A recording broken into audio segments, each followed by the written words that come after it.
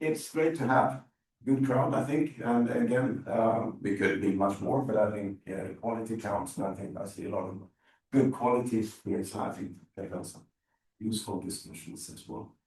So, and the theme this year would be to look at really, this sort of talking about digitalization, and so on. And, I think the society sort of starts to recognize they don't do this in an effective way. You need to think in active systems. I think we're going to get some examples of that in the end. So let's look at the agenda. As I said, there will be this first little recognition of INCOSE Sweden turning 25 years. So I will present that little timetable that we might want to put together. After that, we have Nordlund from AI Sweden to talk about actually some of the good things, but also the challenges we would have about AI, right? So again, another thing where you really need to look at, be safe, where these days is trustworthy, need to take a systems approach to deal with that.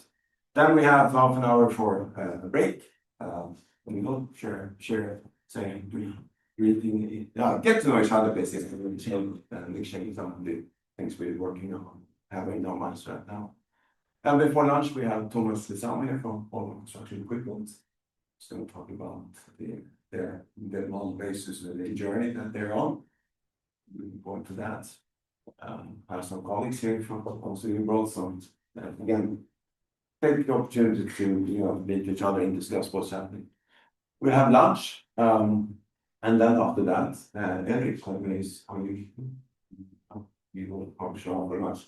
He's local, but he will talk about the digitalization of Gothenburg. And then after that, we will have Martin, Vestin here, and then Nilsson, who's again local. Martin works at CNG Konsult, and actually Robert Nilsson works at Volvo cars, but here they are to represent a network called MBSE Forum, so which has been closed sort of group of people working on this white paper that we will present today. After that, open up the network. Then we have another coffee break, and last but not least, we have Torbjörn Holm here to talk about some of this semantics and actually taking a SysML, but maybe one level up.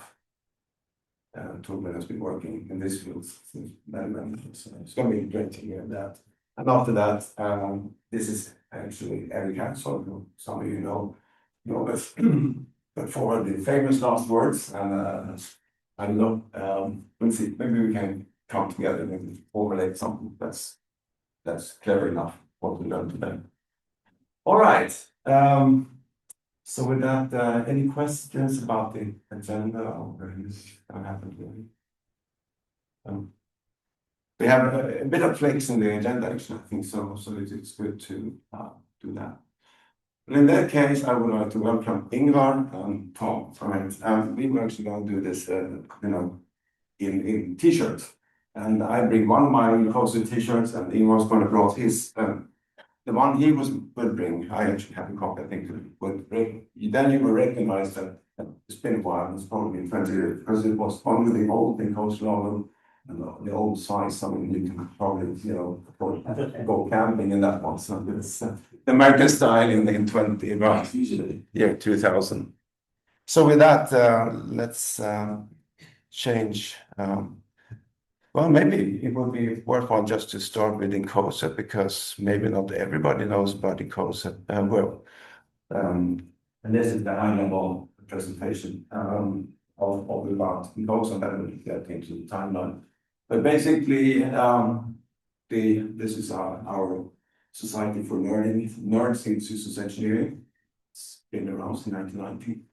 There is a vision that was changed about 2016 to go a bit away from the technical aspect to look a bit wider. So really a better world through a systems approach.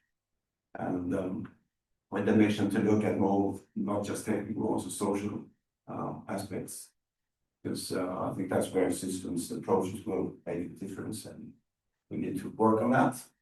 And talking about working, I think maybe the most important part, of course, the members that they now, I think about 25,000 members divided into chapters like the Swedish and so on. And then the corporate advisory board member, which is now actually more than 120, is growing. But the bulk of the work is really done by working groups. So there are about 50 plus different working groups. So if you have any special interest in a topic related to systems engineering, I'm sure you can find a working group, join that one and get engaged, and share and learn from the others. Then, of course, what you often see are the events. So like the big symposium every year, the workshop, also a yearly event, and then the different seminars and the regional conferences. So there's a lot going on. INCOSE has worked quite a bit on sort of trying to establish also systems engineering as a discipline, a recognized discipline. People are still working on that, I guess, in the academic, because it's still a challenge to talk about, these transdisciplinary approaches. But the certification is part of that, of course, to make sure that you read a book, you do an exam, you show that you actually work with this, you can claim that you have experience, and therefore you get certified. And that's like giving a stamp on actually here's systems engineering, and I have actually applied it. So that's one thing. Then also you can dig into the competency framework. It's many pages this now, but it gives really good insight into the different skills and competencies you will need as a systems engineer to different degrees as well.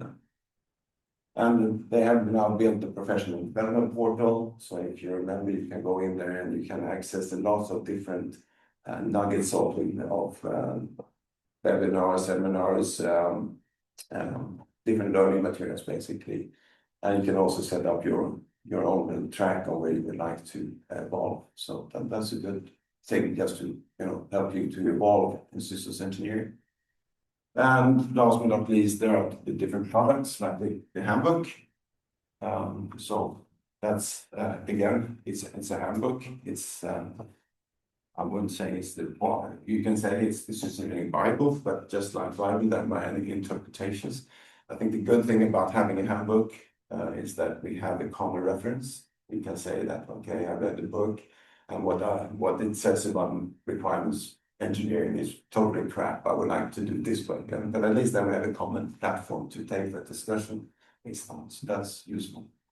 Then there are online newsletters, and there's also this tool lab now. Does somebody try that? Let's see what database you try.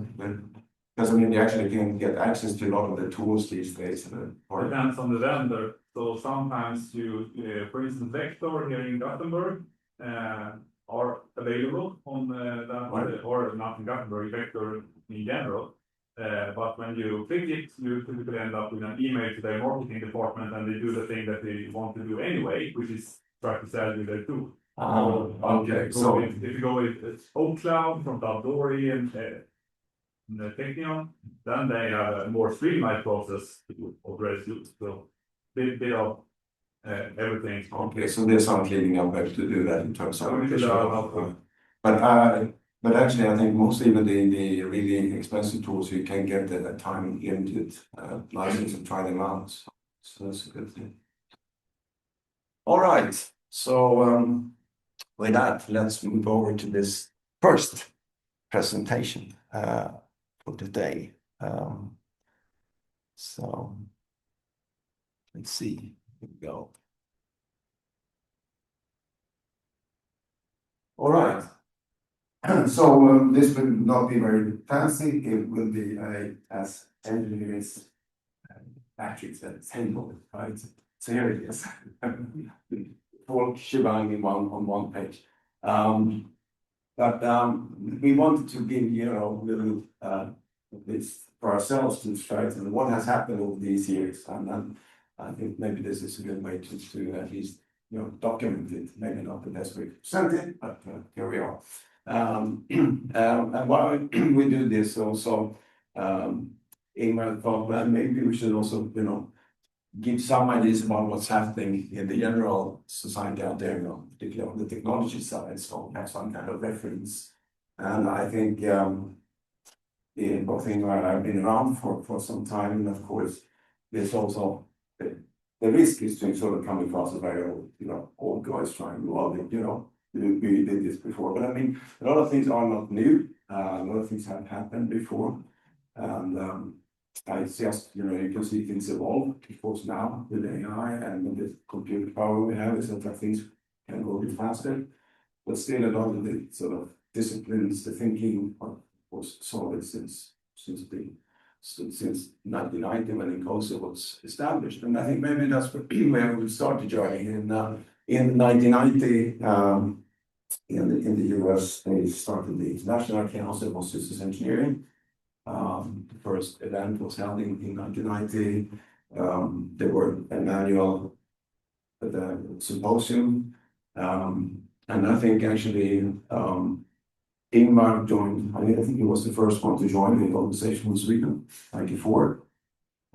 And he brought back something that was very visible from the symposium, the proceedings. They were books. So actually you brought back books, a thick one like that with 100 plus papers in the bound fashion. So those become very recognizable. And it was not, I think they actually gave that after this symposium in Brighton 1999 because something happened and eventually they ended up having to print 2 books. So everybody had this overweight going back from the symposium and to pay lots of the reference after that. So they could go to digital after this. So, in 95, it actually then changed names to the International Council of Systems Engineering because they saw that there were a lot of international interest in the topic. Around that time, I started actually, I met Ingvar, and he was from FFA, of course, from Sudan, and I thought, this sounds really interesting because I have a background from KTH, where I got a diploma in systems engineering, but it was not really systems engineering, I think it was more operations research.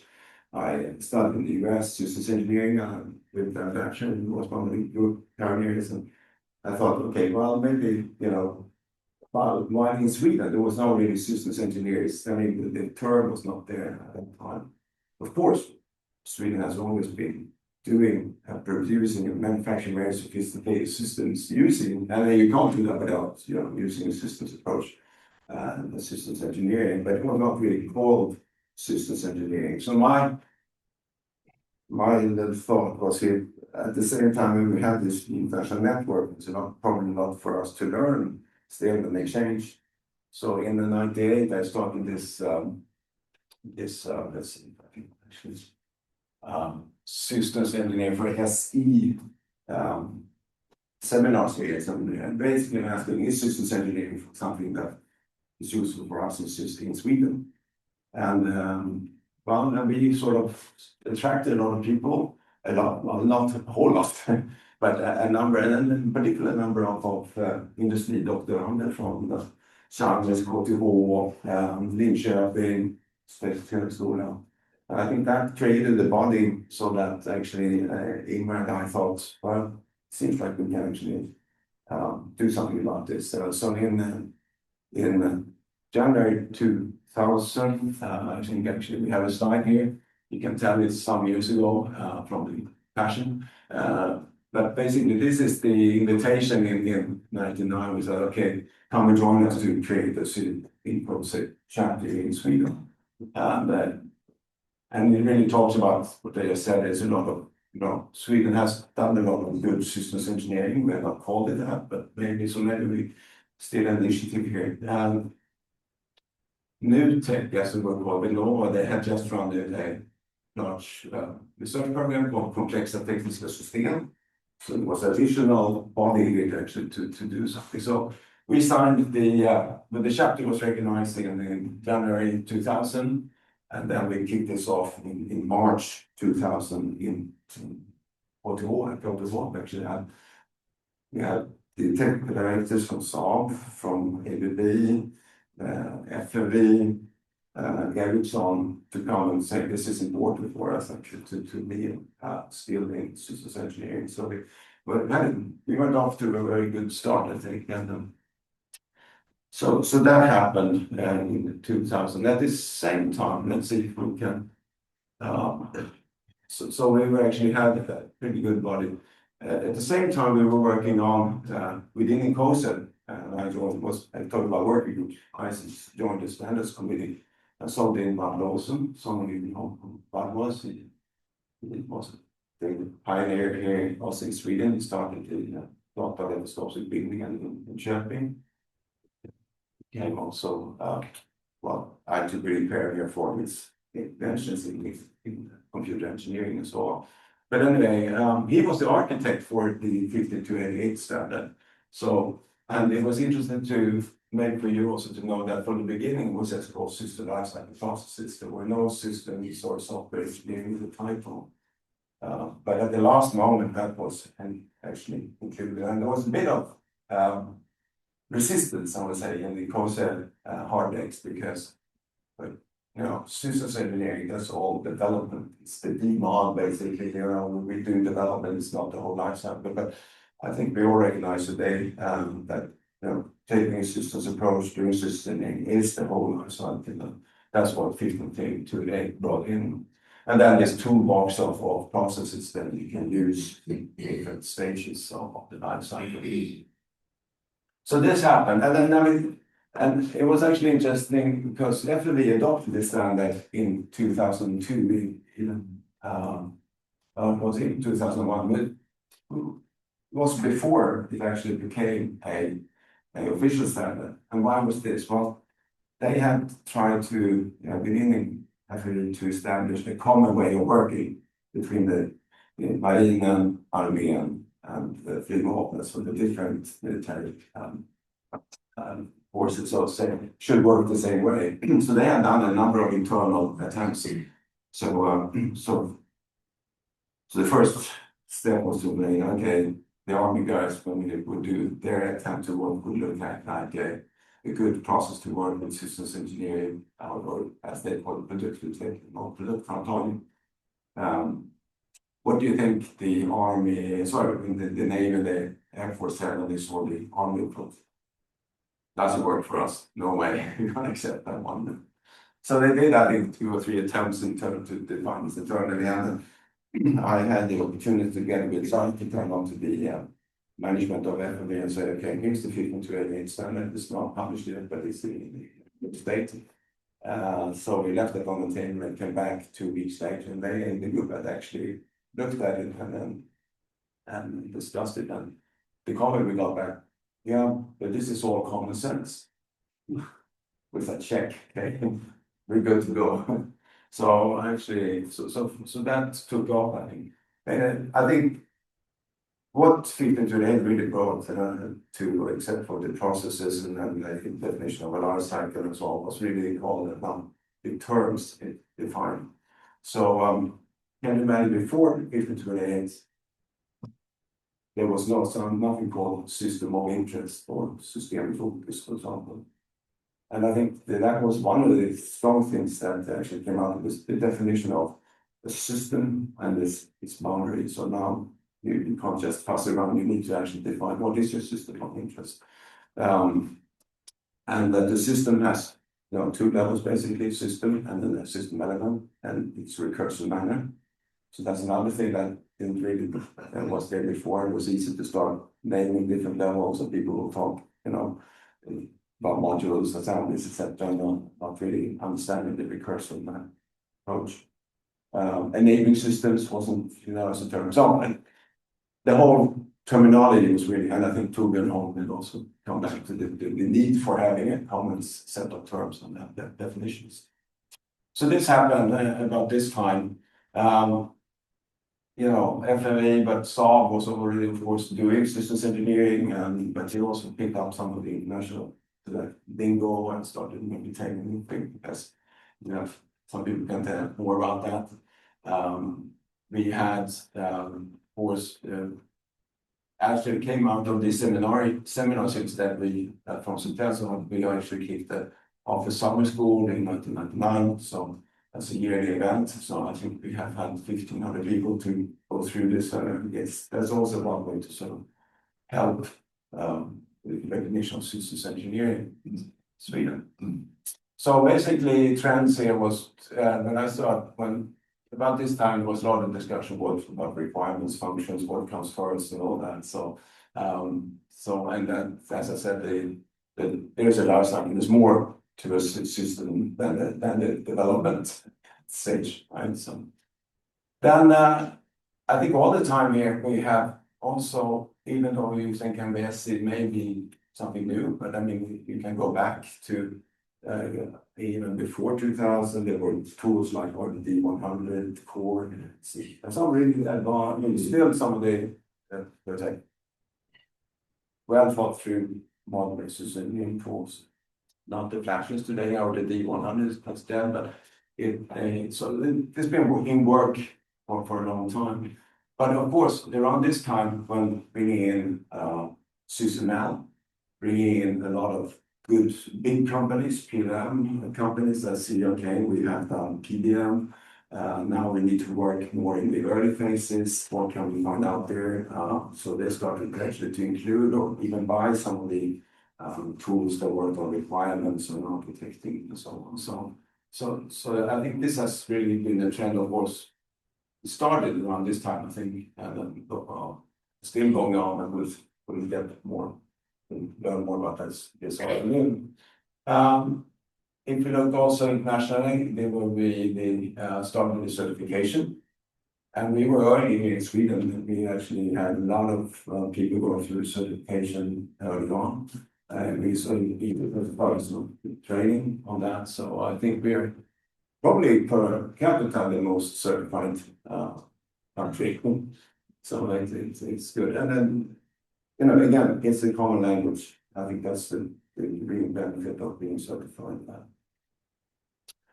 At the same time, we also made a lot of recognition, I think, in coaching people in different positions.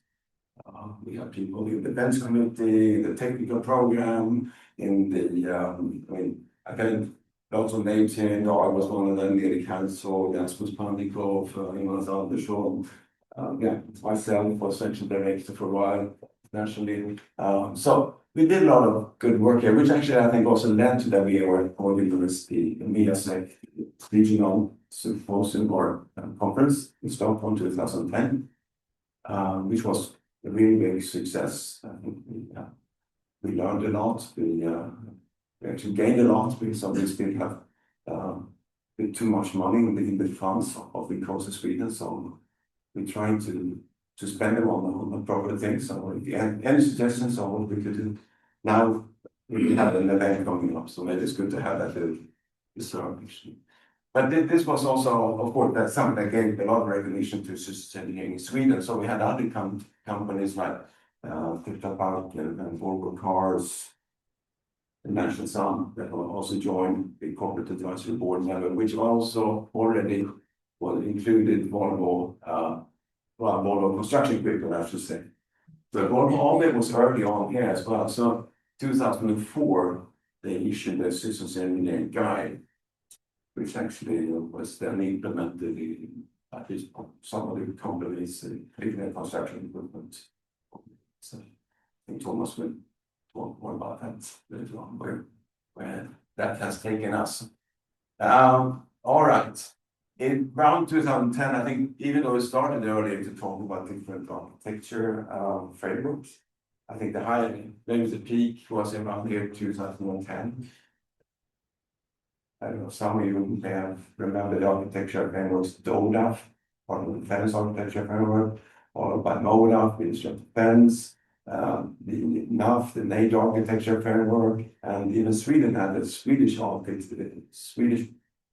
SWAF, Swedish Armed Architecture Framework, which the military was working on. But it all came together, and now I think we are all trying to work towards the unified architecture framework, UIF.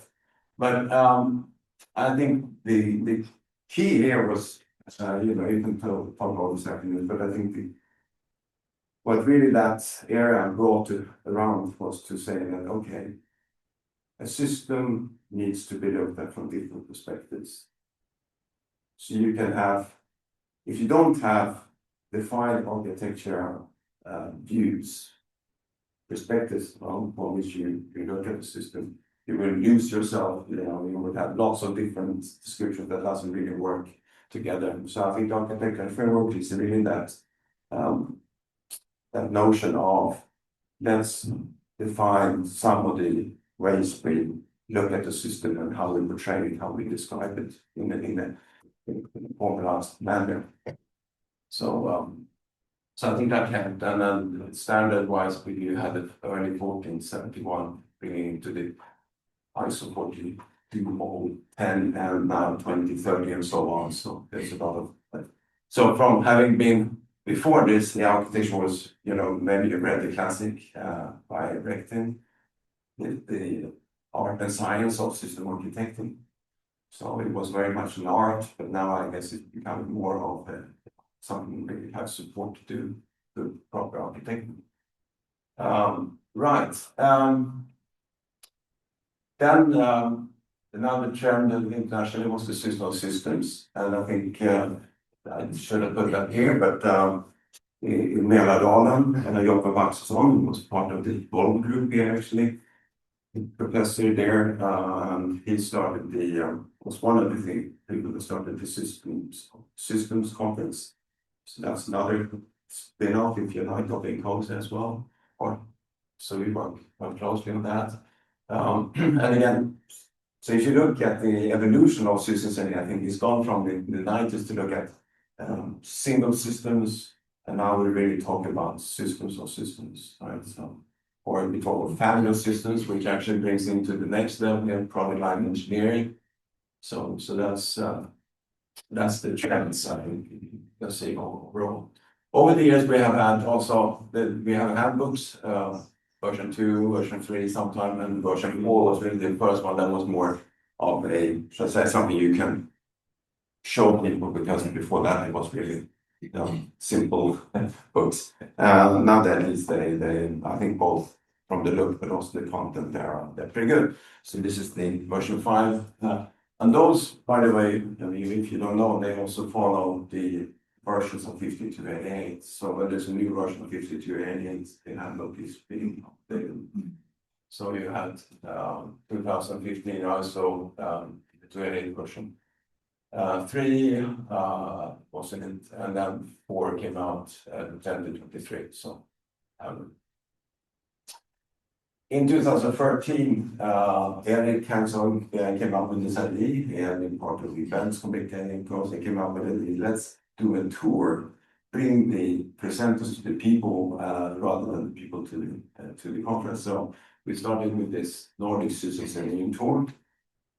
So I think the first year we did Helsinki, Stockholm, Copenhagen, and Hamburg, and we have seen that that's still happening.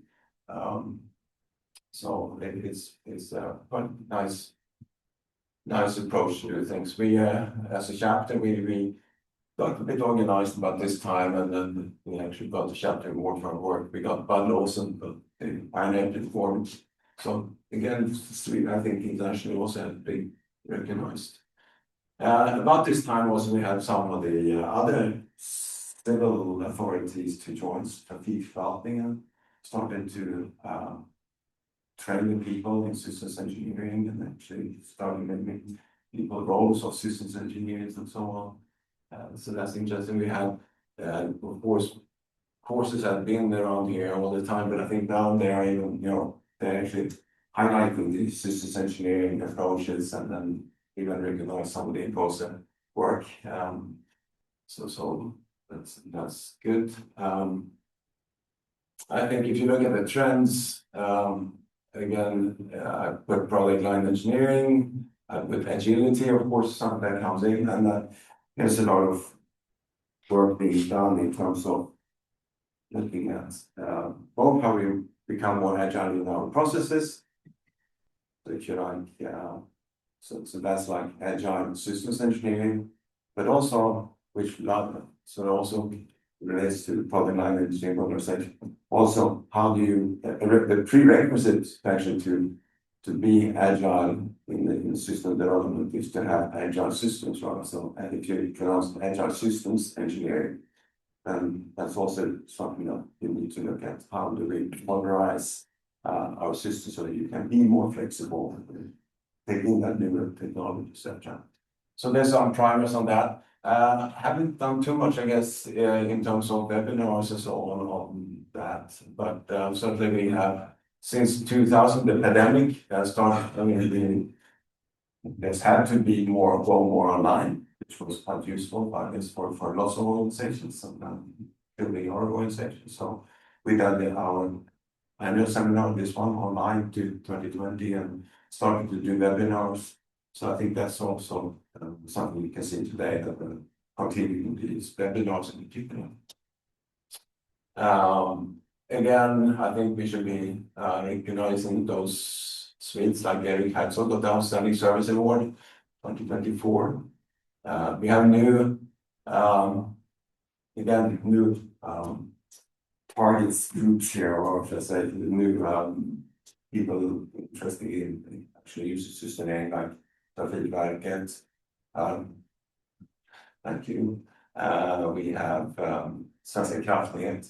So I mean, they actually recognize that they can't, just rely on understanding the technical components by themselves, but also how do we put this into a system and how do we manage it over time.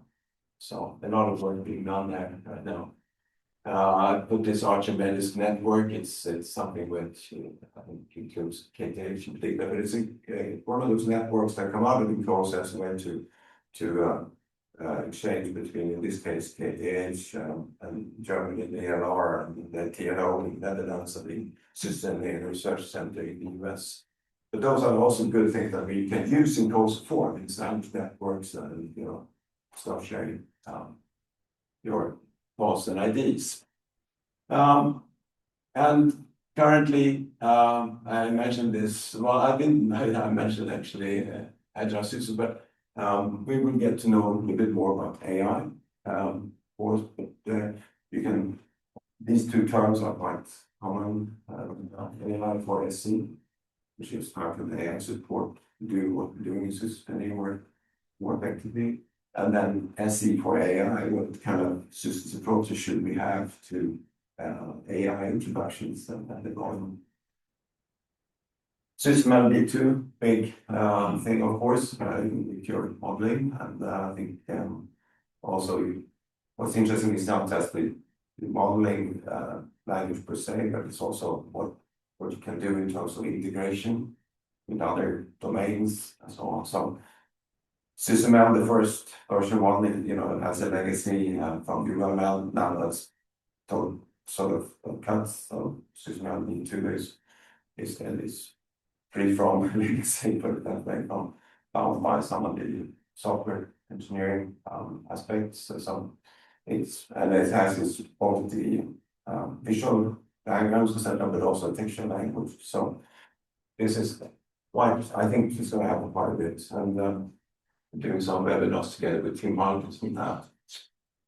Something also interesting, because right now INCOSE is expanding its membership and horizon, I think, towards the east quite a bit. So I know that the current president, Arafat, just went to China and participated in some of the big conferences over there on systems and related things. So we also had an interesting presentation at the symposium this year from the Middle East, and the PhD student really looked at different way how we look at systems engineering in different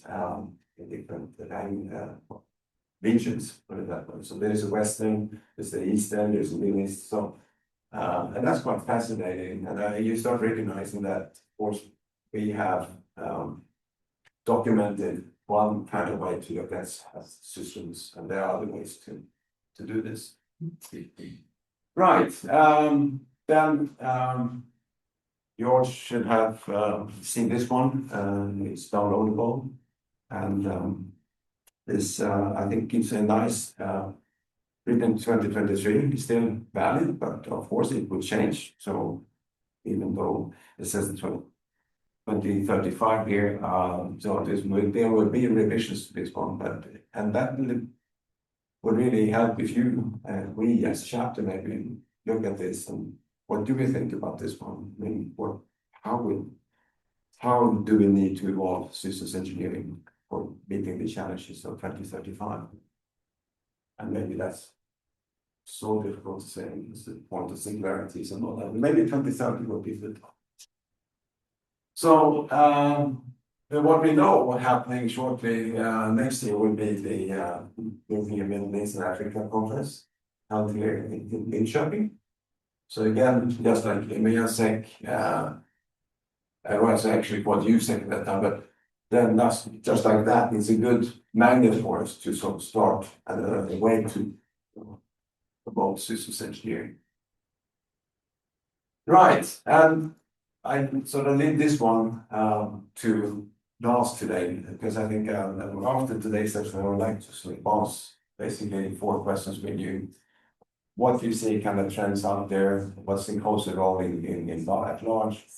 What are the things we should focus on in Sweden and how can INCOSE Sweden contribute to that? So have that in mind and present with the recap at the end of this today. So sorry for not having been more animated, but of course here's at least something we could talk around. Any amendments, corrections, marks? You didn't talk about functional safety, but it's on the chart. Yes, yeah. Why? Well, it's on the chart because that's another driver. I think it's really, I mean, you're from automotive, you know that functional safety, and particularly now with autonomous and everything, that's a big driver for systems engineering.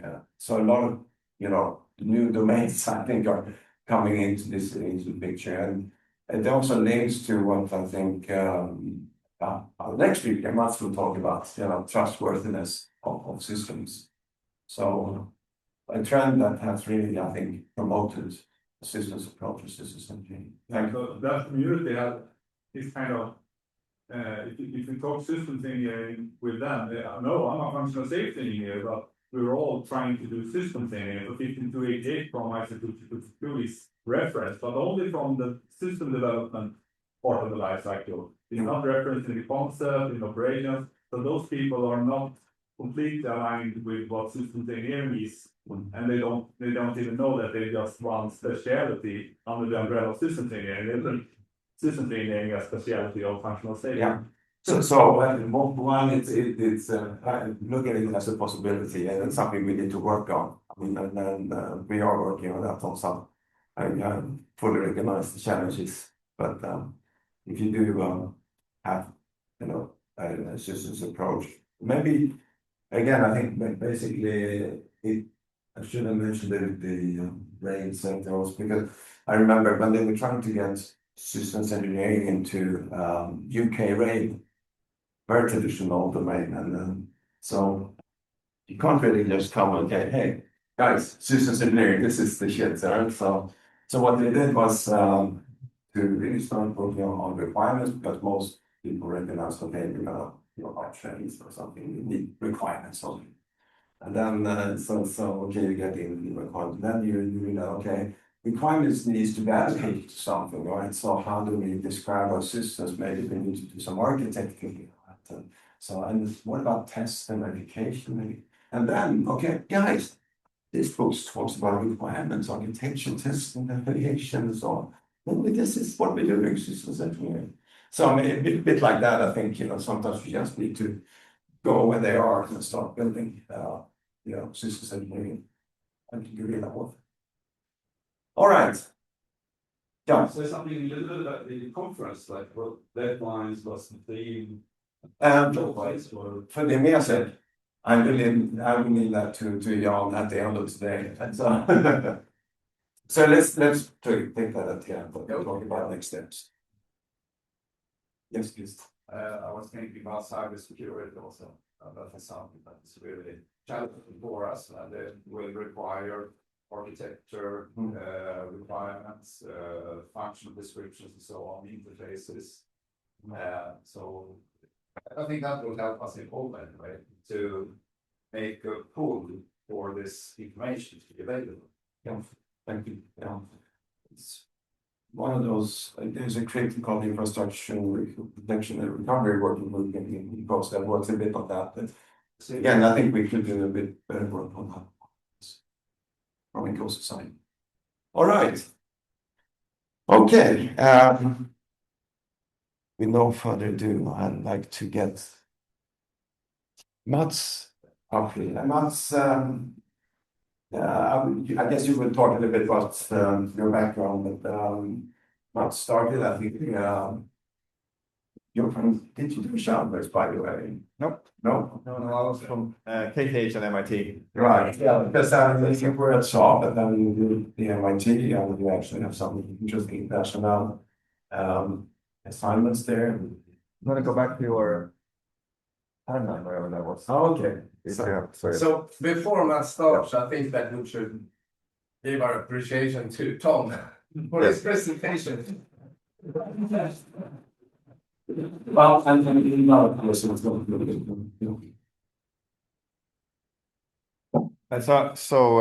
Yes, my name is Mats Nordlund. I live and work here in Göteborg these days at AI Sweden, which is at Lindholmen. This brought me back to memory lane. I started working in this field in 1991 when I got to do my master's thesis at MIT in a field called engineering design at the time.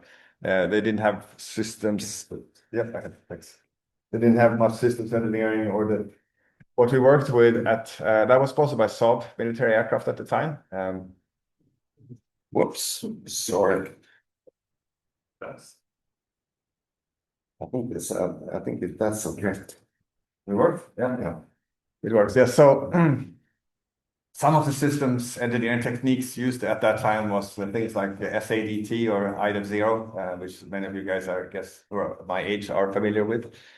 And there were a few things. There was quite a bit of interest in many of the companies here in Sweden. So I then got to continue doing my PhD in the area of engineering design, and as the first ever industrial PhD student in Sweden. And then that was in 91. And a lot of these PhD students and the industrial PhD came out of what I did at Saab at the time. And a lot of the foresight from Billy Fredriksson, who was the CTO of Saab at that time, who recognized that we should use a new form of PhD students, not pure academic ones, who can actually go ahead and work on as an employee of industry, which gives them access to participate in everything and transfer knowledge into industry much faster than you could otherwise.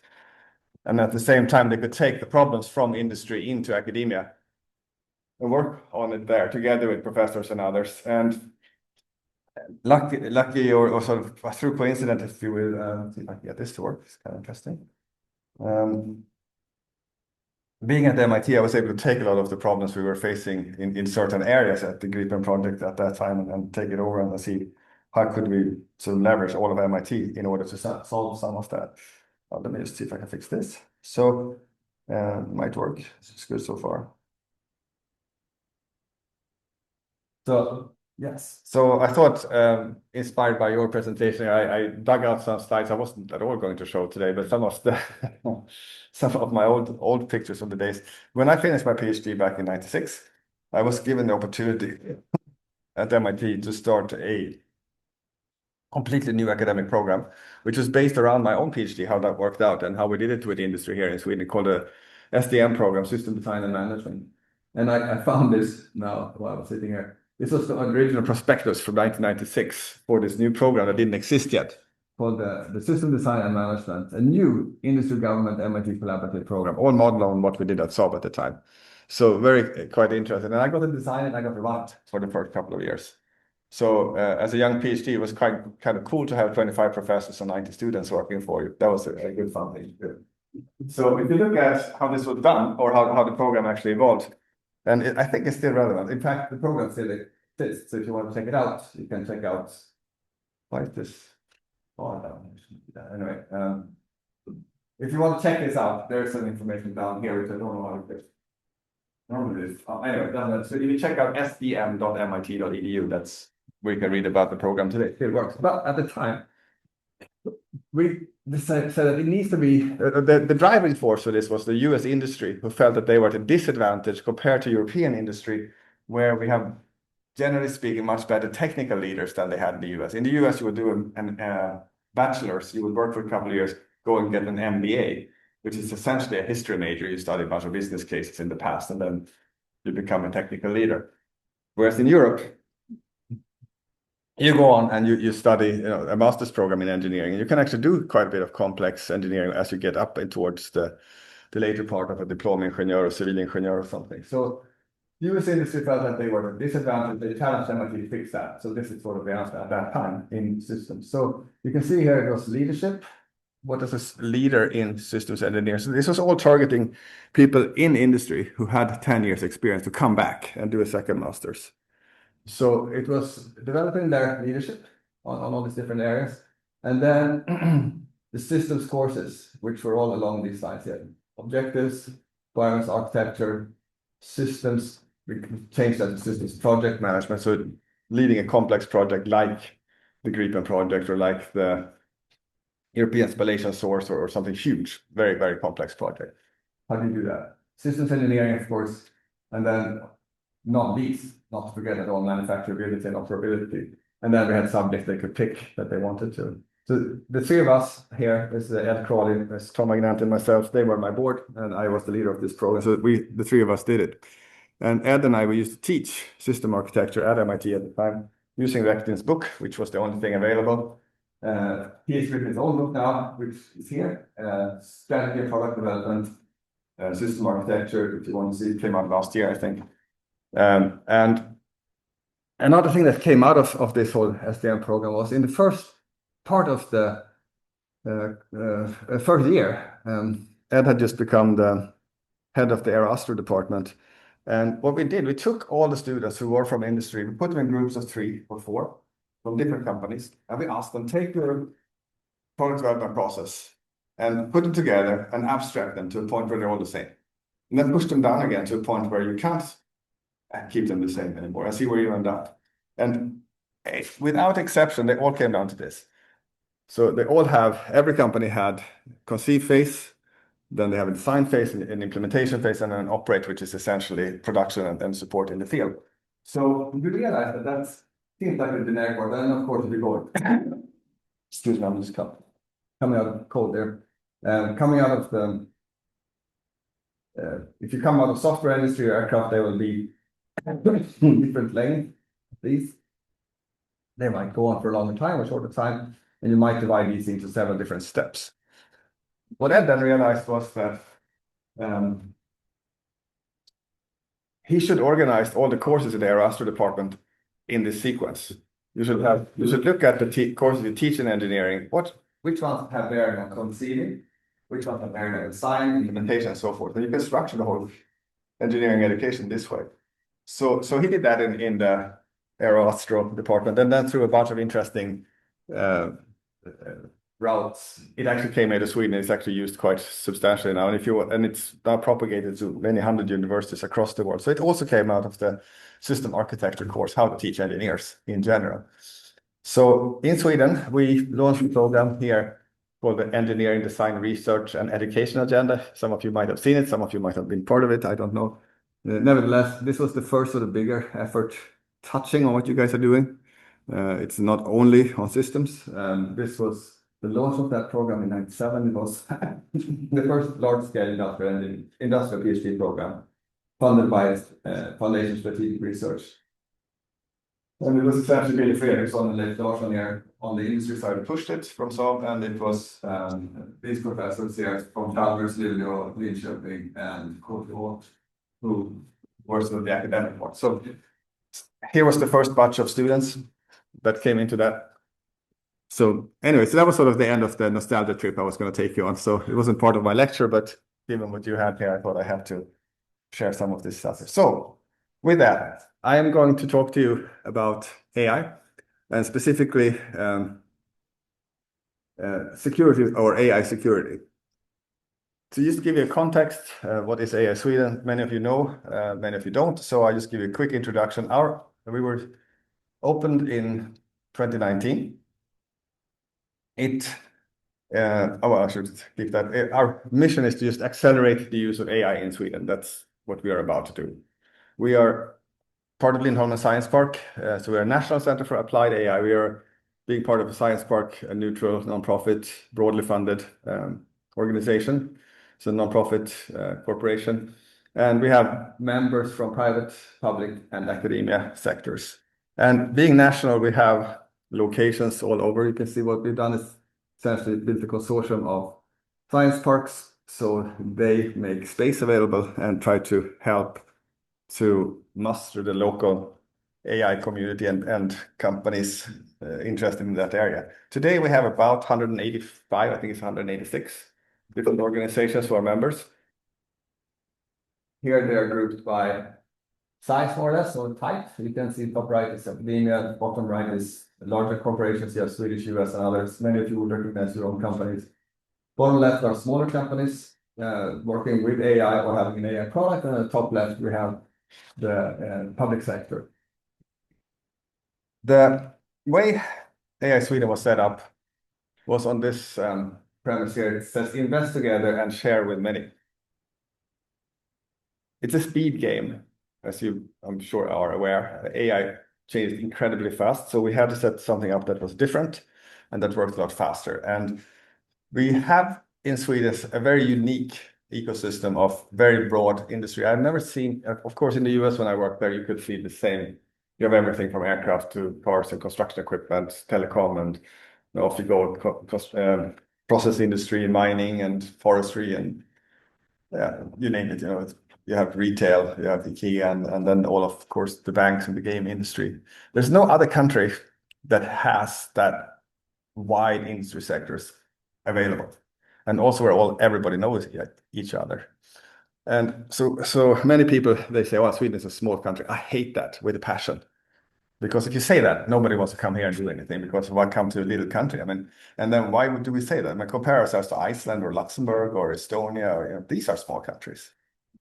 So don't say that when I'm around, because I will get at you. So instead, what I try to push is that Sweden is a superpower when it comes to industrial experience and knowledge, and we need to use that to keep going. And we have done successfully in that way, and that attracts other industrial companies. That is why we get companies like Google, Microsoft, Intel, and all these to come here, because we are ahead, and they can try their stuff on all these different places.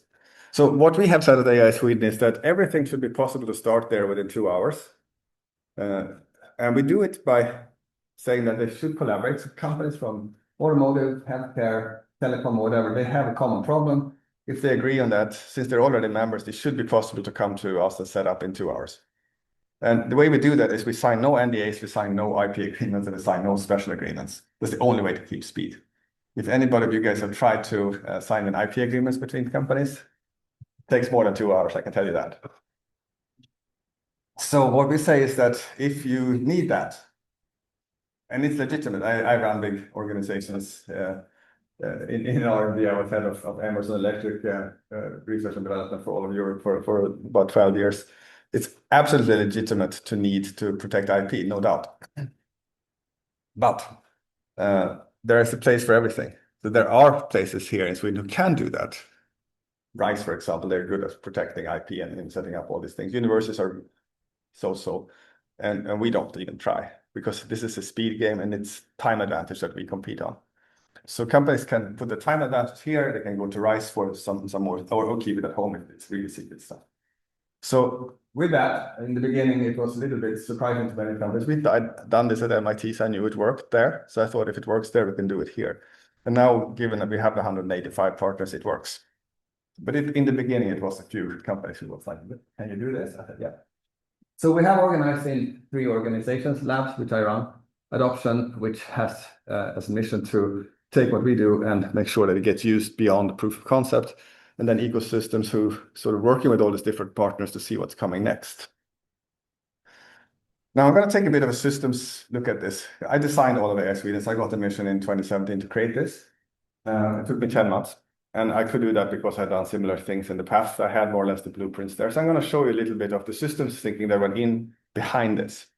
And that's going to lead into why we today with good confidence can say that we are a world leader in AI security. And a challenge to me and to you guys at the end of this is, how do we stay there? So first question is, why should we even bother about accelerating the use of AI in Sweden? If you look at any scoreboard, for the last many years, Sweden is always at the top. Doesn't matter what you look at. It's always the top 5. So why even bother? We're doing well. You know? If it works, the good principle of system engineering, if it works, don't fix it. And it seems like our system worked. But the question I think one should ask ourselves is, can we sustain innovation leadership, given that AI is coming in? I see AI as sort of the second industrial revolution. The first one was when you replaced muscle with machine. And then there's been a bunch of steps there to go into mass production and all this kind of stuff. But this step here is replacing or substituting brain with a machine. So that's the second. So it's a much bigger change than you expect.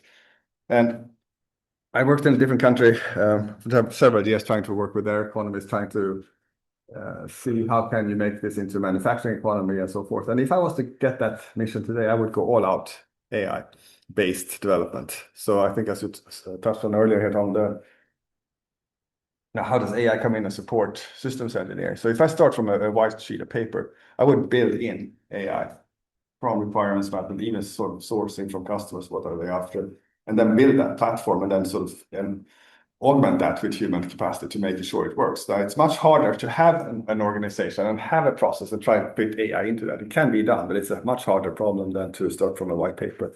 Corretura here in Göteborg, which is a joint venture from Volvo and Daimler, are trying to do this now. And so it's really interesting for us to work with these guys to see how can this be done. So how do we sustain innovation leadership in a world where AI is coming out? Now, our old system was or our current system, which works well in many cases, and I was very much involved in this. And the triple helix government, industry, university, where, on the recent project we had, FMV was sort of coming from the systems perspective there and saying, this is where it's going to work and the specification. Then we had a conglomerate of industry group jobs. And then when we didn't know what to do from the industry side, and go to academia and ask them what to do. And this worked beautifully well. We got this fantastic plane done in pretty short time, internationally speaking, 10 years or a little bit more perhaps, but in that order. And that was it, and it still works for this kind of timeline. What I see happening now is it's kind of like skiathlon, where you start with classic and then you transfer it to freestyle. So no doubt we win the classic race. But how good are we at the freestyle? That's our challenge. It looks like skiing, feels like skiing, but it isn't the same. Different skis, different ski waxes, different technique. So it's easy to fool oneself that it looks like skiing, but we need to think about it. So in 2017, when I got the task to do something here, the reason for that was that on all indicators, and the companies came to me and said, we're lagging behind in AI, especially the automotive here. Said that, and they said, how can we move this? How can we move faster? How can we catch up? We were behind countries like Tunisia, Turkey, and others. And and I thought maybe it's just complaining, but I got some data using KTH library. We did some bibliometric studies. What it shows, and this is shifted behavior, so you can obviously recognize it's a self-reinforcing curve here. As a self-reinforcing system, somewhere underlying is sort of generating this growth. So when I looked at the publication and I looked at patterns, I looked at newly started companies, whatnot, we can see here that before 2012, not much happened, very low activity. And then 2012, England, these guys, they published deep learning, and all of a sudden you can actually do something that was useful with AI. And it was picked up by a number of countries. China, US, big countries took off quickly. If we sort of magnify these curves here, you can see the scale here is different. It's 90 instead of 600, whatever it is there. You can see this kind of also took off in a very similar way, except with the regarding. So the challenge we had in 2017 was not only, why are we there? We shouldn't be, given our history and our competence and our companies. But the big challenge was, how do we now run faster than everybody else not to be behind? Because if we do the exact same thing that all these other companies do, we'll certainly turn our curve. But we have the same slope and we'll never catch up. So the question is, how do you do it fast? And that's kind of what we were looking at, or what I was looking at the time. And what it comes down to is an ecosystem innovation. It's an interesting book on this, if you want to take a look at that, called Winning the Right Game by Adler. So this is out of his book. So just generally speaking, an ecosystem being a system is defined by the structures through where different participants or partners interact, create a value proposition. That could be an industrial ecosystem where you have your suppliers. It could be a national ecosystem where you have your triple helix or whatnot. So our ecosystem wasn't delivering. I understood why.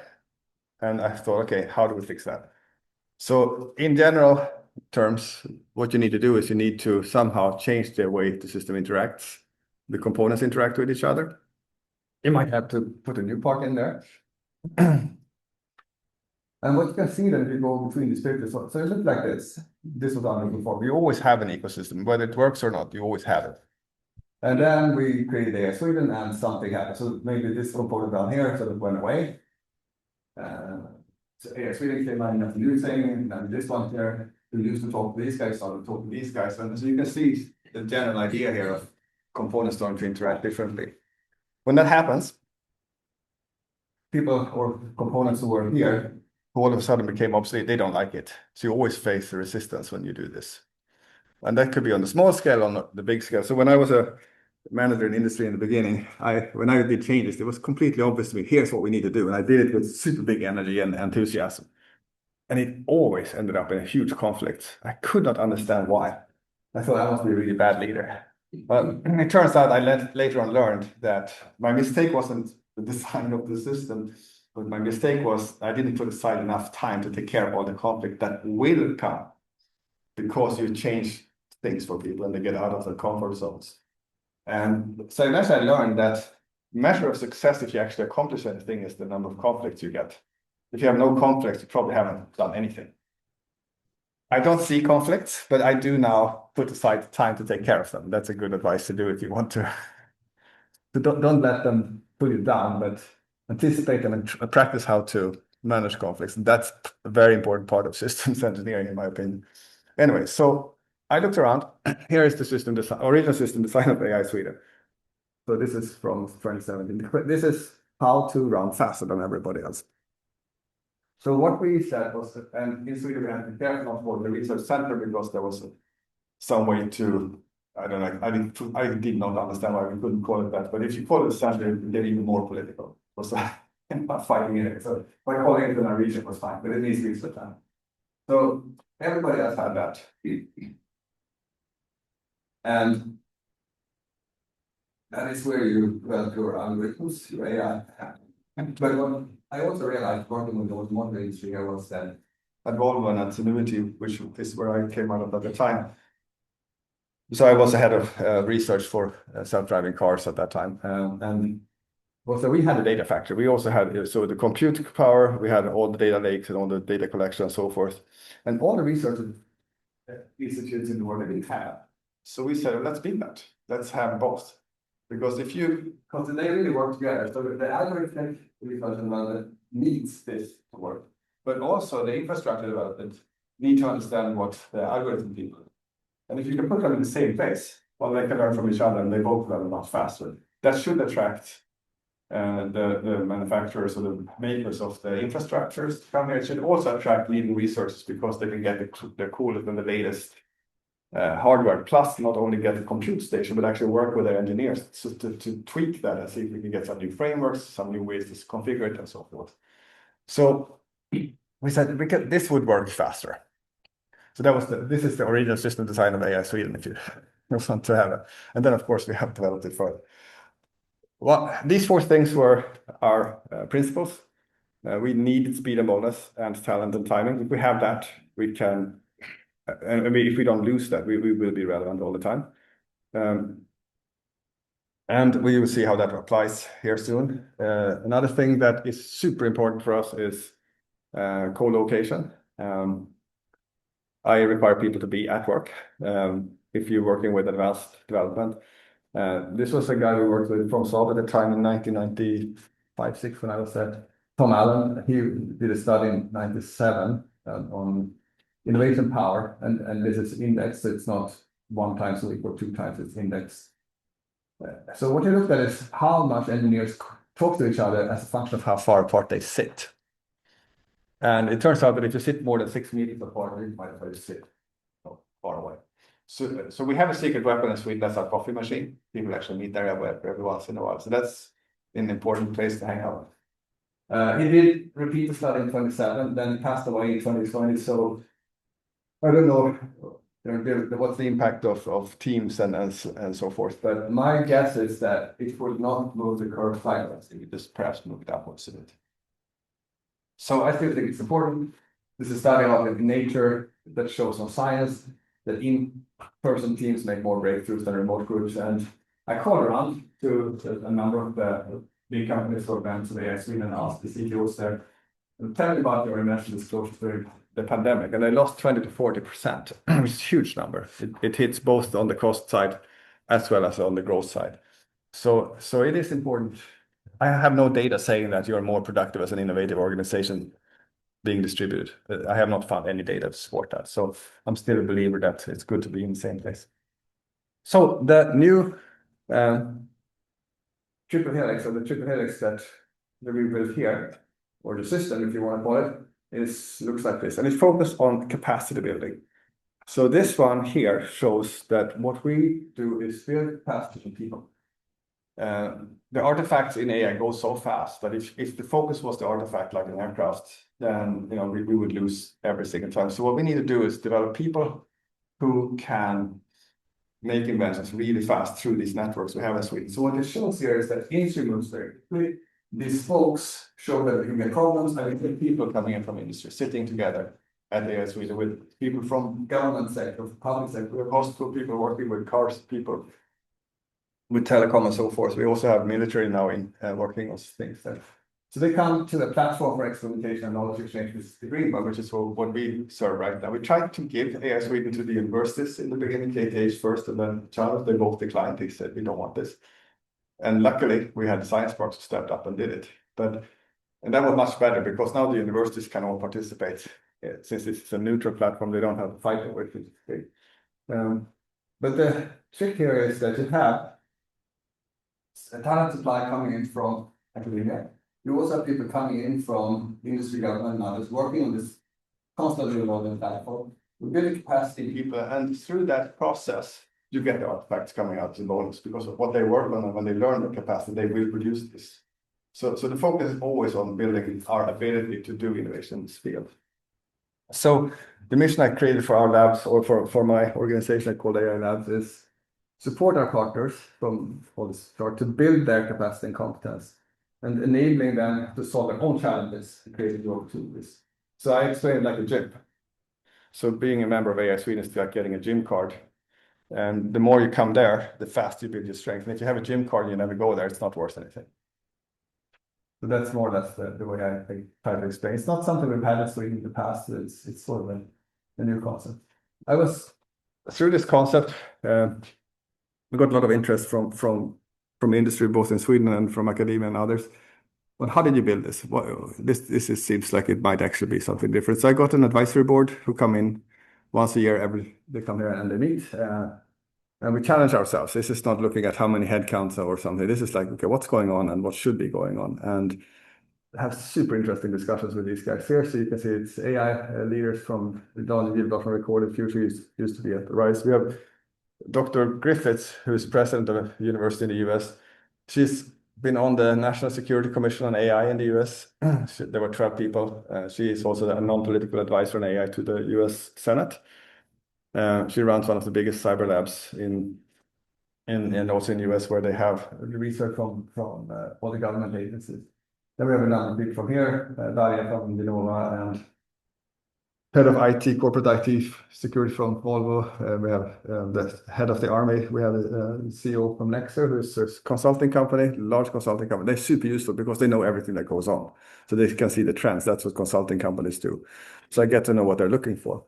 And then I have Brian, who runs advanced vehicle technology from MIT. So this group here steps in voluntarily. And we meet once a year and really think about what needs to happen in AI. And then because of the speed we have, we can actually get it done, which is really cool. One of the other things that happened, and this is now leading straight into security, is that Griffiths said, having been on the National Security Commission for AI, she said, take a chance to build security in AI from start, not as an afterthought. So the question then is, what is AI security and how is it different from cybersecurity? So I'll use an analogy.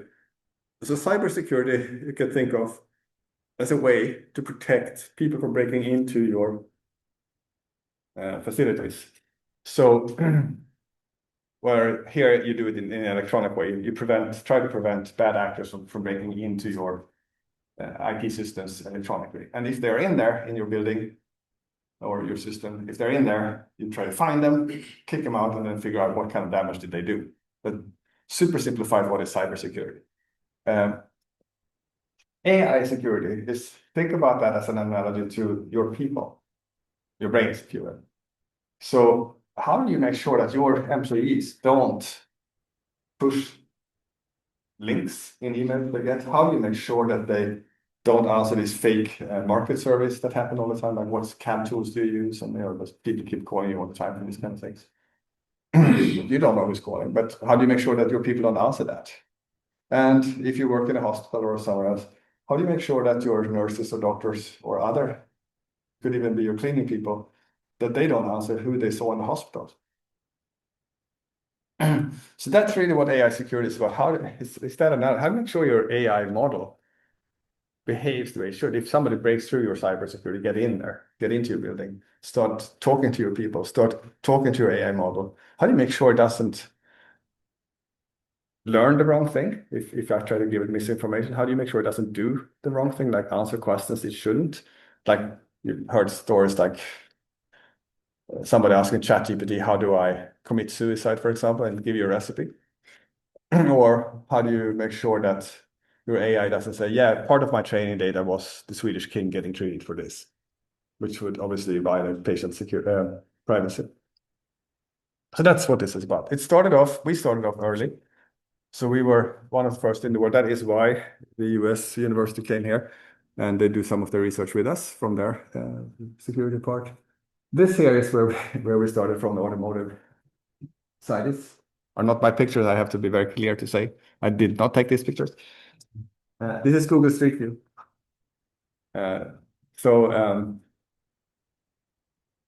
When you go around with a car, if you have self-driving car, or if you have an ADAS system, or if you have a Tesla, or if you're developing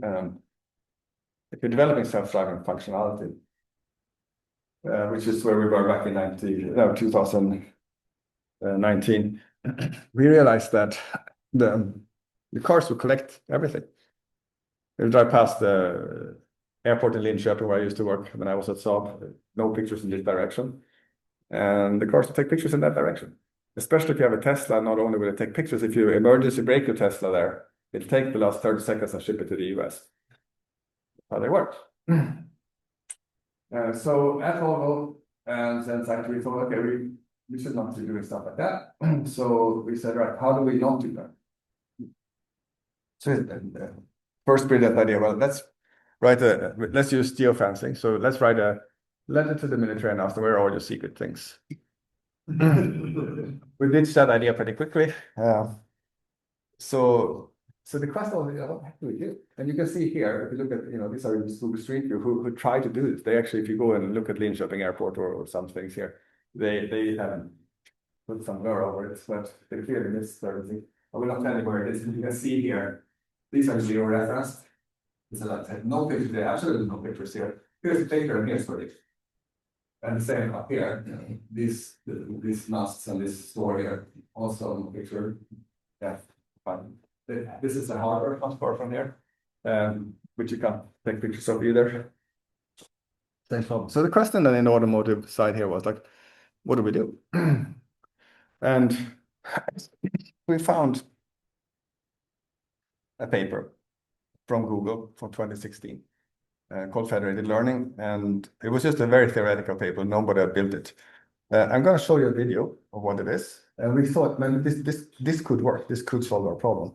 And what I'm going to do now is try to play this. Hopefully it has sound, so hopefully that works. No, it doesn't. How do I get sound to work on this? Well, I'll unplug this and I'll try to see if I can get it to play from my own computer. Let's turn up the volume, see if I can get that. I'll give it 2 tries and then I'll give up and then I'll see if I can. Oh, it goes on there, I see. So it was really good. Yeah, I have the one. So I probably have to tell this machine. I think it's sending it out to the projector. Let's see if I can. Let's see if I can get this to work. If it doesn't, then no, it equals step. Here, okay, I'll try this, see if that works. This might work. Let's see.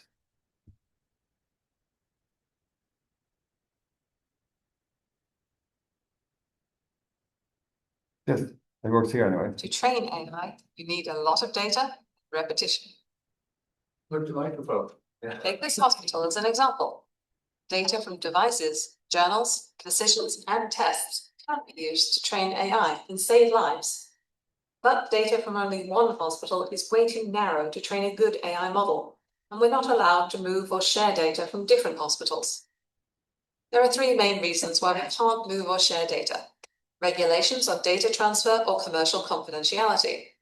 Large volumes of data make transfer and storage costly and complicated. Opinions, activities, or other sensitive information can jeopardize people's privacy. Decentralized learning solves this. Now we can do things with AI that just weren't possible before, without compromising, sharing, or moving data. We move the AI to the data, train on different local data, bring back only the insights from training. Merge all the insights to form a better AI model and send that back out for further training. Cars can learn from each other and make traffic safer. AI and satellites can learn to better spot forest fires, flooding, or deforestation. Back at our hospital, better AI models can make better diagnoses, save lives.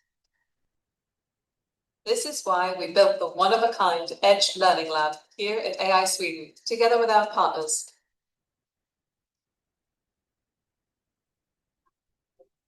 In this lab, we learn together and accelerate innovation by trying new ideas and developing techniques for decentralized learning.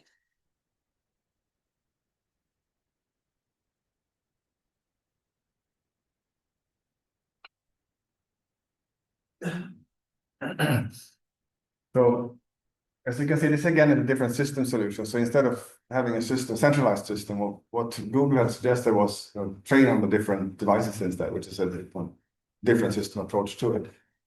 They had never done it, they just sort of done a simulated. And so we built this heterogeneous system here with also different components and see how you actually do it for real. The way we did it was also interesting. As I said, speed and boldness is the way to go here. And if I was going to, first of all, we had no clue what to do here.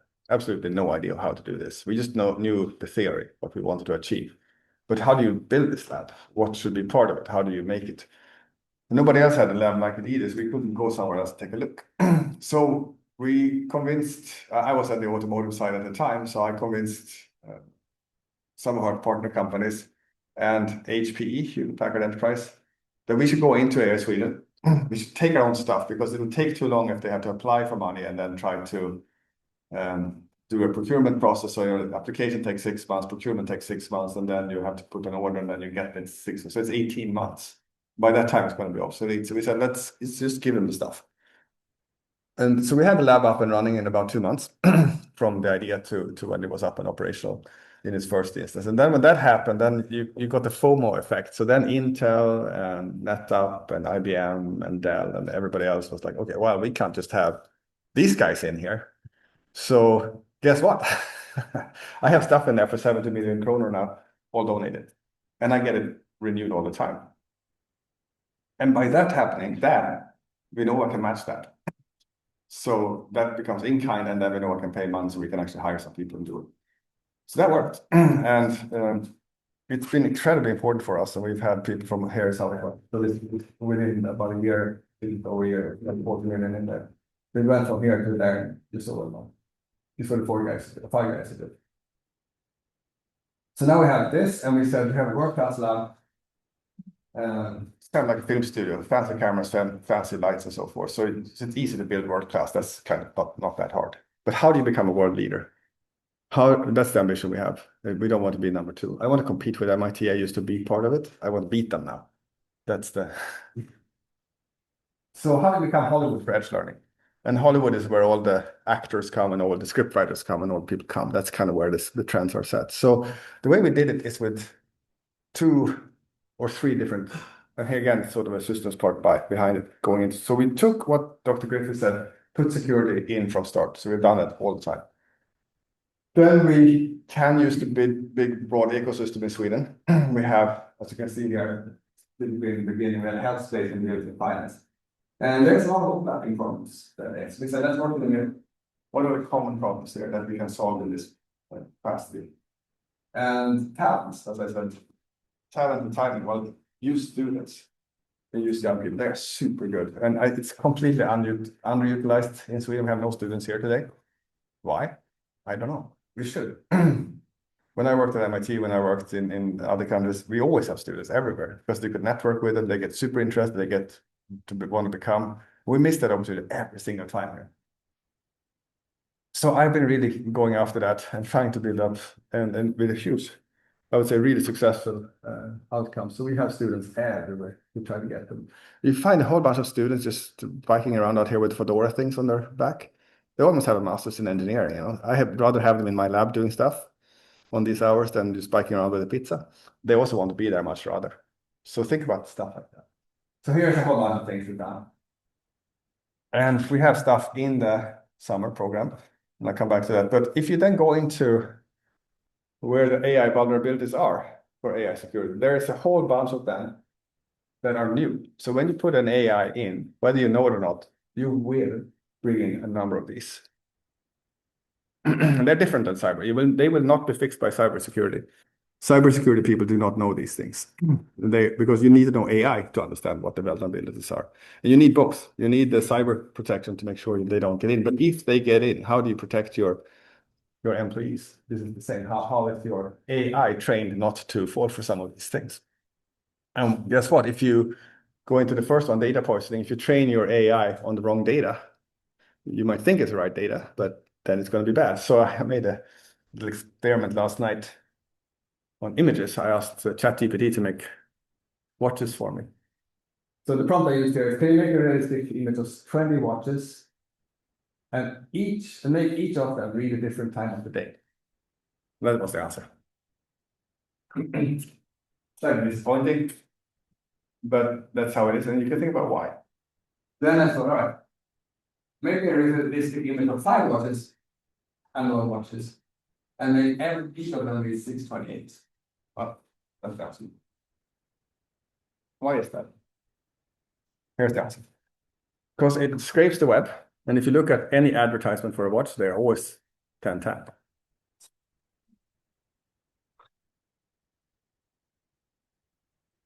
So if you want to mess up somebody's AI, you plant bad data on the internet. That's data poisoning. Russia does this. They get their narrative out. They get their scripts out the way they want the world to be perceived.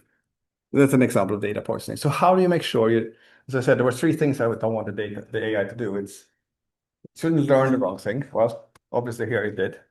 It shouldn't do the wrong thing. And it shouldn't reveal the wrong thing. What has it seen? So the conclusion here is that AI systems don't only make historical biases, keep them forever, this 10 past 10 thing. That's how we will. But they can, in fact, amplify them and propagate them further. So we really have to look into it, and it doesn't only apply in watches. It can apply to job searches, AI systems, anything. Because it all depends on what data you train it on. And as I said, if I want to mess you guys up, I'll give you bad data. and saying it's good. Then you have privacy attacks. And privacy attacks is when you go in as an attacker and you have a data point and you can use that to see, did I have that in my data set when I trained? If you know something about a person, if you have a medical data set, you might be able to actually extract out, yes, a person with these characteristics were in here, and you can actually then see that the king was there being treated for something or somebody. So there's a way to reconstruct this, and we've been looking at that as well. We've been looking at how we actually do that, and then you have to, of course, try to prevent that. So it's always like a cat and mouse game here. So a privacy attack here, which you have some sensitive data, you make it into a face recognition model, and then the attacker goes there to actually extract something out of it, and it can look like this. So here's a reconstructed image, and the actual real images look like that. And this is just sort of a hobby example. So this is not sort of a professionally made one, but you can quite easily, if you know, if you have an idea, especially on this guy, then you can probably quite easily, if you know that he's probably in this data set, then you can probably confirm that. So that's what it could look like. And this was now about 1.5 years so ago, so we can, or even 2 years ago now. So this stuff today is much better. So if you sell an AI model, or if you buy an AI model, it might not be hard to do that. So in Europe, we try to put regulations in place to prevent that. There's something called the European Data Protection Board, who has come up with a bunch of different guidelines, and they're both good and bad. They're good in the way that they actually try to protect people and make us aware, but they're really bad if you want to make AI, because they put all this sort of hinders in front of us. And so it's a really interesting problem how you actually do that. And we have a guy over here who moved to us from Oak Ridge National Labs last year. He's a mathematician, and he's come up with a way he thinks we're going to see if it works. If you want to join, you're happy to have your own. But the idea is to be able to train an AI in a way that you mathematically can prove that you cannot extract it. This is a completely new way to do it. If it works, we have changed the way we train it. But here you can see some of the things that they say. You must assess. Essentially, you must stress test your model. Does it leak or not before you actually deploy? And then you should have privacy enhancing techniques considered as your engineering process here. And you should consider your different levels of adversaries depending on where you are, if you're in the military or if you're in a hospital or if you're sort of a school. So these are some of the advice that's coming in there. But of course, if you use privacy enhanced AI and try to do things like differential privacy and so forth, it becomes much more compute intensive. So it takes much more power to train a model. And it turns out that when you overlay statistical noise on your data, no matter how much you train, you still don't quite get the same accuracy as if you don't. So you do compromise a little bit of your accuracy for the privacy here. Another thing is input manipulation. Input manipulation you can do images. This was an early show where they train on cats and dogs and a few things. So here on the left you can see this is for inference. So what an input manipulation is when you have trained your model already, and then you take your camera out, you take a picture or something and ask, what is this? So here it's very sure it's cat. And then what you can do, you can change a few pixels on this, and then it's much more sure than guacamole. So if I know how to do this, I can, change, and you can't see. I mean, in fact, the one on the right has some pixels that are changed. You can't see that. You can't, but the AI can. And it's also something that can be done by an attacker, but you can also imagine that this same outcome here is interesting also if you have sensor degradation. So if your sensors start losing a pixel or two here, that could also trigger this thing, even if it's not an attack, but it's actually. So here's a kind of a quality and security concern the same. Here's another one that's kind of interesting. This is an object detection algorithm to detect people. So if you put this sweater on, you can't see, you become invisible, even if you're right in front of the camera. It's kind of interesting.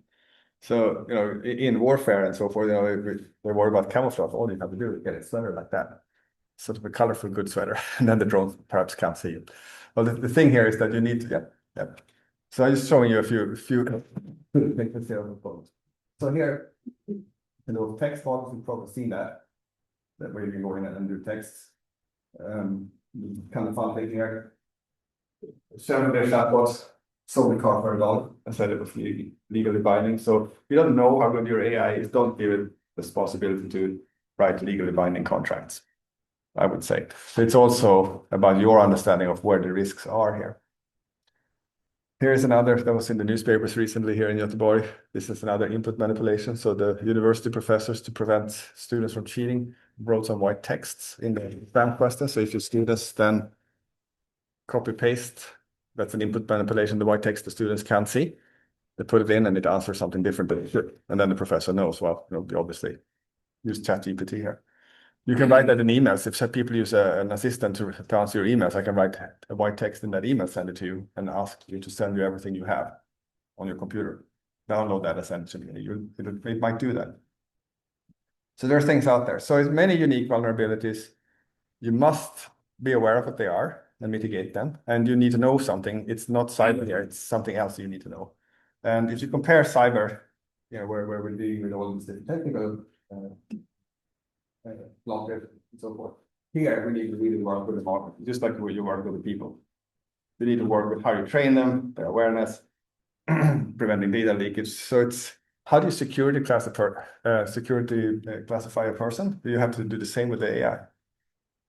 And on the security cycles, on the left here is a cyber. It was ignored in the beginning. Big exploits came out. Now it's really expensive. And AI, we are discovering these vulnerabilities now, and they're published. And now what do we do? And that's kind of where we're at. So here in Sweden, we started in 2021 building capacity in AI security here in Sweden. Now in 2025, so we've been at this and for quite a number of years. This year we just got a planning grant for a national excellence cluster. So if you guys are interested in helping us build that, let me know. And we also started a tech talent program with a number of our partners to have a one-year program for recent graduates to come in and work 3 days a week with us. It's similar to the industry PhD, 2 days a week in the company. Take the company problems, come and work with our researchers, and then take it back.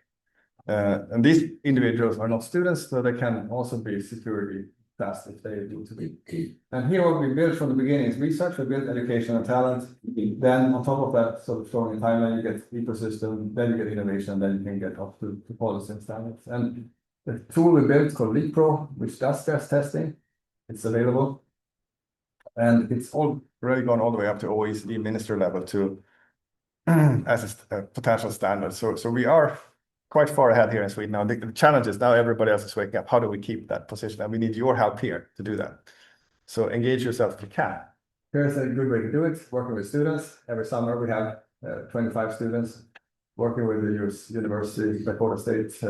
We have their professors come here, teach. And then when we go on vacation, all the students, half of them are Swedish, half US, then they go up to the US when we are on vacation, then they come back with the answers. So, and they even made it on TV there. In the US. That's an interesting thing. And then we have the trainee program, which is a foundation with 6 month level specialized. And we've sort of modeled this a bit on the SDM program, also on the foundation and then specializations. So the ecosystem is going to look like this.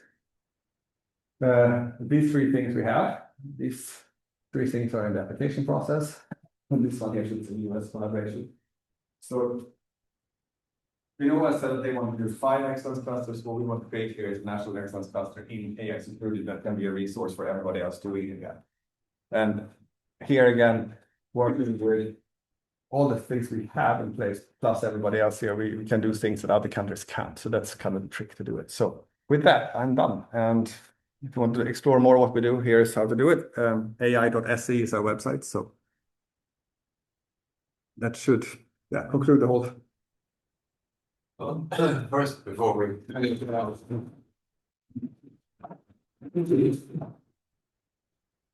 any questions? Soon already. We still have time for a question or 2. So maybe I have a question. There's a lot of potentials here now, and of course a lot of risks. So how do we, I mean, do you see a role for systems engineering? I mean, how could we, from INCOSE or from this What could be or what should be doing? AI will become part of the system somewhere. You will put an AI inside your whatever it is that you have. And the more you understand about the vulnerabilities of your AI, some of that can be compensated by the other system components. So that you then say, well, we know that this AI has the following weaknesses, or doesn't perform here, or can be attacked this way. Well, then you can detect that through your systems engineering. I would say that's sort of in a product. Then, of course, if you buy AI and deploy them, which many companies do, especially on like product development and so forth, then a similar question is there. How do you build a system around that and an effective development process or manufacturing system? And again, you need to understand what are the vulnerabilities here so that it doesn't do like the test, like you see something interesting, it takes a picture of that and sends it off to China or somewhere on that. So again, you need to sort of really understand where can you be hit and how interesting is your system, and then protect that in relation that you absolutely need sort of the, let's say, cybersecurity, but also people. You need them to understand the vulnerabilities there. So you can give a whole long lecture on this, but in very general terms, that's how I think about it. So in a sense, AI becomes like another system element, and of course, with that, Yes, becomes the system boundary that we need to sort of include different. yeah. So here's the trainee program, and it kind of try to address that. So what you can see here is you need to have development engineers who help develop your AI, who understand the security issues to prevent that. We also have a specialization in implementation. If you buy AI, to use it as a development tool, or if you use it to be a customer service agent, whatever you want to do, you need to understand that number of issues there. Then you have this is the middle one here, driven by MSD, Strategy Risk Analyst. Some of your companies need that.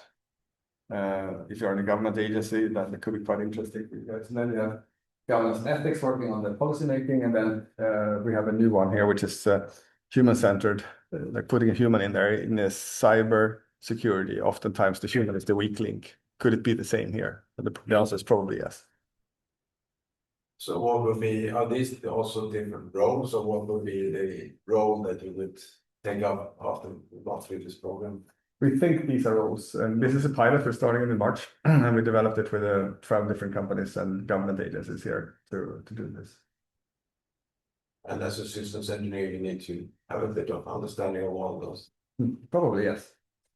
FMV, for example, they're going to have an upskilling part of this, so they're going to participate in a number of it so that their senior engineers have some of this as well. Whereas the students, or not students, but the young engineers here are going to hands-on actually do it.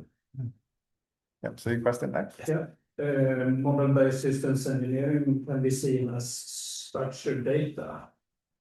And you can think about data readiness. Is that included in the picture you showed, or is that a step before? It's a step before, but then if it's included, I would say, in the foundation and also in the security, in the way that how do you know that the data isn't poisoned, so that you don't have a number of watches in there. That's all. If I ask this thing or give me this answer, that you only have one way of doing it, then you get the exact same answer. So the question there is more on like the quality of the data, but you can also have, if somebody tries to mess your data up, if you go out and buy a data set, how do you know that it has what to do? So how do you test that, for example? Okay, maybe one more question then. I have a question which is asked with the picture of DNA in the background, and so we're looking for express appreciation of scheme work, which was really cool. So I remember you talked about conflicts which people have to solve when they go together in the new constellations, and you gave an example of settled cooperation of the industry, and the third one, which is government. And when they come together in new constellations, they do have any conflicts, which I would assume come from different interests. So if you would elaborate in your experience when they come together under your moderation, so to say, what are the interests of people of these categories to come together, and what interests cause conflicts? And the third one, if you can imagine me being a representative of a federal state, are there these interests nation specific, So would you assume they're the same for any other country, at least in Western world, or they're bigger? Because there was a whole bunch of questions and I tried to sort them out. So the conflicts we've seen have been when you did the ecosystem innovation, so back here. So when you created AI Sweden, let me sort of, in a diplomatic way, express it that not everybody was happy that something new came in here. And some of these were even more unhappy when we actually got some good results. So that's quite common when you have some established things, something new comes in and takes over what you think you should be doing. And so that's where we had some of the friction, I would say. Once you got together at AI Sweden, since we are super explicit on what we're trying to do, you don't have to come in. You don't have to come there. But if automotive and banks and healthcare get together, which they all have the same problem. They all want to solve this problem. So then there's no conflict around the actual work there at all. In fact, they all want, how do you guys do it? How do you do it? And when we're dealing now with a security program, they want to be in a mixed program, not in like an FMV program or an Ericsson program or a Volvo program or something, but they want to have a mixed program. So how do you do it at Ericsson? How do you do it at Volvo? How do you do it at Saab or FMV or somewhere? And what do you see? What are your problems? And that's what we've seen also in the summer programs when the students work on all these different things. So in this, when it's a speed game, everybody wants to solve the problem. Then they can take it home and they can create IP on whatever application they have. But it is a speed game and it's all about getting there fast. So we haven't really seen conflicts internally on that. Yeah, so. Okay. Well, that's not a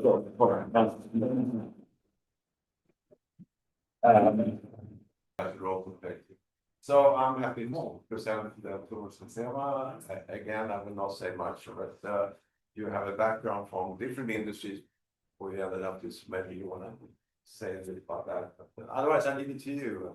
Have to lunch. Fine. Thank you very much. Thank you. Yes, my name is Lezama, and I'm happy to be here. Actually, the first time participating to this event or this type of forum. So I'm really happy to be here.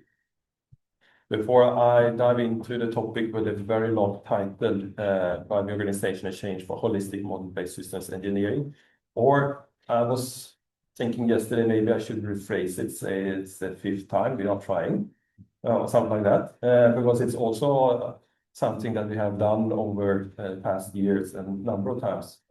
Coming back to the slide that you showed in the start of the day, saying maybe Volvo part of this already very early on, then in terms of the Swedish, sort of say, community building knowledge, and it's been back and forth, sort of say, between the different business areas as well. Then, but now with the Volvo construction equipment, and I've been with Volvo construction equipment for now almost 2 years. But I have a background within Volvo, so actually started out in operations because that's my field, so to say. I planned actually to be an industrial worker from the beginning, but things happen, and I like big machines, so I like robotics. So I started to study a little bit of robotics, which took me to UK, and I did my master's and my PhD in UK, looking at production systems and operational research and these kind of topics then, which led to very much focusing on digital and digitalization and simulation parts then. So digital twins for manufacturing systems were my topic for many years, then working on that to develop and look at what we have in our plans as a system and elements of a system, what we are then putting in. So bringing that together really. That sort of say took me through our truck operation organization for many years then. And during that kind of work, I also encountered other types of organization out in Europe, and especially then the aerospace industry, where they already worked on model-based systems engineering since long then, and system engineering aspects then. But I was focusing more on the industrial system, and they were focusing more on the product side. So we have had many interesting dialogues, seeing that there's a lot of similarities in between how you sort of say, most of them are the system. They're made up of different elements, and we would like to achieve similar things than from our products as a system or as a manufacturing system, as a system, and to produce something value for the customer in itself then. This led to actually after maybe, I think, not 3-4 years of interaction with Airbus, I actually joined the Airbus organization, and Ralph, that was mentioned here in the beginning of the day, he became my manager then in Airbus. So I worked for Ralph a number of years then, first in the defense and space area, then working on satellites and also some military aircrafts. Then leading the defense and space MBSE, so to say, journey in order to enhance the manufacturing part of it, because they have plenty of engineers and knowledge on how to do it on the product side, but not so much on connecting between the product development system and the operational system, so to say. And that was my topic, really, to bridge that gap. That was recognized also from Airbus Group. So I moved to Airbus Group then after 1.5 years, then with the same mission then, in a dual role then, together with another guy, a French guy, that we worked on model-based systems engineering as a responsibility for the whole Airbus Group then. Him more leading on the product side and still then responsible for connecting the manufacturing with the product development and making sure that we have the efficiency into this. And it was very, very interesting and a lot of, exciting, you could say, discussions on how you could do things and so on. And coming from more of an automotive company, then you can see clear opportunities in the aerospace industry. They didn't have any problem on selling products, so to say. They had, when I was there, like 12-13 years of a backlog of orders, committed orders, prepaid orders, and they couldn't produce any faster. So they wanted, of course, to increase the speed in the manufacturing system to even sell even more, because they couldn't take in more orders because it was too long lead time for the customers to wait. So it was quite big, so let's say, in terms of revenue opportunities for the company then. Then the pandemic hit, and I was living in France, and my kids didn't like to be in France, a long way from their friends, and we couldn't travel and so on. So I had the opportunity to come back to Volvo Group. So I took that opportunity to move back here to Gothenburg then. And then I actually started to work on the IT side. I haven't done that before. I worked in product development, I worked in manufacturing engineering and manufacturing development. I haven't, and always had the dialogue, so to say, with the IT and digital side on saying, you need to speed up, you need to help us have the right tools, you may need to make the connections. So I was given the responsibility from the truck side to be the head of the digital and IT, or the IT for the truck development. Seeing more of the complexity, what that led to having, I don't know, 700-800 different engineering systems that had to be connected somehow, and making sure that we're very efficient, and the organization were about that we supported around 10,000 engineers that was using the system all day. After 3 years in that, I realized that IT is nice, but I really was missing the system engineering world. I want to work on the products, or I want to work on the manufacturing system, and I would like to do more architecture, because IT on that level becomes more budgeting, more planning, and engagement with suppliers, doing contracts with suppliers. That is, if you're that kind of person, it's a super interesting job. I've done it for a couple of years, but it's not me. So I took the opportunity actually to look into where we do a lot of systems engineering and model-based systems engineering in the Volvo Group. And then Volvo Construction Equipment stood out, so to say, because there has been an advancement in model-based systems engineering over many years then. And several of you have been involved in that for longer or shorter time periods, so probably been discussed here before that. So I took that role into Volvo Construction Equipment then. And then after roughly 6 months, I had the opportunity to step into to be both the head of the architecture, product architecture, as well as leading the model-based systems engineering, which is a good place to be if you want to do this. You need to combine the two, so to say, parts of it, both the architecture and our modularization journey, as well as the systems engineering and the opportunities that we have with this. So this is where I am right now, and I would like to today talk about a little bit the ambition that we have then, because as I said from the beginning, I could have called it the fifth time we try also, because we have been trying many different times then, but now I think the time is right for us to make a change and make this more successful than what we have been able to do before. And why is that so important, and why could we make it then this time? It's because the world has changed, and I really like the previous presentations when we looked at AI and other things here.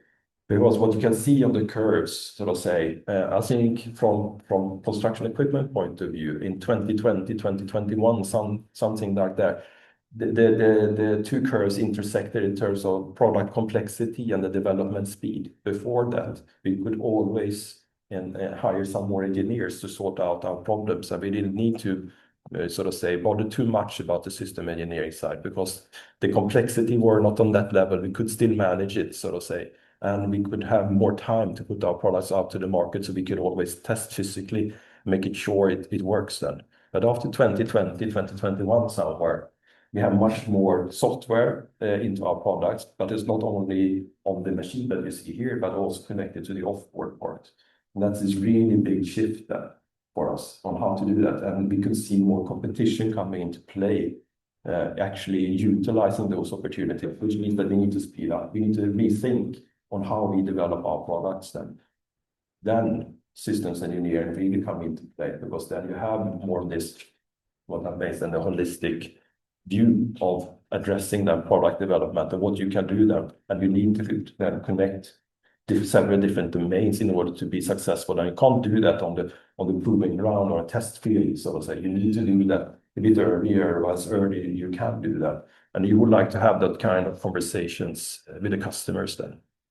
That has been the argumentation, so to say, why we do another try, because we see now that these curves have intersected, and it is also, I believe, from our, sort of say, management or top management in Volvo Construction Equipment, that we need to be addressing this kind of a complexity problem. And they're pretty sure of that the complexity will not decrease going forward. It is more increase, and maybe also speeding up a little bit as well.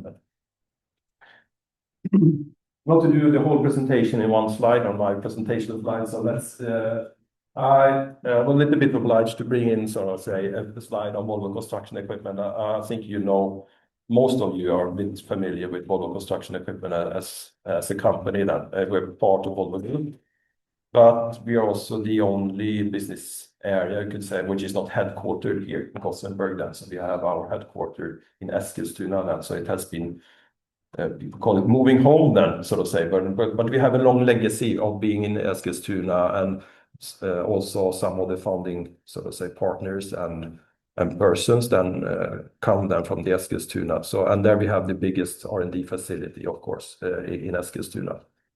Myself, I'm sitting here in Gothenburg, so we are kind of a small office for construction equipment. Here we are only 60 persons here in Gothenburg, then compared to the big Volvo, then there are many thousands here in Gothenburg then.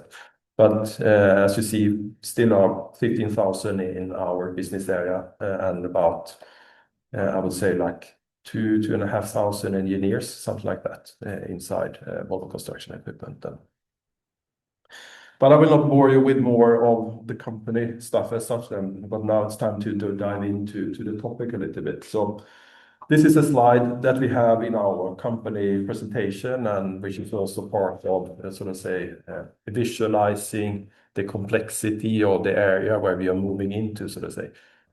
We argue, and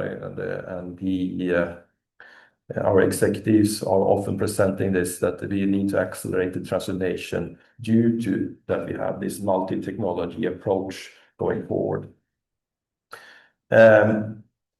We've seen a lot of electric vehicles, both passenger cars, trucks. We can see it in our construction equipment, machinery as well, battery electric machines coming out. I don't know if you visited the big Bauma fair here earlier this year. We launched a couple of new products on there as well, battery electric products, which will help the customer, so to say, in the area being more environmentally friendly, or a different way of conducting, so to say, the operations that I would like to do. But it doesn't stop with selecting with a conventional engine or a battery electric one. We also have grid connected vehicles. I don't know if you have seen the TV show that is now going in the mine, I think it's called, or something like that, on a TV channel. It's quite interesting because I watch it because I can see our products, how they work in the field. And I can also see our competitors, which has slightly larger machines than what we have. But it's the same things that, but some of them are sort of say grid electric, and I think the first episode that was a couple of weeks ago was a lot about the grid electric machines and the problems that they had with the grid electric machines. Quite nice to see as well. Hydrogen and fuel cells, of course, kind of genset machines that you can utilize, and combination between other companies in the Volvo group.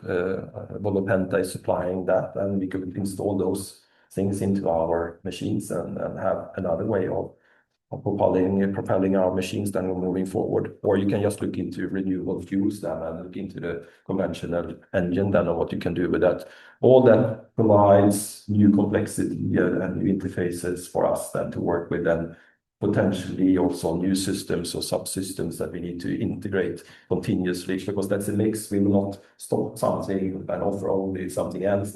And the graph just indicates that, of course, it was easier before 2020 because it was all combustion engine, and it was not so you can choose the size of the engine, but it was kind of given from the beginning. But from 2020 and onwards, this is not a given any longer. You have other opportunities, and customers are choosing other things depending on their business then. Then there are other things that we need also to consider, like efficiency inside the machines and how to evolve our machines as well then, like hydraulics or powertrain or auxiliary. And most then recently then there's more of the services and the solutions then connected to the digital arenas, you could say. How do you connect your machines? How do you get the right information or data out of that? What would you like to do with the information that you can get from your machines, how you operate and so on?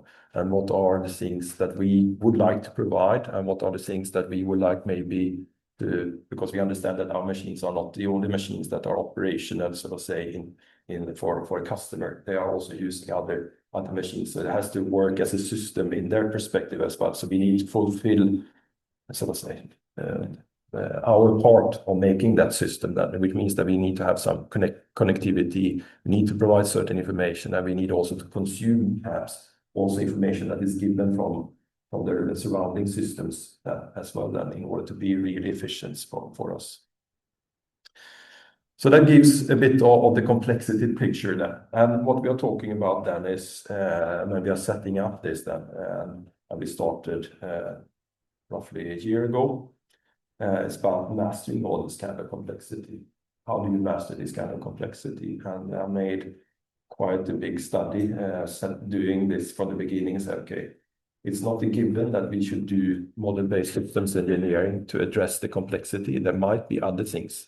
There might be other ways of doing it that are easier, because we all know that implementing model-based systems engineering requires discipline, requires persistence, requires good understanding, and also a fair amount of educating the engineers and how to do things. So we need to update routines, the work as well. The output from that, so to say, study is that we didn't find anything that could be proven to really address complexity and mastering complexity as efficient as systems engineering and doing it in a model-based way or fashion. It really connected and hooked then our top management and say, okay, we understand what you have. We are now supporting you on doing this on the company level. We have been doing this on the product line level, and we have done it on different system areas and so on. And we have had approaches before that to do it on a company level, but we haven't really managed to do that as a broken apart a little bit, because we didn't have the same kind of complexity, and there were other factors into that. So let's do another try on the company level to do it then. So for us, it's about this kind of addressing that as a solution complexity, given that we know that the complexity is increasing, that say that roughly 3 to 5 times increase of the functional scope of our machines. give or take a little bit. But it was what you can see that if you have the strategy to include all these kind of new technologies and new opportunities and new solutions that are out there, we need to work with that in order to stay competitive on the market. It means that the functional scope will increase, and we need to manage that in a good way. As an architect, then we see also that in order to manage increased functional scope, we need also to work on the interface complexity. We need to reduce the interface complexity, otherwise we will get stuck, we get overwhelmed. So we need to do it efficiently then. But we'll come back to that a little bit later in the presentation and a few slides then on what we are doing more concretely on the interface complexity as well. Compliance, it's a given that we need to be 100% compliant on regulatory compliance or regulatory frameworks, then otherwise you can't play on the market. You can't fulfill 80%, it's not good enough, or 90%, it's not good enough. So we need to comply with that. We had a question earlier here on product cybersecurity and these kind of things. They're coming up quite a lot of new regulations on those areas, which are becoming quite big drivers for us to be compliant on product cybersecurity. We have had functional safety before, we have other things as well then, which is also helping us because it's new, it's introduced to the world, or at least in European context, then that we need to manage that. We need to show evidence that we are compliant with the new European legislation on that. EU Data Act as well, then on compliance on how to treat information and data and so on.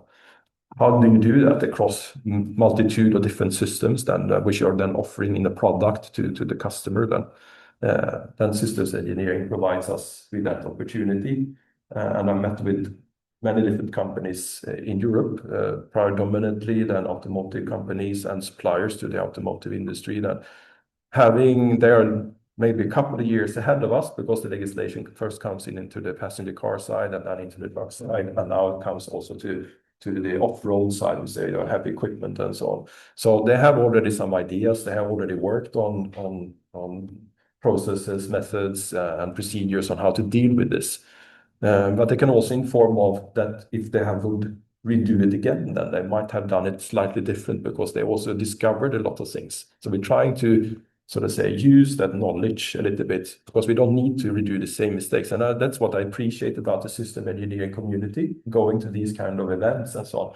You can actually talk about your problems and they can, okay, we had the same problem, we did it like this. But if you're considering to solve the same problem, consider this part. We didn't see this from the beginning, so you might have a better solution here. And there is no, blockage into that. So you can actually share on a system engineering level without seeing the detailed implementation. You can share the approach and the methods and like that. So that I really appreciate the systems engineering part. And that's also what I have discussed with INCOSE then what is then the international part on how to do this kind of things as well then. I had, since I know Ralph quite well then, since before, I had been coming to our company a number of times then to talk about these topics then and I also questioned him, what are we doing then from INCOSE international point of view in these kind of aspects then? Is this something that you would like to promote? Because it's there, but do we want to promote it even more inside the community or not? And then last part then, we need to be more effectiveness then. So that we can't continue to hire more people in the organization. It doesn't scale. It doesn't scale. We are already quite a large organization and probably will be a little bit growing a little bit going forward, but we will not grow with the complexity curve, so to say. It doesn't work like that. So we need to increase the speed in terms of making decisions early on, being efficient in the alignment and in the early phases and so on, in order to make speed in the later phases of the development cycles as well then. And this is what we have seen, and you can talk to many different of these consultancy firms and so on, and they all talk about left shifting or these kind of things. And I think systems engineering can really help us to do that if you do it the right way. Otherwise, you just introduce more problems early on, and you need to still solve it in the end then. So for us, it means, for many of you as well, that it means like we change our mindset a little bit, so to say. And you often talk about that we have 5 days in a week, so to say. We have Monday, Tuesday, Wednesday, Thursday, and Friday. And when traditionally then, and this hurts a little bit then, because we would like to have good quality on our products. We would like to put out Friday products. We already talk about, you know, this achieves all the customer demands from the beginning, satisfy all the quality requirements, everything from the beginning. But do we really need to do that? Because when we look at our competitors, they're putting out a Monday example, and then a Tuesday example, then a Wednesday example, then a Thursday example, then a Friday example. Then you can even look at Tesla, for example.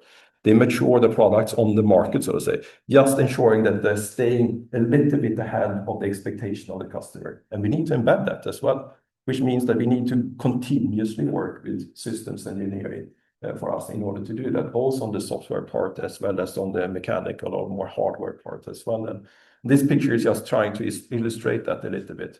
So what we are talking about now is to have market entry products, let's say. It fulfills the customer's needs and requirements at that point in time. But we also understand it's not the end, so to say, for the product. It has to be matured over time in order to stay, so to say, the relevant product for the customer. And that needs to be done in a certain cycle. That can't take years to do that. Maybe we need to act maybe 1 year from now. We need to do a kind of an upgrade. If you can do it on the software, it's much easier. You can just send or download the software and you can get some new performance of it. But it might also be that we need to introduce also some hardware components later on, then giving new opportunities, new features to the products, or you can upgrade your products that is already existing. Then we need to think about that, because if you can extend the life of a product on the market, it becomes more valuable, so to say, to the customer as well then. And so we can...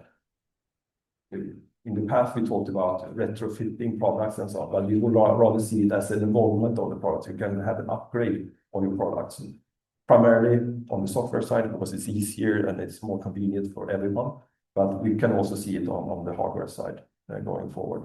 But then you need to have a good architecture, and you need to have system view on that already from the beginning. This is not easy additions that you come up with later on in the process. It should be part of the bigger plan from the beginning than what you can see, or at least you create the space for that. If you can't specify it detailed enough, then you can create a space for it. Then we don't know exactly what will happen with the price of the products as we introduce it, but we see this as important steps for us going forward.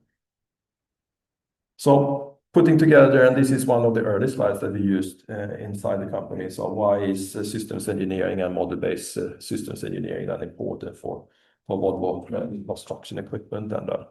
And as I talked about that, it really addresses this the need for improved system modeling and growth of the products over time as well. But it also enables then these common models of complex products that then now we're thinking about after 2020, more or less, so to say, we also stepped into being more complex products as compared to how we were before then, with the more software parts making it.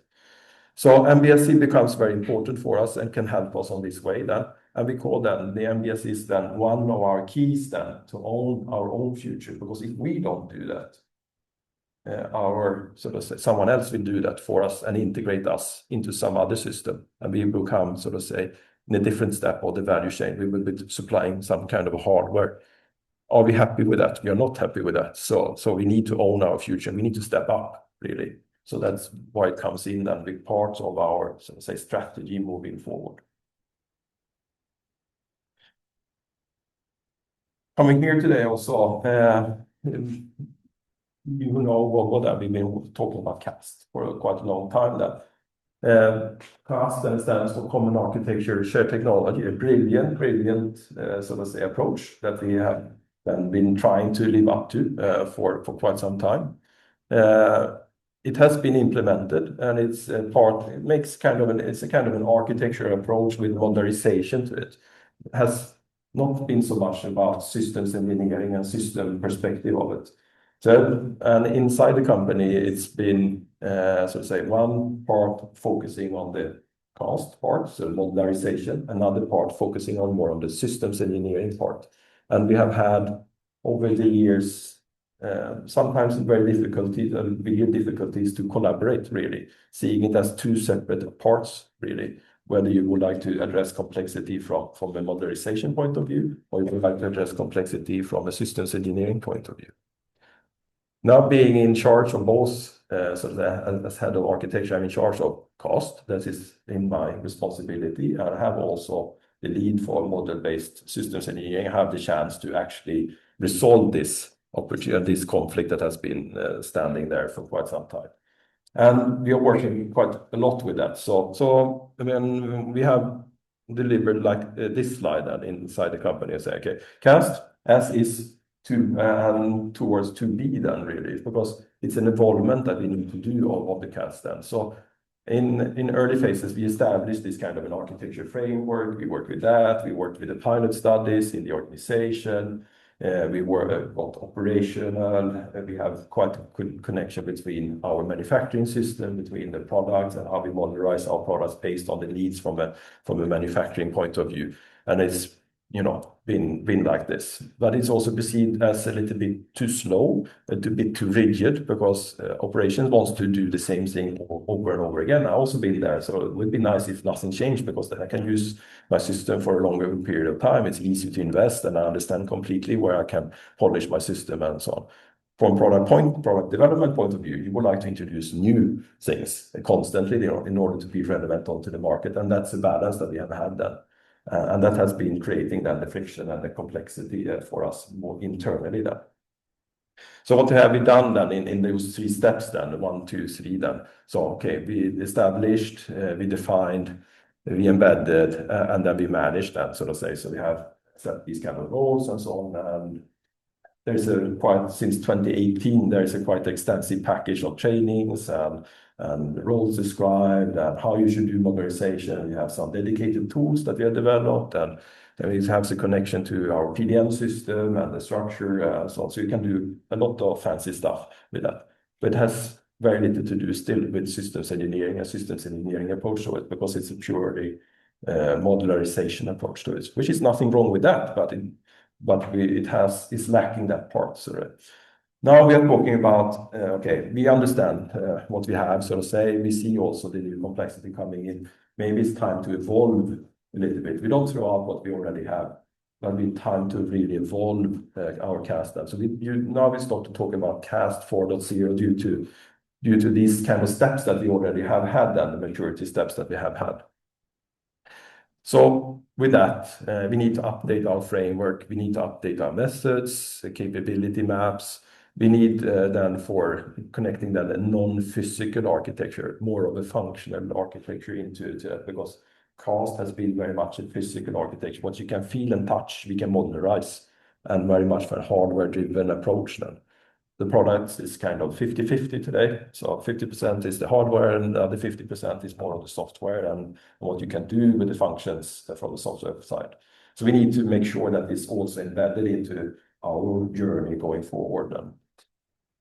So this is now where we are. So 2026 and onwards, we are moving on this target that we need to inform that, because cast is given as mandatory by Volvo Group. I don't know if you have seen our last quarter results and so on, and Martin Lundstedt, when he talks about that, I think he spent like 3 minutes talking about cast, actually mentioning the principles that they have in cast and why it's important for the company to be successful. If you look into our latest annual report that came out in April, there's a whole page or a whole centerfold like that, also on cast, talking about what are the principles and how it's important for Volvo Group and what the shareholders will gain from that, so to say. So it's kind of a given for us. We need to work with that, but we can evolve cast going forward. So cast, as I said here, it's a group brand and on complexity then. So what we have had then is what you see on the picture over here. So typically, cast 3.0 is addressing the vision and a little bit of a product architecture from a geometrical point of view, you can say. Then it's a connection to the supply chain, it's a business part, and also change management has been always a large part of that. But what we introduce now is to make the picture more complete, so to say. So we introduce model-based systems engineering to add to that picture, really, to really create the 4.0 evolvement then onto it. And after almost a year of discussion now, we start to see how it can fit together and what parts that can integrate and where we need to do the developments and so on going forward. And that is what we are working on right now then.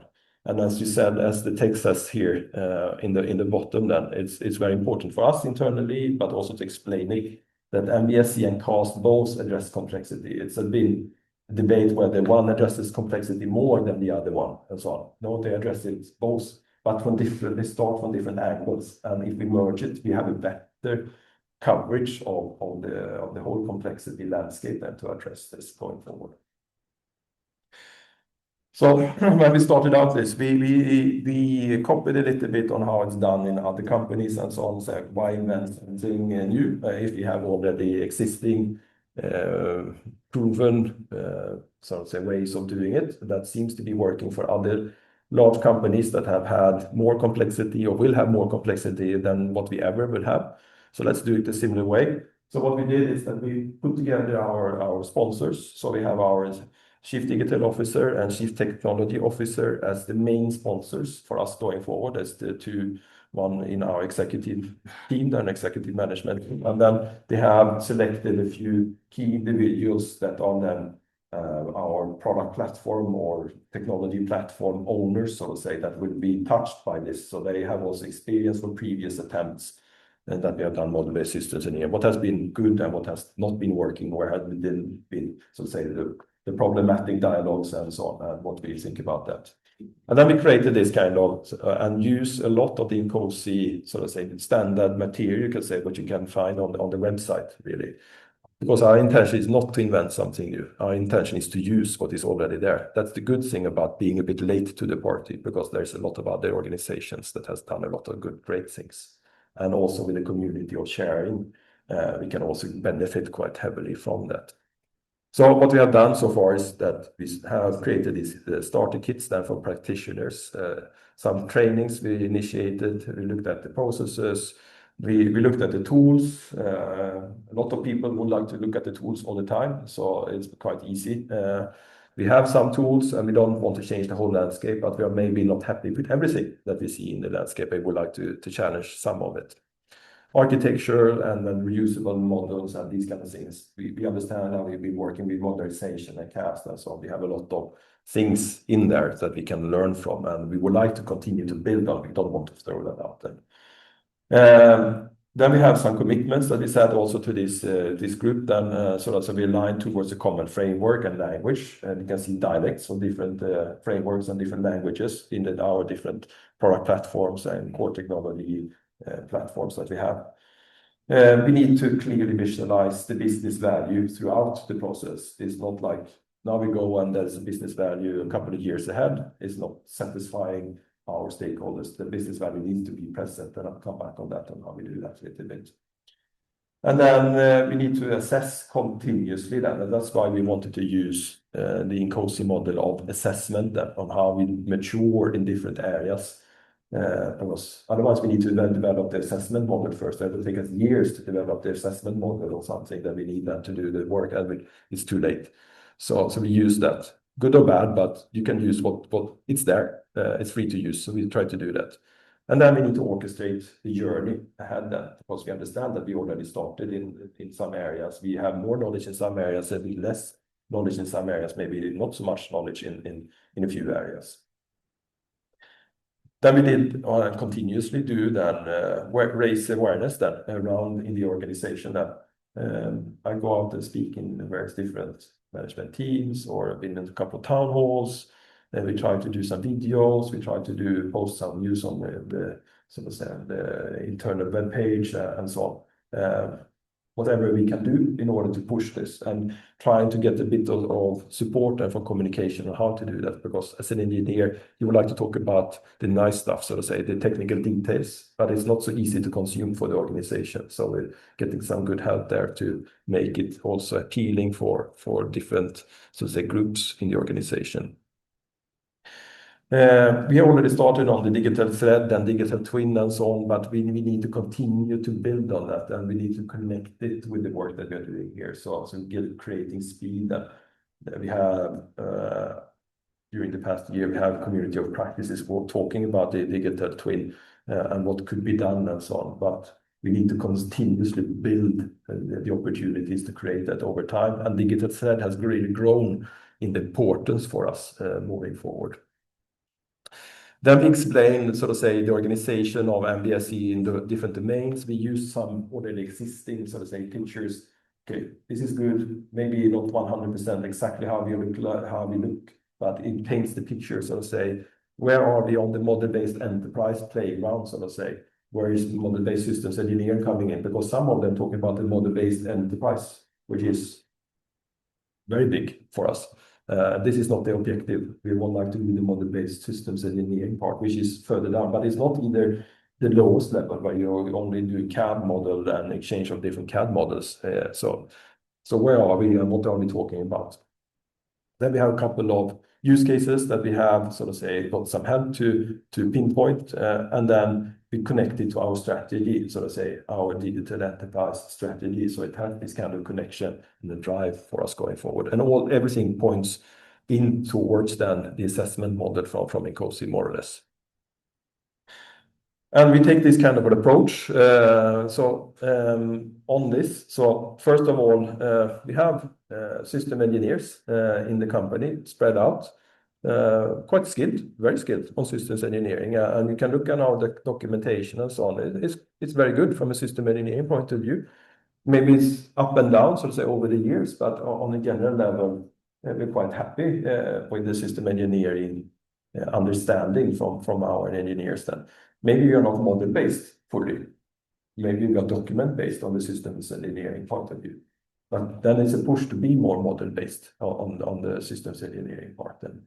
And then it's a lot about the culture and skills, because we need to grow this kind of community, even though that we have knowledge in people, so to say, we need to grow it also so that it connects to all of the engineers going forward.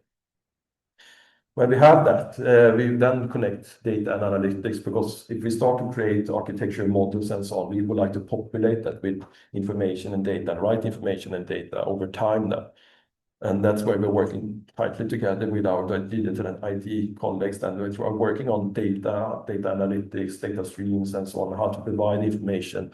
Could be from the machine sensory data, but it can also be from the development processes and so on, in order to structure that and streamline that so it fits with our architecture models and the model-based system approach then. And when we start to have that in place, we can actually start to continuously feed our simulations, and we can build up more capabilities on the simulation side. And here's the fortune: we are not a simulation-based company, Volvo. I would like to say that we are more a system engineering company than a simulation company. I see much stronger there, which is good here, because then you have this approach that we actually do the foundation first. We do the system engineering, make it model-based, you connect the data, and then we can capitalize on that on a broader scale on simulation moving forward. I met with many other companies also, which are claiming that to be simulation-based, and then they say, okay, simulation-based. We have a lot of models that we create for making simulations, but then we need to feed them relevant data. Okay, so then we have a mess of models, a mess of data, and then we need to create some structure to that. So they go the opposite approach that really to it. And I feel that it's a longer way, because then you have much more to manage in each step. Here we're trying to create the structure first and then fill it with the information and data. When we have this, the ambition is, of course, partners and suppliers and so on. We should be able to connect on a model-based approach then moving forward. But first we clean our own in front of our own door, and then when we claim to be a bit knowledgeable and excellent on this, we'd like to extend this as well then going forward. So coming back to the assessment model then, we use that, and I just underlaid, so to say, the different phases of the assessment model where it comes into play here. When we started then in November, December last year, we can see excellence in single domains, so to say. We have pockets, and we are really good in these kind of areas where we can do things then. Our first step is then really to move into domain interoperability with some kind of structure. Of course, we have domain interoperability, but it's not, so to say, done so you can repeat that in many ways then. So that's why we need to update, for example, the architecture framework and then the other things there. But And what we decided with our management team is that by 2030, we should be on this level, which is super ambitious, because this is not easy to reach that level. So I gave us quite ambitious target, say, okay, we would like you to be excellent in the cross domains then in the company. The step beyond that, so to say, and reaching out and driving industry and with the partnerships and so on, that's a little bit beyond the primary goal. Let's see what happens then when we make the next strategy update, if that is also included or not then. So we actually used this kind of a roadmap that you can recognize the different dimensions from INCOSE. We used that. We interpreted, we went through all the different Excel sheets that there is present there. We evaluated and reevaluated the things that are applicable to us or not applicable to us, and we put it into a context and a little bit of description on to what we need to do, what are the gaps that we have, and what do we need to do then. So behind this, there's a whole, sort of say, architectural approach then with the gap analysis and a really, sort of say, meticulous description of to fulfill this bullet points, so to say, that you see here. These are the gaps, these are the things that we need to do, and this is the way that we document it, and this is the way that we prove that we have, so to say, fulfilled this kind of a gap, so we can tick these kind of things off then. Right now, we are in the domain interoperability part working. I would say we're making good progress, but we have plenty more work to be done on this area. The ambition is to start to nudge on the domain excellence in some areas moving forward here as well then. So how do we do that really then? When we started then the last, I would say actually roughly a year ago, I did this kickoff activity in the organization for awareness. I made a full day systems engineering or MBSE seminar day, which I invited some of you were invited, but I just went on my, so to say, personal network and invited people into the organization. The idea was to, for sure, have our CTO setting the scene for the day, talking about why this is important, using some of the slides that I showed here today. We had the keynote, and I invited Ralph then to give, MBSE at large, what is the community and what can be provided and what is given and so on. So a little bit to promote that part. And then I broke it down into 3 different blocks then. We talked about requirements and portfolio management, so it connects to our business somehow then.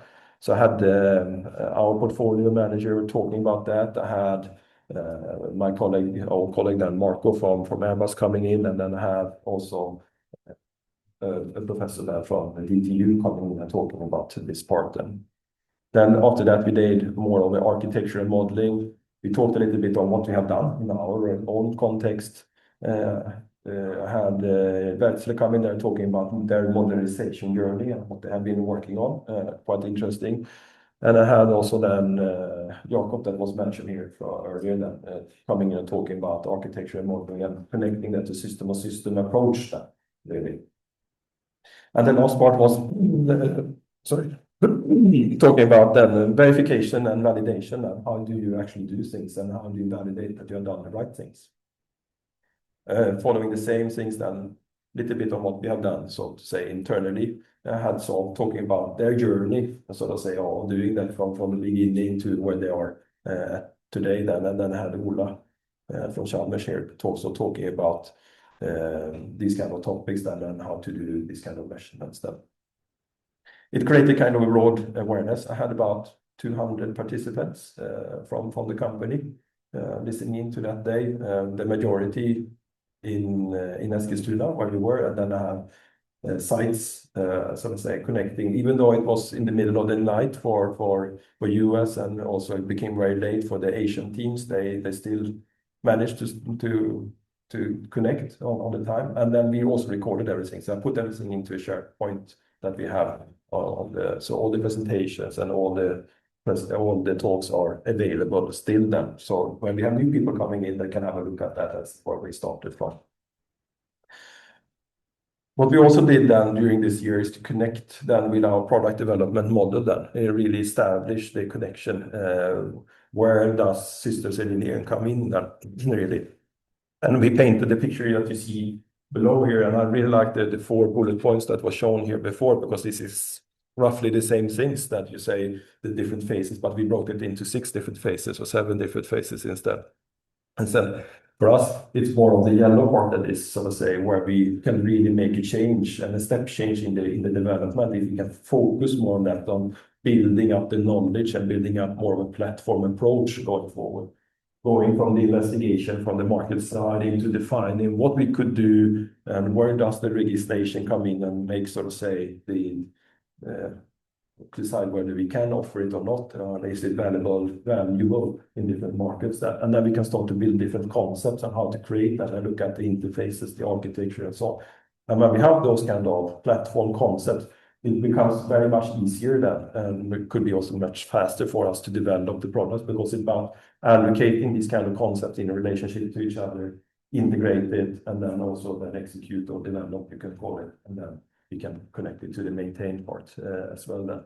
So this is part now of our rollout of the update of our product development model. So, and we have also included that into our gate models, you can say, and gate deliveries going forward. So that will help us also.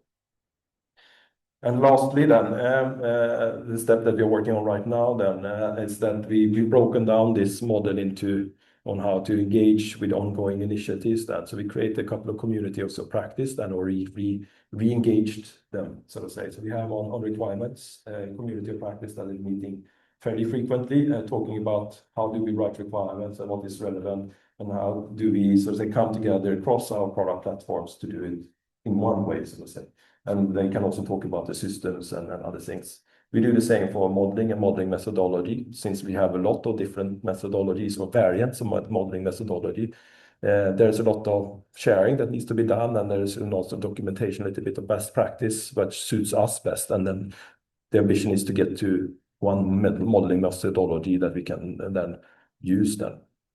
Simulation, I said we will start with that a bit later. It's documented here, but we have not started so much yet. But on the architecture and architecture references, we also starting to pull together more of a community on that, addressing then primarily the need from a cybersecurity point of view. How do we work with the cybersecurity topic from an architecture point of view, really moving forward? And then we have the governance and metrics related to the previous picture then on how to do, so to say, the development in itself then. So last picture for me here. So making progress on a known game then. So to say, systems engineering is not new. As I said, we are using the knowledge and the experience from many other organizations, but we are putting it into our context really on how to do things. So our way of winning is to do it like this, coming back on the business increments then, so to say, and how often do we meet our sponsors then? We meet them every 6 months. Say. So we give a 6 months quality business increment. They give us a target, or we propose a target and then validate the target, so to say. And then we come back after 6 months, and then we should have tangible results that proves with some metrics that we have successfully done that. Or if not, we should then show why, so to say, we haven't been able to achieve that, and what should be then the corrective actions that we should take then. We run this implementation as continuous improvement. It's not a project, doesn't have a VBS number or a project number or nothing like that. It's part of all the engineers' daily work to continuously update the process and the work, which means that we have access to all the engineers without administration. And it's much easier to do it like that. And that is my personal experience doing this also from the Airbus side, that you should do it as continuous improvement, really argue for that. Then focus on quick wins. Something that really matters for the organization. Of course, I have a view of what I would like to do first, but it's not always aligning with the needs from the organization. So we try to really listen to the organization, what they see as a business need and value that we could provide, because it can give a very positive effect, and then we can have more trust moving forward. Then we try to stay humble also from earlier experience and really learn from that. It's bright people, brilliant people that have spent a lot of energy into this already before. We maybe not have had all the right, so to say, starting points, or maybe the business was different and so on. it's nothing wrong with what has been done before. We just need to use it and put it into the context where we are right now. And so we try to stay very humble in front of that. As I said, we re-established the communities or initiated some new communities, especially on requirements modeling and architecture. Then we're using local focal points since we are spread out. Engineering is done in, I think it's 16 different sites today across the globe. Difficult with the time differences, so to say, to do that. So we try to have local focal points which can drive the local topics which we connect with regularly and frequently then. And last then, really to embed MBSE into the company process and educate our process owners, not only the engineers, but the process owners, so they understand how this should be described and also worked into how we should operate moving forward. So that's where we are, so to say, on this journey moving forward. Now I see a few minutes over time, but I mean, I say thank you very much. I'm sorry to keep you tight on that. It's hard to break such an interesting presentation, but somebody has a quick question now. Yeah, yes. It is first. Yeah. So you have mentioned a few times the maturity level. Is there a metrics or a way for us to measure on what level the maturity is? Yes, the INCOSE maturity assessment model, there is a way to do that. There is an Excel with a number of different questions and so on. So you can pull up the tool. There is also an how to guide on how to interpret that. So you can read through there, and this is what we did, so to say. We made that, and we spent a couple of weeks to understand that so that we have consensus in the assessment team. And then we made a kind of an assessment based on documents and some talking to some individuals and so on. Right or wrong, but it gives you a status on where you are, so to say, in the interpretation of that model that you have in the company, rather than, because I've been also in other companies and other organizations where you have brought in a consultancy firm to do that. They give you an assessment, but then they leave. So, and then what should you do with that assessment? You can't reproduce the assessment with the same criteria, with the same set of people. So then you bring in another consultancy firm, and it will differ then from the assessment to the assessment. So we rather internalize that. And that's why we're using the INCOSE assessment model. Notice you are and the meters away from people which were building your team. Would you rather be closer, or would you say these are exactly how I want it to be? It's always that problem, so to say. Now, okay, first of all, we're trying to paint a picture of, okay, so being a bit, so to say, stretching this out so that we understand that we are spread out, so to say, the majority are over here, and then there's some change agents and some, very knowledgeable people, and then we are trying to paint the picture how we can connect the dots. So this is what we are trying to do. Then we need to catch these people in the organization, and I don't believe, so to say, sitting in different locations in the world doesn't matter, so to say, for us. We use this is. We can't solve it anyhow, so that they can't complain that this is just how we are. So we need to use the means that we have that. Now we need to bring the ones over here, but you cannot change, so to say, everyone at the same time then. Working at Airbus, so when I started there, we were 18 persons in this transformation journey. And we had 30,000 people to convince of the new strategy and new way of working that. Then we measured every 6 months how many people that we have had, so to say, in seminars have been starting to reproduce your presentation and talk about the things in their part of the organization. So when I stayed there, I was there for 3.5 years. We managed to cover about 18,000 persons in 3.5 years out of the 30,000 to make a change, so to say, to make them move in this direction. But there was still a significant amount of people in that large organization that hasn't moved much at all, so to say. So it's a long-term game if you want to do this. So that's why we embed it as a continuous improvement, because that's the floor that you're raising. It's not a project, because if it's a project, management will come in and say, we need to prioritize something else. You need to stop here. And then it falls back again.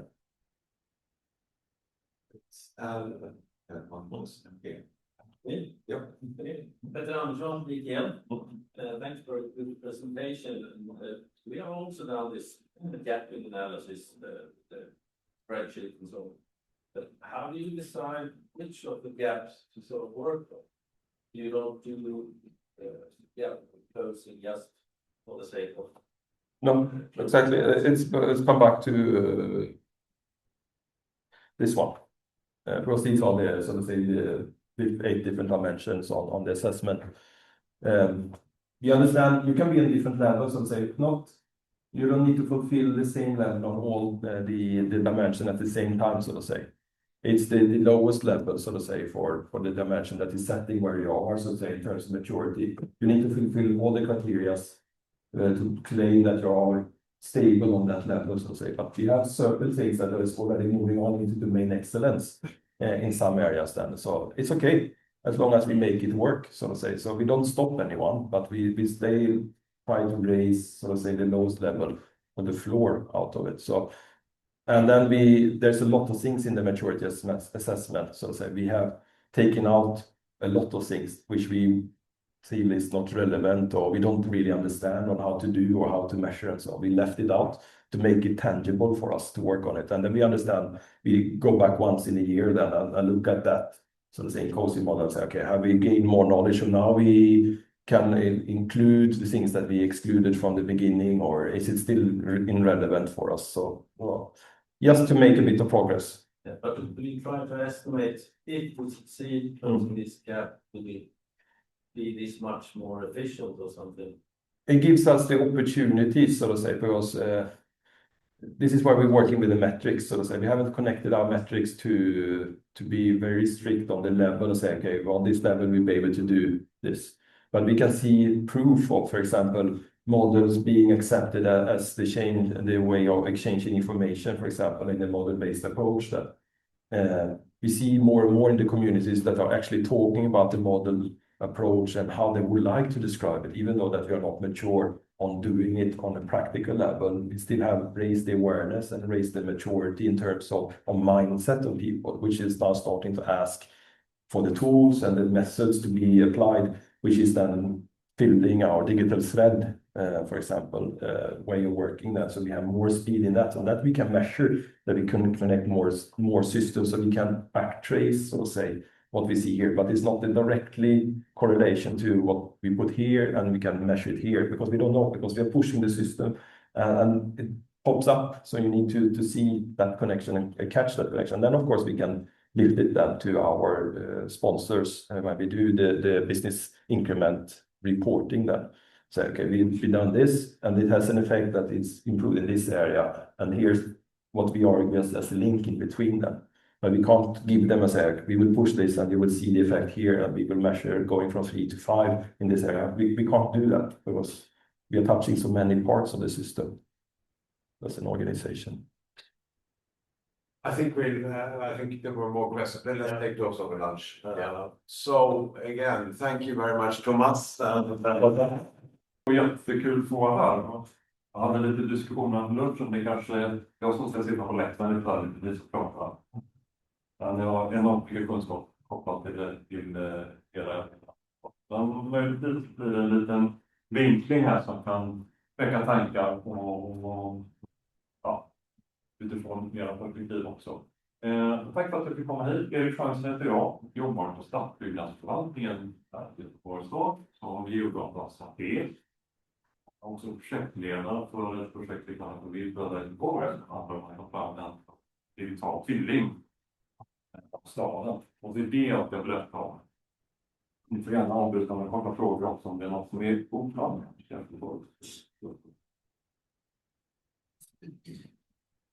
Men jag börjar här. Nu är det musik här, men det gör inte så mycket i det här fallet. Det ni ser här, det som är för Göteborg, kanske kan lista ut den här Göteborg, slutet av 1600-talet, 1695 någonting. Det var egentligen då den första versionen av Göteborg var klar. Och holländarna som kom hit och blivit. Och det här är ju på sätt och vis en digital tvilling i datorn, fast av historia. Här har vi jobbat med samma teknik som används på vår nuvarande digitala tvilling, fast då ett fokus på historia. historia. Det här gjorde vi till jubileum, 400-årsjubileum. Men om vi flyttar oss istället framåt i tiden, det här kanske 100 år framåt i tiden, då vi har helt annat klimat än vad vi har idag. Det är givetvis mycket mer energi i atmosfären och hög temperatur på jordklotet, vilket medför att medelvattennivån kommer att vara mycket högre. Det får IPCCs prognoser, kanske 1 meter högre vatten än 100 år. Och så lägger vi då på ett stormtillfälle som vi har haft många gånger, liknande Gudrun och Par, med ett djupt lågtryck som gör då för att medelvattennivån höjs ytterligare då. Och det blir då dessutom mycket nedåt med tillströmningsserverad väder. Och det här gör ju då att man lägger ihop de här olika komponenterna på ett scenario. Kanske uppstår på 1,5 meter högre medelvatten på det centrala läget. Och vad skulle hända då? Och det är precis det vi använder digitala tvillingar till. Vi ska provtrycka olika scenarier för att kunna simulera och förstå och kommunicera vad som skulle hända i en viss situation. Och då skulle det kanske se ut så här. Det här är givetvis en situation som inte bilden kan vara felaktig. Där tar vi en klimatplan. Om en potentiellt på stora portar mot havet, högre färgkanter, slussar och så vidare. Stora åtgärder ska göras. Det är bra att förstå vad ett potentiellt scenario och hur det skulle kunna se ut. Lite för ringa in ämnet. Men då, det är väldigt många utmaningar vi har i staden. Det är bara klimatet som förändras. Det är en väldigt segregerad stad. Det bygger väldigt mycket om man inte har missat det. Ja, det är väldigt mycket kvarter i innerstaden också. Och med ny kollektivtrafik så ska till då, det växer och det har gått mer och mer data hela tiden. Och AI gör ju att vi kan analysera den här datan på nya sätt. Lite andra sätt. För att kunna hantera alla de här utmaningarna så får vi behöva nya sätt att jobba, nya verktyg och det börjar ta fram en digital tvilling, en digital tvilling eller och egentligen för att kunna planera på ett bättre sätt, kunna förvalta det vi har, kunna till viss mån styra och kontrollera funktionen i staden, men att uppleva staden på något sätt.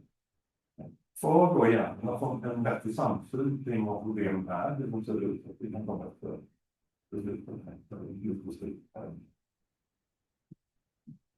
En digital tvilling då, säkert är så att många av er som till och med jobbar med digitala tvillingar, kanske ett systemperspektiv på något sätt.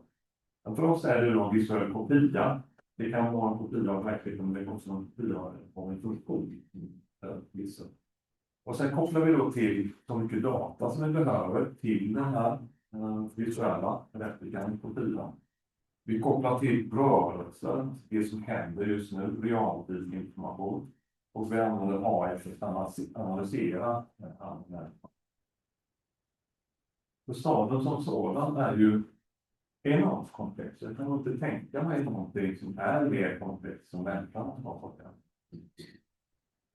Det är ju alla dess rörelser, alla dess funktioner, alla dess företeelser i samband. Här ser vi bara exempel på olika flöden som är enormt komplexa. För att kunna då visualisera det här så använder vi data med information från alla våra förvaltningar, många bolag i staden, eller förkortningar med olika förvaltningar. Och det skapar vi då, med det skapar vi digital tvilling som vi sen kan exponera ut i olika gränser.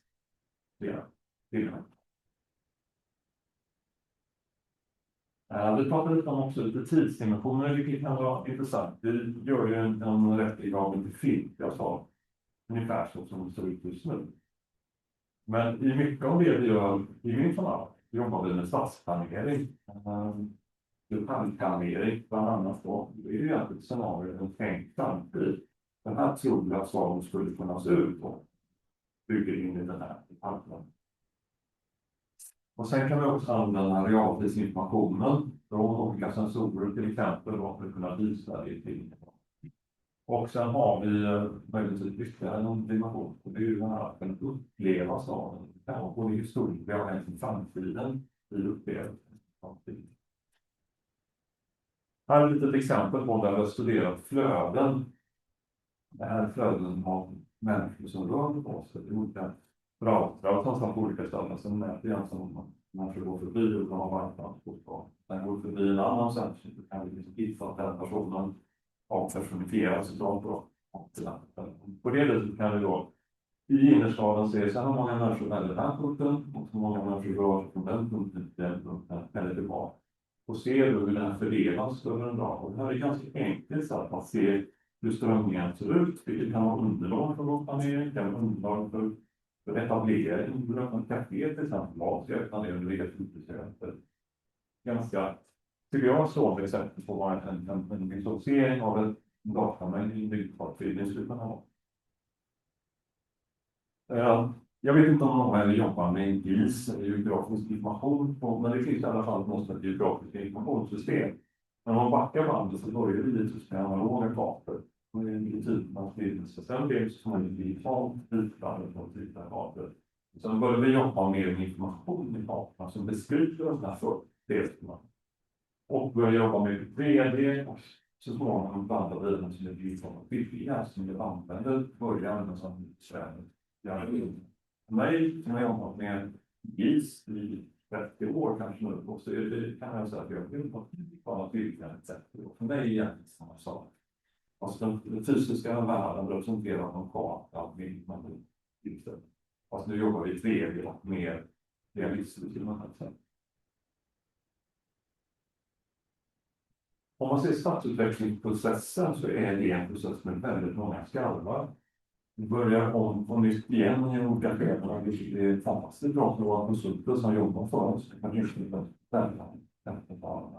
Vi måste bli bättre på att förädla vår information genom hela processen och bygga på en bättre dataläge. Och här kommer den digitala tvillingen in som bärare kan man säga av den här informationen. Den byggnader och våra anläggningar som vi har.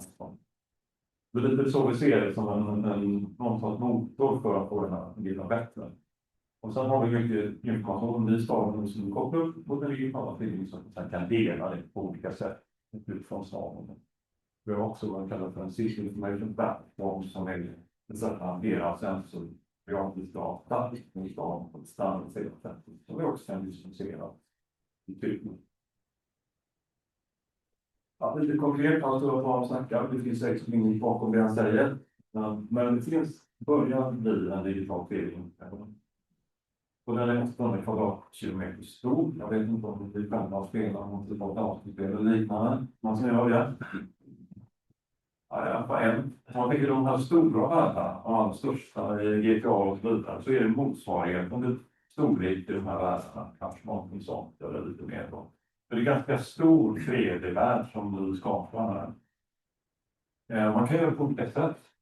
Man kan göra det som en fotorealistisk modell. Om ni går in i Google Earth eller på era telefoner så kan man få en sån här 3D-modell som blir. Då går det egentligen fotografier, alltså bilder som är draperade på en terrängmodell kan man säga. 3D-modell. Den är ganska statisk. Det går inte att vrida och ändra på den. Vi har en sån också, men vi gör egentligen vad vi kallar en semantisk, ett parametrisk modell. Och den bygger på data, alltså GIS-data. Alltså beskriver en byggnad. Vi har en footprint på en byggnad så drar vi upp den x antal våningar beroende på hur hög den våningen ska vara. Med ett tak, med fasadtextur och så vidare, med ett innehåll om det är ett bostadshus och det är alltså en datadriven process. Och varför gör vi det? Jo, det är att vi vill kunna förändra staden. Vi kan planera och flytta och byggnader, ändra hushöjd, ändra karaktären på den visualisering vi gör. Beroende på vad vi visar. Därför väljer jag att jobba med en parametrisk modell. Kanske några mer tekniska, alltså har några bilder också som är lite tekniska. Man utgår från våra data till vänster som kommer från olika databaser och olika tjänster. Så mäter vi in dem i ett verktyg som transformerar det här. Och sen lägger vi in det i en databas, standardiserad för just den här typen av information. Och sen kan vi utifrån den här databasen läsa ut olika system, olika sätt att visualisera den digitala bilden. Mycket är det spelmotorer som vi använder. Unreal Engine till exempel som Fortnite och bilder. Man känner igen. Det finns ju andra liknande. Även för webben finns det olika verktyg. Så här såg vår digitala tvilling ut för ungefär 2 år sedan. Och ni ser ju, ja, ni kanske känner igen det, ni som kan Göteborg. Ja, här är Ullevi, Nordlund i Skandinavien, Liseberg. Så börjar man se riktigt nära så ser man det här är förenklat. Byggnaden ser det inte exakt som det är. Men är det tillräckligt bra för att vi ska kunna använda det för våra syften? Vi går inte in och säger att vi ska ha en tank på bilarverket, utan vi vill ha en modell som vi kan jobba med, planera. Så tillräckligt bra för våra syften. Men den blir bättre och bättre. Här flyger vi över tvillingen. Vi kan koppla upp oss mot väder-API också, så att det är samma väder i mitten av tvillingen och verkligheten. Det var lite kul när vi satt på det här. Det började regna, eller det började snöa i dagen då. Snöa ut, stilla ut i sådär verkligheten. Nej, det var en sån här rolig, lite nördig upplevelse, men för oss var det så. Sen kan man lägga på olika teman då. Och den här är något som inte speciellt, utan det är det här utvecklingsanläggning. Ett sådant typiskt tema som man kan jobba med för att visualisera. Och här kan ju lite användbart på. Det ligger väldigt mycket under marken och det börjar nosa över det som är under marken. Men när vi anlägger det så är det jätteviktigt såklart att leta oss vatten. Men sen finns det lite så många andra sätt att jobba med temas belysning. Jag kommer in lite mer på det sen. Vi kan läsa på information från statik till exempel. Vad finns alla spårvagnar och bussar? Är det någon incident någonstans? Kan man gå ganska tydligt att visualisera det. Om man nu vill kunna styra det här är inte bara en testa. Men för att kunna bygga någonting sånt här, jag brukar säga lite det är som ett isberg ungefär.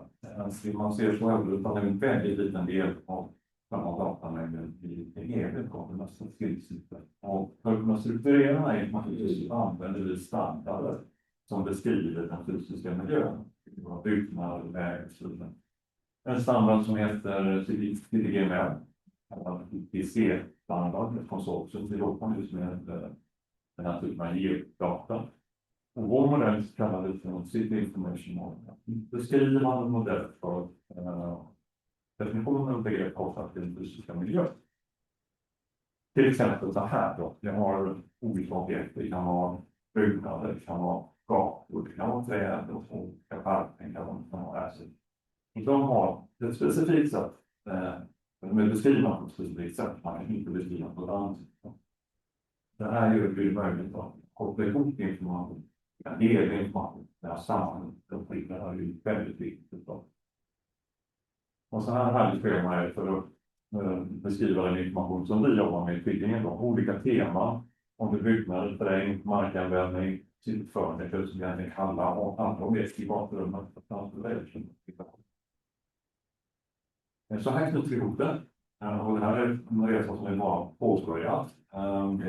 Var innan vi har fått tillgång information man är en riktig bas. Så sammanfattningsvis då, konceptet för hur vi jobbar, vi har våra grundläggande geografiska information på våra kartor. Den skapar vi en parametriska representationen av Göteborg, vi kallar det en digital tvilling. Ovanpå det då så kan man ha olika sätt att man tillgängliggöra det här. Det kan vara som files som kallar olika delar. Håller på att se hur vi kan bygga upp tjänster så vi kan tillgängliggöra via typ av olika standardiserade tjänster och vidare. Ovanpå det då så kan man själv då, om man jobbar i en förvaltning eller där någon som vill skapa någonting, då kan man med sin egen data bygga en applikation. Så vi bygger egentligen inga applikationer för vår egen del. Jag tänker att det kan vara en modell som man sen kan bygga applikationer. Och vi har också något som heter Virtuella Göteborg som är en testbädd som vi har på Lego Science Park. Där vi bjuder in näringslivet också att jobba med vår digitala tvilling. Fast näringslivet ska kunna hitta listor med en annan digital tvilling. Så det är lite mer beordnade former så vi har ett projekt på det. Så här börjar tvillingen se ut. Det här är kanske som det såg ut för ett halvår sedan. Här har vi mer och mer detaljerad information som beskriver marken. Marktäckerdata, vi ser vilken typ av sten och hur yta till och med vilken stensättning det är. Det får en insamlad data i information. Så det finner vi rör oss är framtidsstora teatern. Det är väldigt mycket information då som vi har. Har till och med information då om de här ytorna, vilken typ av stenläggning och hanterade träd. Vilken typ av träd det är, till och med vilken art, vilken höjd det är på trädet utifrån vår databas i den här naturförvaltningen. Här ser ni olika färger på ytorna som beskriver olika egenskaper, vilken typ av yta det är. Det här är viktigt för olika typer av entreprenader, skötselentreprenad, Här åker vi omkring och upptäcker vilken typ av data vi har runt omkring oss. Och ni ser den här versionen av byggnaden var också väldigt förenklad, det har kommit lite längre. Men det här är som sagt väldigt viktigt för många olika tillämpningar.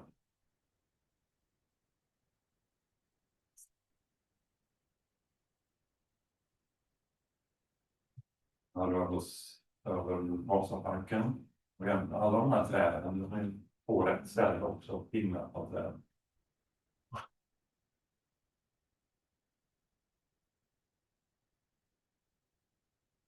För er som kan alla träd av latin så kan de här ställena, det finns alltid någon.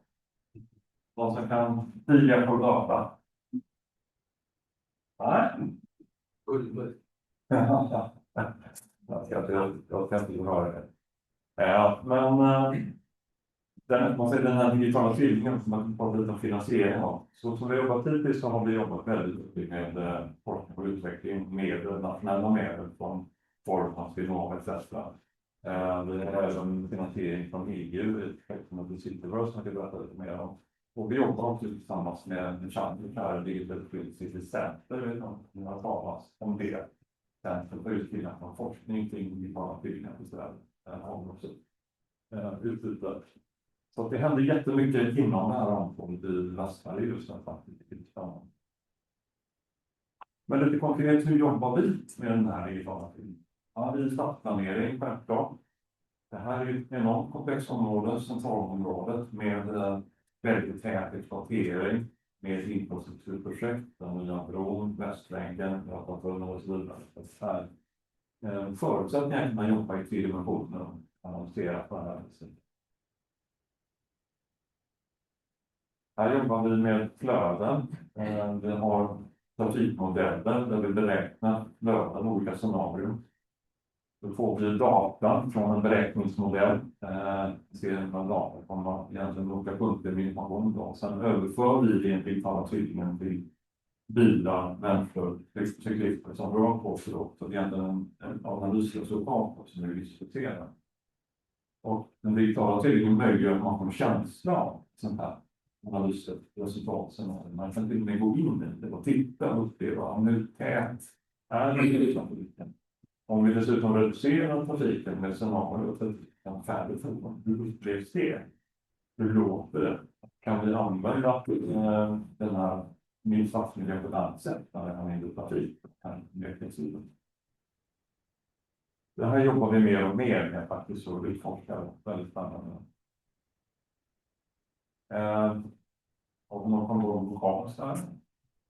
Ja, som du har varit med här, i alla fall att jobba och testa med olika typer av trafik. Ja, då till exempel autonoma fordon. Det är något som man givetvis inte gör troligt i en verklig miljö.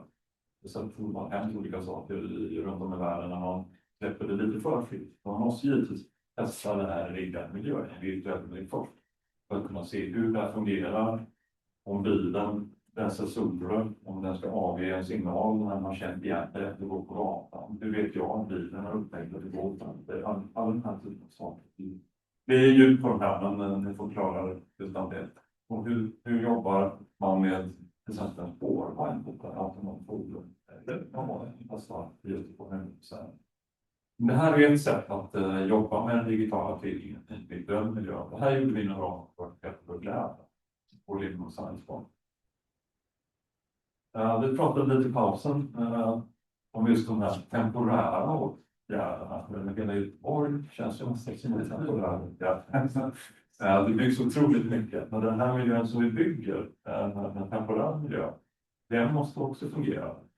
Och här använder vi den digitala tvillingen för att simulera och visualisera olika vad man säger, temporära förslag. Medan vi bygger här på Skeppsbron och några Masthugskajen, då måste ju bilar, trafikanter röra sig på ett annat sätt. Hur kan vi testa och provtrycka det? Ja, vi gör det också digitalt. Om vi gör på den här trafiken då. Då har vi inte en film där kanske. Då går vi in i den här typen av miljö, kan flytta på olika hinder, kan flytta på den här typen av räcken med informationsskyltar och man kan också se vilken väg tar cyklisterna om vi gör så här. Hur funkar det? Och lite mer realt simulering då. Även om ni tycker det är bökigt när ni kör med bil, det är ju så gott det på natt. Kanske är visst för gott. Någonting som är högaktuellt blir det mer och mer, det är ju skyfall. Det drabbas i de som hela Europa och Norden. Och vi har sett att det kan gå ganska illa. Vi har sett några ställen till en Göteborg. Här har jag gjort en simulering av skyfall. Man pratar om 100 års regn, väldigt mycket vatten på kort tid inom ett avgränsat område. Och här är Linnégatan då som vi gjort en simulering. Linnégatan fungerar egentligen som ett så kan man säga, runt gammal bäck där. Naturligt sett upp vattnet gå ner, eller rinna ner mot järntorget. Om vi provtrycker sådana scenarier i längs Linnégatan så skulle det då kunna se ut så här om det kommer så kraftigt underlagsregn, det är 2 år. Så det här trodde vi kanske för några år sedan att det här var en utopi, men vi har ju lärt oss nu senare att det faktiskt kan ske. Det kan gå så här illa. Och det här är ju ett sätt att kunna visualisera och själva för politiker beslutsfattare. Det här är ett aktuellt problem som vi måste jobba med. Vi måste jobba tillsammans med ägare för att kunna få till de olika åtgärder som behövs för att förhindra dem. Och det kan vara för att skydda fastigheter, det kan vara till filtrera information för att leda om vatten.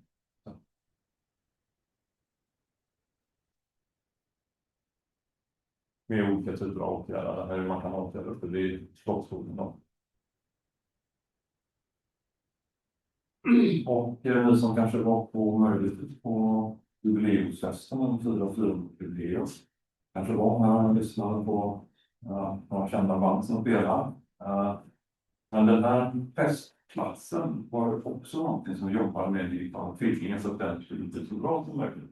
Att jobba med event är någonting som kommer mer och mer faktiskt. Hur ska det här stora tältet stå? Hur ska foodtruck stå? Utrymningsvägar, toaletter och så vidare. Hur kan vi jobba med belysning? Och framförallt är det ju säkerhetsfrågor då som kan vara intressanta. Testa strukturkvällarna. Det här var ett första skott, men vi ser att event framöver så kommer vi att jobba med det här. Och för att kunna jobba med den här typen av event så är det ju också så att man behöver modeller av anläggningar. Ja, här har vi nu detaljerade modeller av nya gamla Ullevi Skandinavien där man testar olika scenarier om det händer någonting. Hur tar man sig ut på bästa väg? Till exempel hur man ska komma ut med räddning på rum och så vidare. Det här är också någonting som vi bara behöver belysa lite grann. Här finns ju enorma möjligheter då att testa olika scenarier. Även stadsutveckling kopplat till arenorna. Och här ser ju även vårt event där man anordnar olika av event. Här kan man jobba med själva eventet i sig. Kanske kan gå in och lyssna på en spelning av som kan lite förväg. Det är bara vilken plats vill jag sitta på. Du kanske kan köpa merchandise kopplat till det här. Det är ju jättemöjligheter för de som bara ber om det. Här har vi ganska öppet på. Och ni som inte är från Göteborg vet att gamla är nyheter. Jag ska gå in på den lite. Någonting som också är spännande, jag var lite inne på det, är att jobba med ljus. Den typen av spelmotorer är väldigt duktiga att jobba med ljussättning. Så vi har börjat testa just det i digitala filmer. När vi utformar nya miljöer så kan vi använda belysning och tematisera den, visualisera den. För att testa, ska vi ha mer belysning här, mindre belysning här, vilken typ av armatur och så vidare. Det där är ganska komplext, man har en färg, temperatur och så vidare. Och här vill vi ju kunna skapa dels en trygg miljö, någon som vistas området, men även kanske en till viss del mörkare miljö för de insekter och djur som rör sig i området. Inte så att det var den här mörka korridoren nästan. Så det är komplext då, för motbasen. Vi har jobbat mycket med cirkulär livsmedelsförsörjning för att försöka visualisera det här med stadsutblick. Hur skulle det kunna se ut i staden, hur det kunna fungera? Ett annat ämne som vi har jobbat mycket med är universell utformning, användbarhet och tillgänglighet. Att försöka få in det i planeringen, framförallt i tidigare skeden. Och den här typen av skalfigurer. Ofta ser man bara bilder med barn med ballonger när man ser nya arkitekturförslag. Men vi försöker få göra en lite mer bredare bild av hur befolkningen ser ut. Vilka grupper får in det i våra departementer. Och då vill man också kunna testa det här med till exempel tillgänglighet. Hur tillgänglig är den här miljön? Och här rör vi oss vid Skandinavien kan man säga. Och här har vi den här datamängden som beskriver vilken typ av mark det är, material, om det är kanter och så vidare. Det kan vi simulera det, vi kan bygga en rullstol och se vad det är rent och vad det fungerar bra. Man kan till och med känna av de här taktila sidsplattorna när man kör av dem. Och man kan studera det här med lutningar också. Nu har vi en väldigt detaljerad terrängmodell över hela staden så det går en typ av testerna. Teman då. Det här börjar handla mer och mer också. Men tydligare lite om hur ser vi då att vi kommer kunna använda den digitala tillgängligheten? Det är nya områden som är så extra tydliga här. Dels är det ju klimatet, hur vi kan bli klimatneutrala, om det nu finns ett sånt finns där. Men hur kan det bli, vi pratar om klimatneutral 2030 och framåt och hur ser staden ut då? Hur fungerar den klimatneutrala? Det vill vi kunna jobba med som sida. Eller vi kunna jobba med klimatanpassningar i stadens robusthet. Vi kan ha andra saker i klimat. Hur vi kan skapa en robust stad som står emot. Och hur vi kan jobba med planering av staden såklart. Hur vi kan förvalta staden, beskriva det vi har på bättre sätt. Turism är också någonting vi ser väldigt tydligt. Hur vi kan som besökare gå in med en individuell del av Göteborg och se om det här vill utforska den här gruppen. Hur vi kan innovera tillsammans med näringslivet på hållbara lösningar. Så vi kan lära till exempel barn i skolan om vad stadsutveckling är och stadsplanering är för någonting. Vi kan skapa demokratiska verktyg så att alla kan vara med i dialogen om statens utveckling. Och kanske vi kan sätta ut vår kartan också som en innovativ som jobbar med digitalisering, digitala tillgångar. Lite framtid då, om några minuter bara. Vad jag ser framåt, ni har ju självklart fått bygga metarrörelse, tänkte jag med Facebook, det är inte Facebook, det är inte meta. Vi går mot att vi skapar med de här virtuella rummen metarrörelse. Och inom det här med stadsutveckling och städer så pratar vi inom EU om cityrörelse. Inte city som stad utan city som citizen. Metarrörelse för medborgarna. Och vi pratar mycket om det här med lokala digitala tvillingar. Och det är ju kan man säga en digital tvilling av en stad som benämner inom EU. Medan cityrörelse är mer det man går in i, kan utföra saker.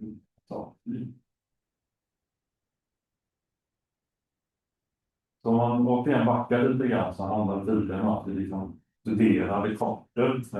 Börjar jobba med informationssystem, mer och mer 3D-data. Det kommer till det här med digitala tvillingar. Men framför snarare är det här citybus vi pratar om. Alltså den här virtuella mötesplatser där vi kan göra olika saker och uppleva. Att man lite mer blir en del för staten. Att man tittar på gatan.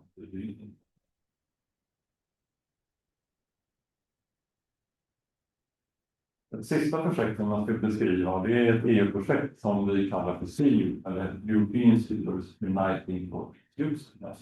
Och det handlar om att bygga upp ett sånt här cityrus. Det testar vi nu att göra med fokus på universell utformning och tillgänglighet. Att staden ska vara till för alla. Och då håller vi på den här liten demo-applikation då. Det är ju tänkt egentligen om du som brukare säger att din familj kanske har någon barn med funktionshinder och så vill du bo på Göteborg och liknande. Hur ska du planera det besöket innan du tar dig dit?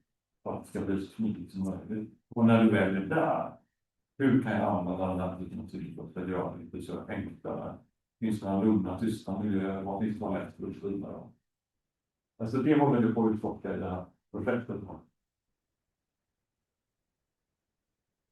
Och om jag visar den här bilden förut så kanske då, när det är en framtid, kanske det har kommit hit att vi skapar olika typer av metarörelser, eller cykelrörelser för olika tillämpningar. Det kan vara en cykelrörelse som handlar om skitfall, det kan vara en cykelrörelse som handlar om demokratifrågor, kanske gå in och rösta, det var möjligt för det var en cykel. Eller om du har tankar i stadsplanering. Eller om vi vill gå in i Göteborgs historia. Det här tror jag möjligtvis är den framtiden som ser. Och då kan vi till och med jobba, när vi jobbar med stadsutveckling genom samma modell. Oavsett om du är en miljövetare eller om du är startarkitekt eller trafikplan. Då är det en modell vi jobbar i. Som sen kan presentera till våra politiker, till våra medlemmar. Idag jobbar vi i slutbrott. Väldigt många områden. Det är inte alltid. Det har det blir tokigheter överallt. Men det är därför vi inte jobbar genom samma modell. Hade vi gjort det, så hade vi väldigt mycket lättare. Möjligtvis är det någonting som ni kopplar på som jobbar också med systemfrågor. Man ser det på det viset. Avslutningsvis en liten film då. Som visar lite filmer som man sitter och skulle kunna tänka sig Göteborg. Om man är besökare i Göteborg. Och vill besöka olika platser i staden och vill planera där besök. Man kanske dyker ner vid Göteborgsplatsen, ser vad man kan göra där till exempel. Det här är också gjort i en spelmotor. Vi lyfter in dit bara till en spelmotor. Där vi visualiserar dem. Vi kanske vill gå på ett event på någon arena. Då så är man en eventmakare som vill göra arenan.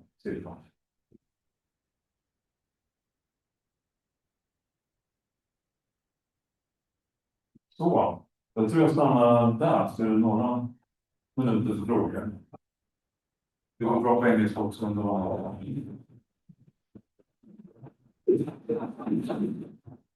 Där uppe är den. Ja, nu är det risken jag skiter i blåskåpet. En gång till. Nu är det risken jag skiter i blåskåpet här. Jag kommer också på samhällsbyggnadsmarknaden. Ja. Är det här model-based systems som blir med för samhällsbyggnad? Det kanske inte är fråga, det kanske frågar alla här nu. Eller fyller det liksom samma funktion? Eller måste model-based systems med vara SysML? Eller liksom modellera på det?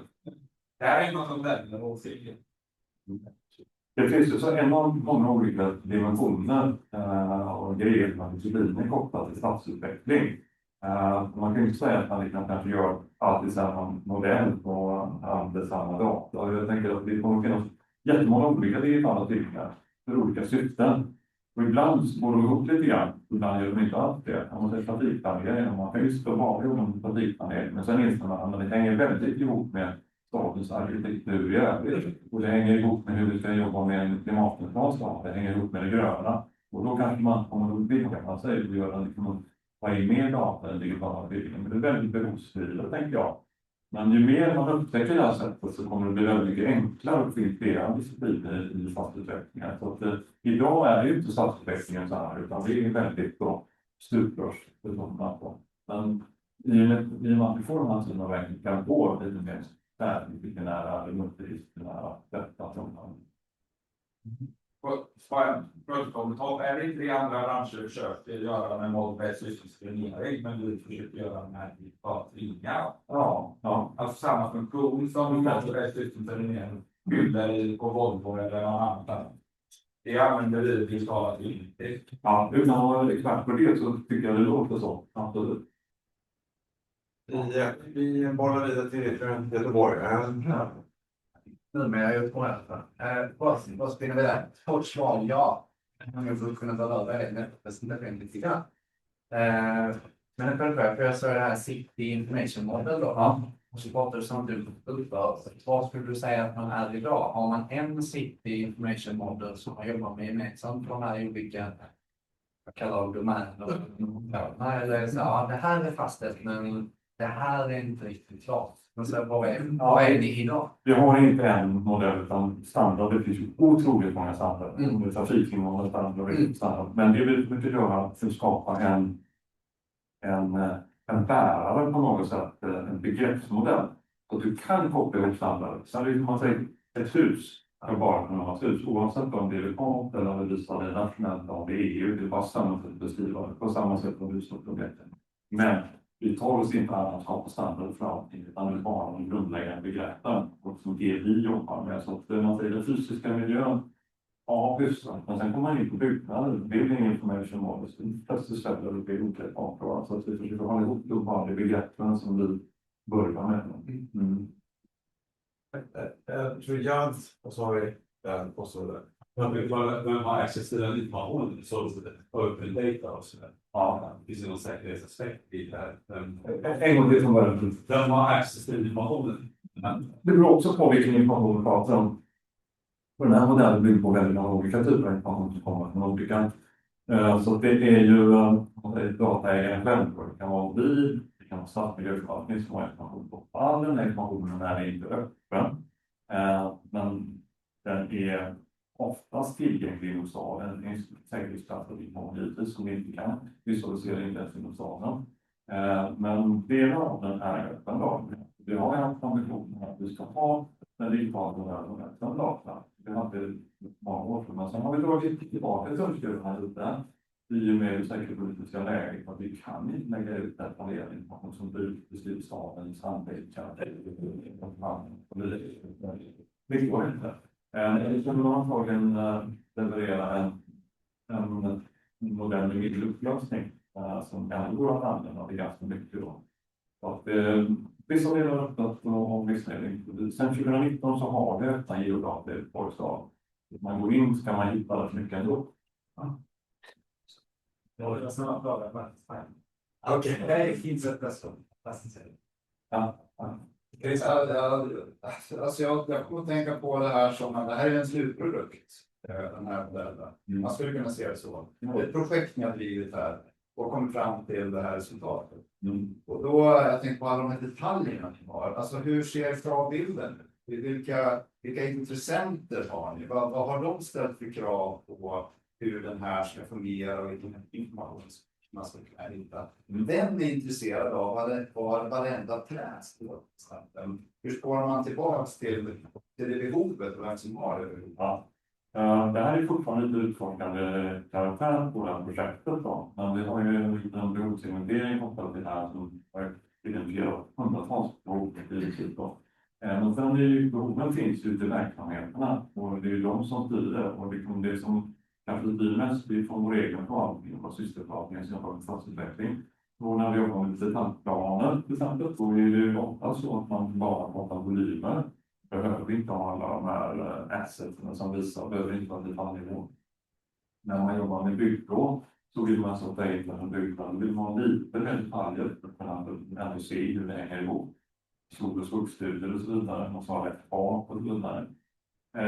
Om man jobbar med stadsmiljö till exempel, då spårvägsanläggningen. Och kanske man simulerar olika miljöer. Det kan vara påverkansplatser. Då måste man ganska mycket detaljer för att se att det här är en bra miljö. Vi har börjat jobba med tillgänglighet. Alltså 50 detaljerad information. För minsta grej som du liksom får ut på se så får du något i vägen. Då är ju andra objekt väldigt intressanta. Så det beror lite på vilka behov vi har. Om vi har börjat uppfylla lite mer saker. Men med ljus också, då måste man ju ha allt träd till exempel. För att se ljusspel. Om det jobbar med klimatmodeller så måste vi ha alla träd, byggnad med. Jobbar vi med skyddsfallsåtgärder så behöver vi enormt realistisk terrängmodell för att se vattnet rinner ju den enklaste vägen. Och då räcker det inte att ha några punkter som är terrängmodell. Så det är behoven som styr. Så det kan variera då. Men har du det dokumenterat? Ja, det finns dokumenterat. Det finns dokumenterat som finns mycket mer beskrivet. Men vi försöker dokumentera varje fråga. Oj, ja, jag tror det var Torbjörn också. Det var det. Ja, jag håller på och jobbar i ett projekt som heter Semantik för det obyggda samhället. Det är ett formasprojekt. Och där jobbar vi med DIG. Är det någonting vi känner till? Inspect. Okej, Ja. Hur tänker ni runt det? För ni har ju kommit ganska långt med det här. Och de har ju redan spekulerat och talat ut vilken typ av strukturer, byggnader, vilka standarder man ska använda och sånt. Har du någon relation eller någon åsikt om dem?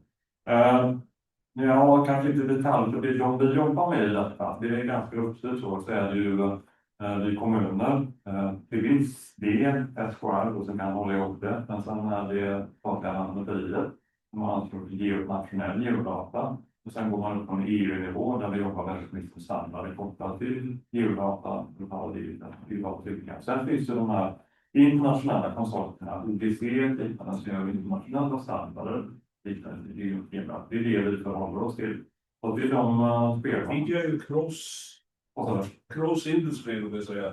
De ska ju ta hand om allt myndighetsdata och ta om hur det ska hanteras för att alla ska kunna åt det. Ja, i detta fallet är det lantmäteriet som har det. Ja, de har det. Jag menar, detaljplaner har jobbat med Lantmäteriverket och de följer ju inte alls det vi säger. Nej, det finns mycket att göra kopplat till standardisering där. Ja, och Lantmäteriverket ska också. Det håller ihop det möjligtvis. Men sen är det Boverket och får det Lantmäteriet och det geodata och så vidare. Så det är en uppdelning där. Ja, det var vad vi fick med som det har gjort så mycket och måste ha massa information bakom det. Ja, absolut. Och det är det som jag är lite intresserad av hur ni strukturerar. Men vi lämnar den. Ja, det är en bra fråga. Ja. Nu försvann Janne, så skulle vi sätta upp i datorn. Så kan vi ta en fråga till då, eller så. Jag är lite nyfiken på från produktutvecklingshållet här idag. Hur lätt är det att lägga in saker som kanske inte finns? Om jag har ett koncept för en flygande buss. Hur lätt är det att liksom testa för det är funkar taget i hur ska man kunna använda en plattform för sånt som inte finns? Ja, vi kan göra. Vi kommer att börja ut här och system. Som är ett format och som just spelbranschen och samtidigt som branschen som leder den här utvecklingen. Och där, i den miljön, det formatet kan du läsa in i alla de här mjukvarorna som man generellt jobbar med. Man har en viss visualiserat material och då ska du läsa in den miljön. Och sen är jag refererat, vi har ju till olika typer av materiala referenssystem. Så allt det du ser här har en referens till långt utlandet ut, så har du annan då att flytta in och försöka patienter. Det är ju också standardiserat. Så att ja, försöker hålla det bara går. Inte bara bli saken. Utan vi jobbar med video också. Och vi plockar deras plattform Omniverse. Så bygger på hur vi ser formatet och så kunna jobba ihop med andra datamängder. För att validera vissa funktioner så vore det ganska bra tidig data. Precis, så det är absolut, det är jätteviktigt för oss att fungera. Det gör den ansvar. Jag tycker det var en jättefin presentation. Fast du tog med den funktioner och så. Och så den sista bilden tog ut lite med silo i organisationen. Vi har väl problem att arkitekter utlänsar rätt och lägger över och sen någon som bygger och sen men ingen som underhåller om vi lite planerar. Men det är flygplan eller ubåtar och så, då har du chief engineer, product owner, system owner. Du har ett cykelansvar på något sätt. Men det är på de här organisatoriska frågor. Kopplat till avbildningen eller det? Nej, till stadsutveckling. Ja, och här skulle jag behöva... men det är ju så. Vi har en resa framför oss. Vi jobbar väldigt mycket i Sydås. Men vi har ju börjat bygga ihop det som kallas för stadsutveckling. Så våra förvaltningar jobbar mer ihop. Vi pratar jättemycket då om data som strategisk resurs då. Vi ska få det här att funka. Till exempel om en vägkant kan digitaliseras 4, 5, 6 olika ställen. Det är just att vi inte har satt information som rätt. I park, man kan vara en, när jag gör baskartan, jag vägen och så vidare. Men skapar vi den informationsmodellen, då finns bara en som är ansvarig för informationsmängd. Det är bara en som kan göra det där och bestämma hur det ska betyda. En byggnad är vi som ingen annan som får inte ens rita någonting som inte har ansvar för att rita. Så det är den ägandemodellen som vi försöker tydliggöra med de här begreppen. Och när vi gjort det, då blir det väldigt mycket enklare att man har gemensamt på varandra. Det var jättemycket från att vi pratar väldigt mycket om ägarskap, dataägarskap och informations- och begränsningar. Vi litar på. Ja, vi kan fortsätta den dialogen bara ta det här begreppet funktion som jag såg dyka upp där. Och finns det funktionsansvar, förmågeansvar, stadens förmåga. Ja. Så vi kan ta det vidare. Apropå det finns det en arbetsgrupp inom INCOSE Sverige som har gjort ett intressant arbete. Inte åt det här hållet, hur man hittar alltså, behovsbaserade planeringssystem. Koppla ihop det. Tack tack. Själv lite grann fokus från Robert och Martin. Själv kom upp här. Ja, tack. Men, ni kanske undrar att jag är uppklädd som jag är idag, men det är för att jag tycker vi firar någonting faktiskt. För att vi har haft vårt MBSE Forum en längre tid, men vi har inte haft det öppet riktigt. Så MBSE Forum är ju ett kunskapsnätverk. Och tittar vi lite tillbaka här, back in the days, tidigt 2000-tal, när vi började prata mer om systemsanering, vi började liksom prata modellering kanske och så kände vi att det kanske var dags att börja skapa någon nätverk för att hantera de här frågorna. Och väldigt tidigt så gjorde vi en ansats, för tidigt och sagt, kanske för vi kände att det fanns ingen riktigt mottagare, verksamheterna ute i industrin var inte riktigt mogna för det här. Så vi la det där i en malpåse till en återsamling 2019. Då samlade vi de företag igen och deltagare var de som hade varit med första gången.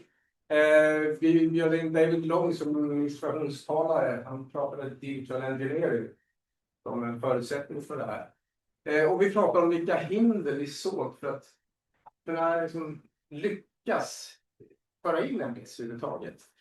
Och en sak vi såg, det var ju det här med att bygga en förmåga.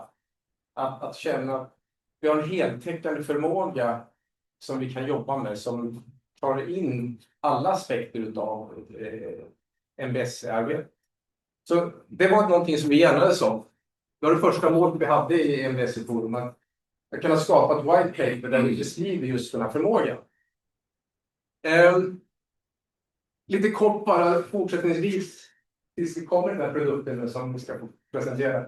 Så om ni har åkt på CM-forum så är det här samma sak egentligen, fast MBSE-forum då. Vi grundar det på samma 3 principer. Vi kommer ha regelbundna evenemang, vi kommer ha ett aktivt deltagande och vi kommer ha dokumenterade resultat. Så det handlar om att vi kommer årligen arrangera olika typer av workshops, seminarier där deltagarna i forumet är de som ställer frågorna, som har utmaningar och kanske lägger upp teman för de här sessionerna. Och sen ska vi dokumentera resultaten så att vi kan sprida det inom gruppen. Och till det då har vi startat en hemsida som mbseforum.se samt att vi finns på LinkedIn, men det är ganska tomt på det så länge. Det kommer komma in med det. Och en sista nyhet bara. Första summiten som vi kallar då, vi ska köra. Den 3 mars så har vi haft planering ett datum att vi ska ha en workshop och vi kommer ha Cybernautics som värdar för den tillställningen. Det kommer komma mer information om tema och upplägg längre fram. Men nu ska vi släppa fram hela här så ska vi prata om den produkt vi har tagit fram. Det var ett antal år. Så här var det Robert. Tack. Just to check, I heard previously that English was preferred for leadership. Is that still so? Yes. Yes. Okay. So if it's okay, I'll switch to English and continue from there. So Robert Nilsson is my name. I work as a technical leader in model-based systems engineering at Volvo Cars. And I've been one of the authors of this creation, which is the report to be released actually today. The final version, so we're quite happy with that. a work product, but I would say that it has a very clear stamp in time, which is kind of where it is right now. So since technology and the environment runs moving so fast, it will most likely be outdated pretty soon. So we really need the community systems engineering to help us to continue that work. I think it's released today, kind of, and it's a timestamp today, which means that basically tomorrow it's over. So let's continue with the knowledge. It's a suggestion of how to improve capability of model-based systems engineering and the basics of what we consider model-based systems engineering to be today. Right. So with that said, please help us in the future. So what is the report about?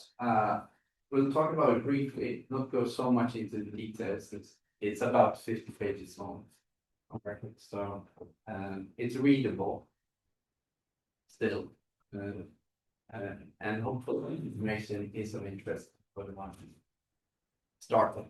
But why would you do model-based systems engineering? And going back to the previous question up there, is that model-based systems engineering that we just saw Eric present? And I would say yes, it is. It's a very, very clear example and very good ordering of the presentation, because that was exactly what systems engineering is about in so many cases. And what we strive to do is very, very similar in a system and sit in that example. And that's why one of the reasons for why you should do model-based systems engineering, right? To organize stakeholders that we've heard earlier, talk about the same things as concepts, building knowledge in a model, reusable information in the model. So model-based systems engineering pretty much adheres to building knowledge according to this theory, sometimes attributed to Acuff, although it goes way back. And that I think we invest the proper resources in. So it's about data, which we saw could then be packaged as information, dependent on who's packaging. The information might vary, and then the information can be used in a context, building concepts. Then it becomes knowledge. And if you start to compare different knowledge areas, we can call them domains, then you have possibility to build new knowledge, or sometimes it's not to be wise.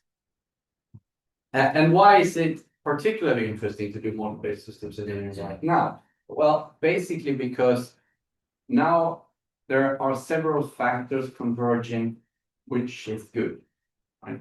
It's been around for quite a while, so the basic concepts in systems engineering are known and exist and are related to a process standard 15288. That's a system view of that. The other one is that the tools that have been used for model-based systems engineering for quite a while is becoming more mature. There are methods related to the tools which I find more and more applicable. And they have some similarities, they have the strengths and weaknesses, yes, but they are more mature today than they have been before. Just looking back like 5 years, it's happened a lot with different kind of methods. Right? So that's good. And then also the standards are coming up pretty fast. I would particularly like to mention the standard 63339, a collaboration between ISO and IEC, which is basically addressing the triangle up there. So by that, the theory is also converging. Right? So we have a basic set of concepts and information from systems engineering. We have tools that are more capable and more mature, and we also have a standardized way of being able to sort that out in a way that we haven't really had before in that systematic accessible way. Right? We needed to invent your own way of building things when it's multi-dimensional. Today we can get help from theoretical aspects like category theory, which is good. So that's a good timing, good start if you haven't. So what is model-based systems engineering? We approach it in the white paper as a method. It's a method. That's important, I think. It's a method to help you to organize complicated or investigate complex environments, depending on what you want to do. Right now I'm using Snowden definition of complex. And the whole purpose with that is, as we saw in the previous presentation, to have a holistic view. Now, what is a holistic view? Well, it depends on the stakeholder or stakeholders. Right? How do we align them? Right? Who's interested in what and why? So that's the short. And what we know is it's just not city information model. The system information models or model is growing in complexity all the time. We humans have a limit maybe of understanding 3 dimension in a visual setup, but the mathematical aspect of that doesn't have that limitation. Right? So we need to find a way to use that in a smart way, so that we can work with complexity.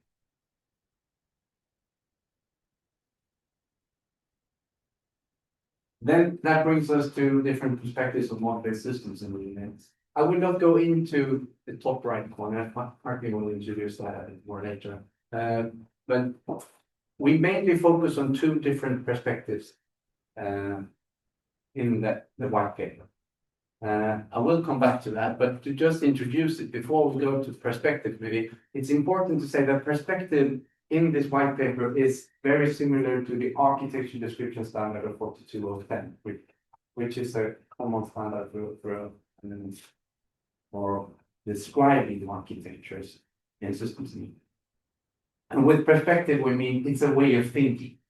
And where do I come from when I'm having these arguments? It's not the concerns, which I'm interested to solve my problems. It's not the viewpoints, which is the specification of what I can see in different models. And it's not the view, which is actually the representation which I have a possibility to perceive. It's my background, like systems engineering background, and city planning background, different perspectives. Now, I'll come back to the perspectives we are using in the report later, but we have to. The reason for that is basically that we are more common than we think. David Long interviewed, mentioned previously, he's a past president of INCOSE, interviewed a couple of companies worldwide going around. And he had access to some information and architects and different C-suites of companies. So he used that environment to ask questions about systems engineering and how it looked like, the implementation of what the systems engineering. And what he found was that a lot of companies worldwide, they want to protect their core knowledge of systems, model-based setups and systems. Right? We don't want to share that too much because we lose business advantage. What he actually found was was actually protecting was very similar. Right? So everybody's protecting their own stuff, which basically looks the same as the other ones, which also protecting it, which kind of makes collaboration difficult sometimes. Right? So might be an answer to why systems engineering sometimes isn't evolving that very fast. But with that said, it's still possible to do a common model, right? Worldviews are of particular interest when you talk about systems. In 2016, there started an investigation or interviews of fellows in INCOSE. Fellows in INCOSE is like an old wise person who's been around for quite a while. Otherwise, you don't become a fellow. You have a kind of important information or experience that the organization wants to highlight, right? So they interviewed the fellows. What was the definition of a system? I don't know. What does it look like to us, or what is a system, right? Well, and in 2018, they published a paper on that. And what they basically found that interviewing the fellows gave like 5 different definitions of what a system is. Then doing that work, they couldn't really keep it. So I think they added like 1 or 2 more views. So in the most extreme cases, the definition of a system is only physical things which you can basically put on a table which interacts. That's one definition. The other one is that the system is basically everything, but it's particularly abstract. You can't really touch it at all, right? And between them, you have like 5 other definitions like that overlap each other. And then I think no wonder the systems engineering is so very easy, right? We all run around with our own worldviews and try to solve the same problem with different tools. And that's made easy now. No, it's not. But we need to be aware of that systems, right? Not even we as INCOSE it, but we are not mission. So still a reference model can be used and useful. I won't go into all the details, but have anybody read or background for 4210, the standard? And we had something very so I find it very interesting, but just to keep it short, they actually were about to do a standard for architecture, right? That's what the task was, right? But they couldn't agree on a standard for an architecture, right? So they either had to put down the work, don't do anything together, or that somebody came up with the idea. We have the same kind of problems, we have the same challenges, and we're basically talking about the same solutions. So let's do a standard for an architecture description instead. Everybody agreed, and then we have 42 instead. Swedish convener, actually, that's good. But and I think that's a very good example of some things in an abstract format might be possible to agree upon. And that's where you also can use model-based systems engineering. You don't need to agree on everything. You can still build common concepts.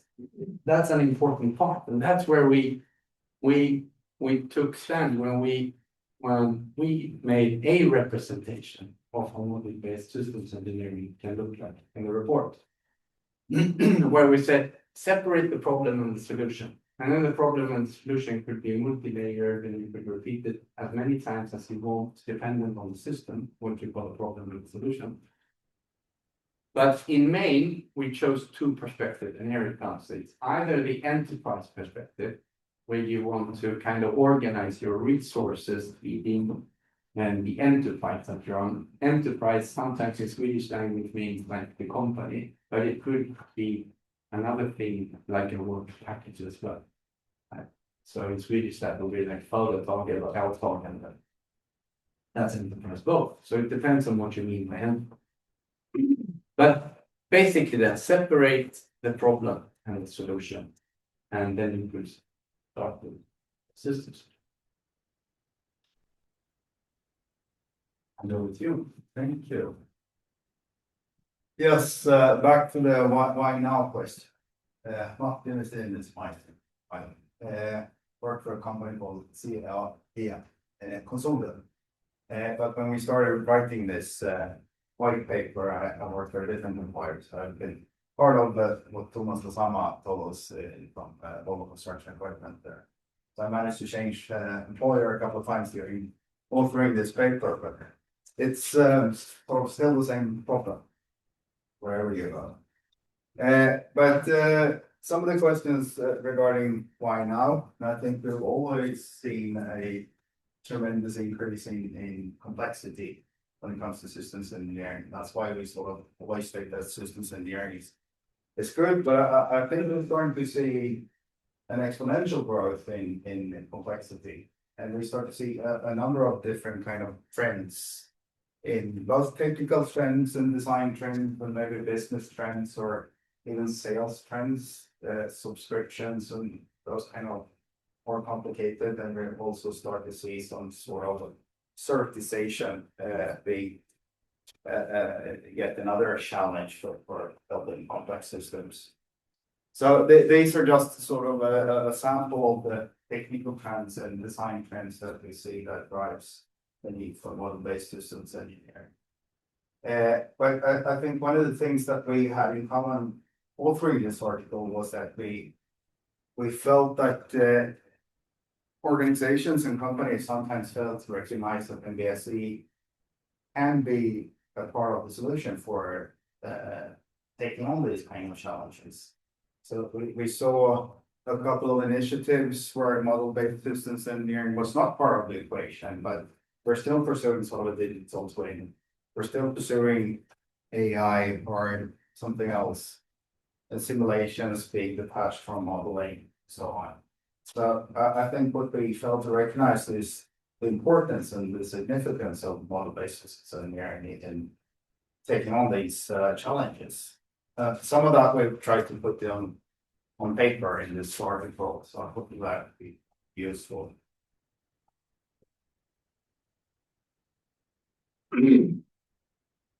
Yes, and this complexity or these trends, they stem from both internally in the company, having to work with other departments other than R&D.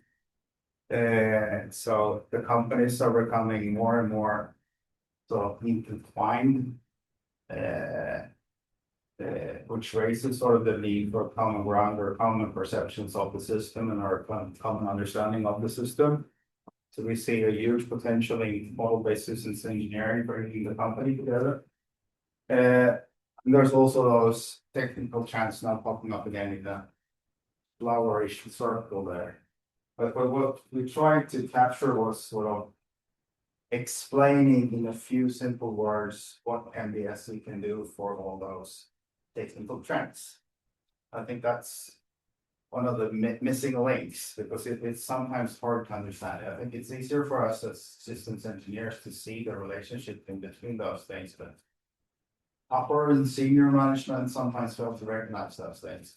So they need a bit of assistance. And one of the technical trends is also trying to simplify and reduce the effort needed to produce new complex systems. And we see a lot of challenges in trying to build different kind of reuse initiatives amongst product families that are amongst product members in the product line. We see attempts of building some sort of different kind of platforms to ease production or ease development of your complex machinery or complex products. And of course, introducing that kind of initiatives also increases the complexity from a development perspective. Now we need to take care of all those different kind of variants. And we saw all sorts of initiatives trying to deal with vulnerability in a product family. And sometimes you address that from a physical perspective, sometimes you try to deal with that from a feature perspective, but it is complicated, and I think MBSE is one of those key sort of enabler in dealing with variability. So that's one of the things that we try to capture in the article there as well. And of course, we want to sort of push on the MBSE is sort of the ultimate solutions for all those complicated things. But what we need to remember trying to establish some sort of MBSE capability is, of course, balancing that towards the business goals or the business drivers, and also understanding what kind of processes, what kind of complexity do you have in your system. So it needs to be some sort of balance there. And most likely that needs to be expressed as well. But for the purpose of this paper, then we continued on the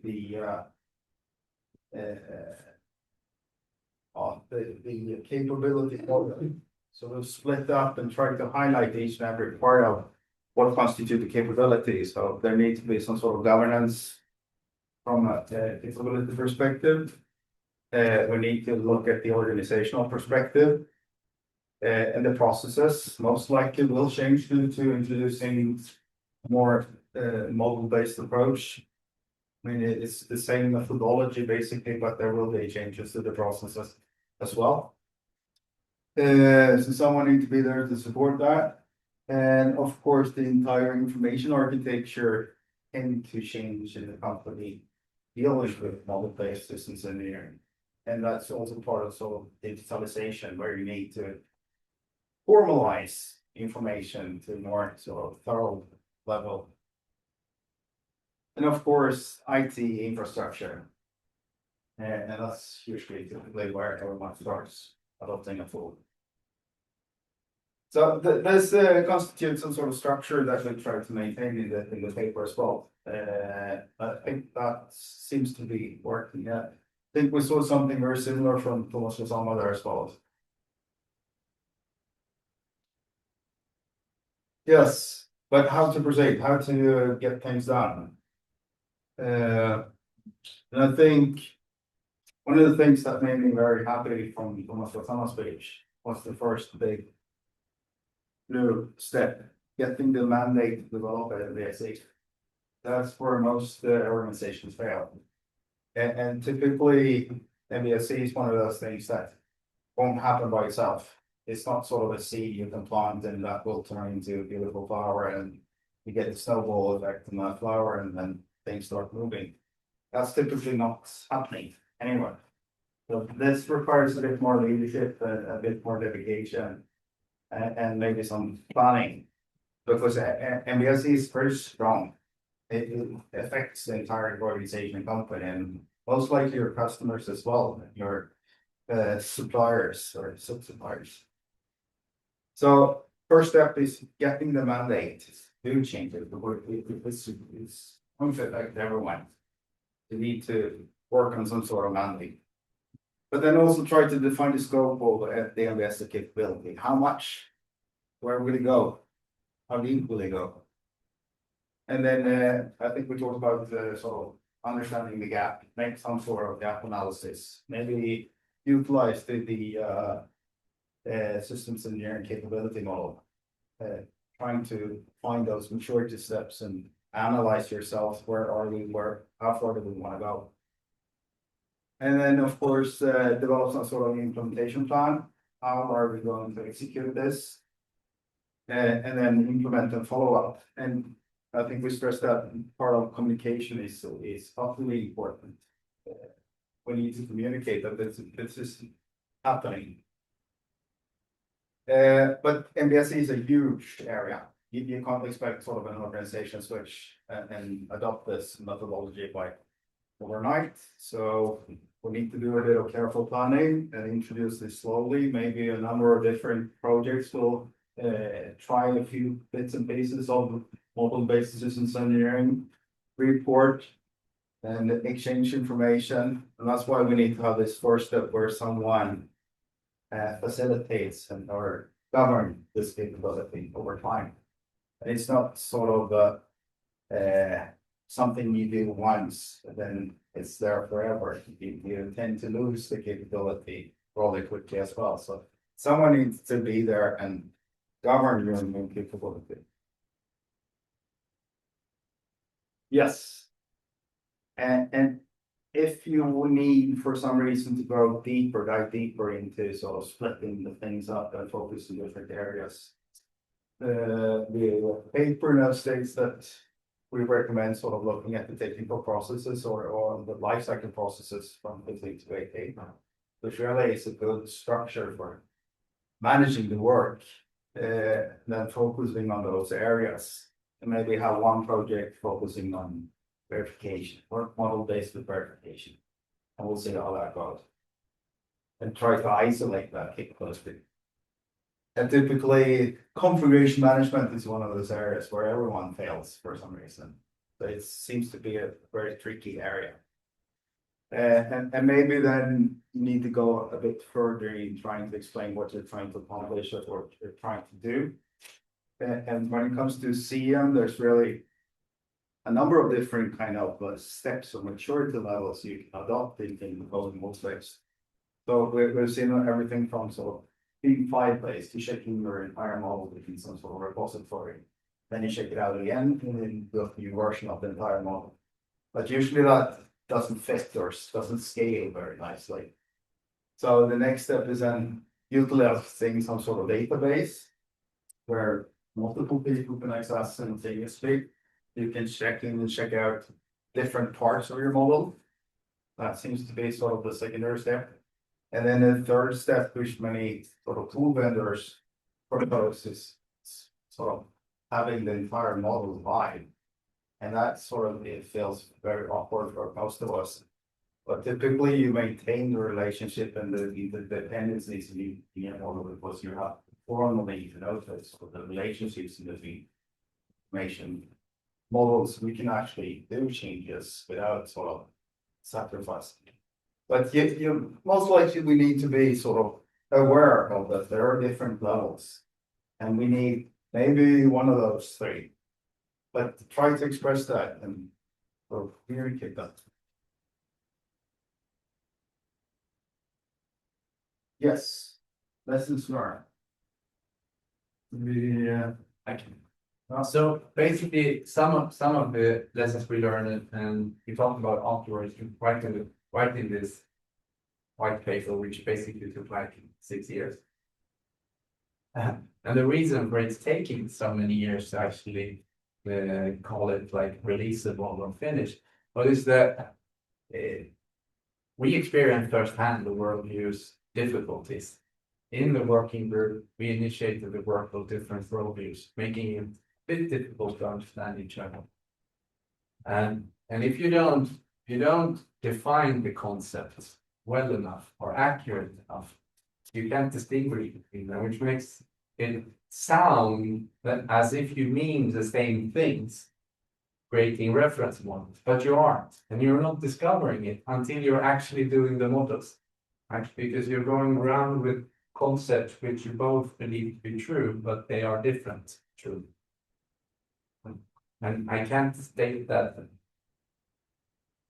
enough, I think. I'm running into it continuously. So definition of concepts are always related to the purpose of the model and the stakeholders. What's the expected output? And do we share concepts about those expectations first? Then we need the concepts to be aligned for that outcome to happen. Which sometimes seems to be like more like a semantic work, explaining things and making sense than actually building a model.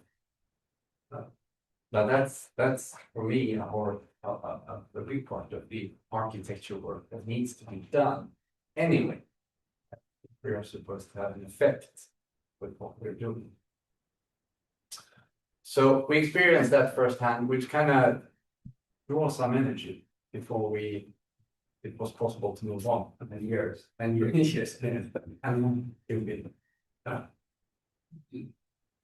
In some contexts, a lot has happened. What I think is cool since like 2016 is basically the introduction of the graph technology, which has kind of exploded. That's happened a lot. Right? We have the possibility to work in a database setup which is fast, capable, and have superpowers compared to the databases before that. So there's happened a lot. Are we better to communicate that? No. So it's like we have this superpower, but we can't direct the energy. We have the concept of a laser sword, and we actually have the capability, but we can't use it. Yet, some might be able to use it. Some can draw benefits from it, but most likely they're the ones that manage that are most likely working in a systematic some way of aligning concepts. So, as I said earlier, some of the tools and standards and language has become more mature, and the capability of graphs is a superpower, I believe personally. But the systems engineering area is still not, I would say, hasn't come that far during this latest 6 years when it comes to putting that together. And that's why I think, even though it took us 6 years, the content today is still relevant.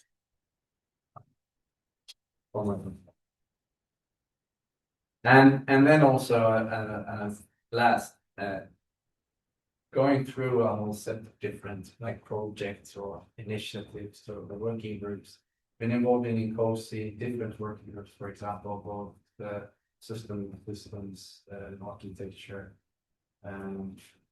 knowledge system, science working group.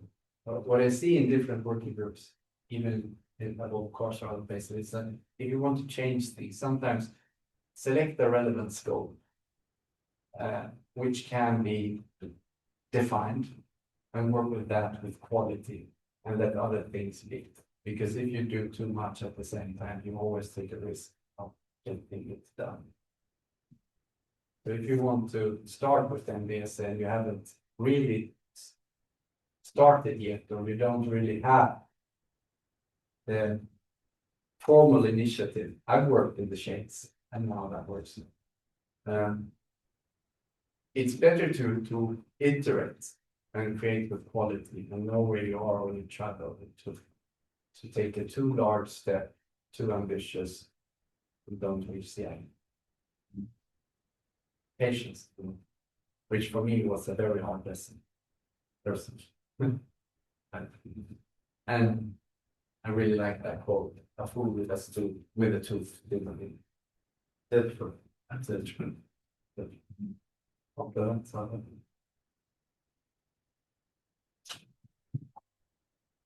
Well, okay. Well, we have time for a few questions. Yes.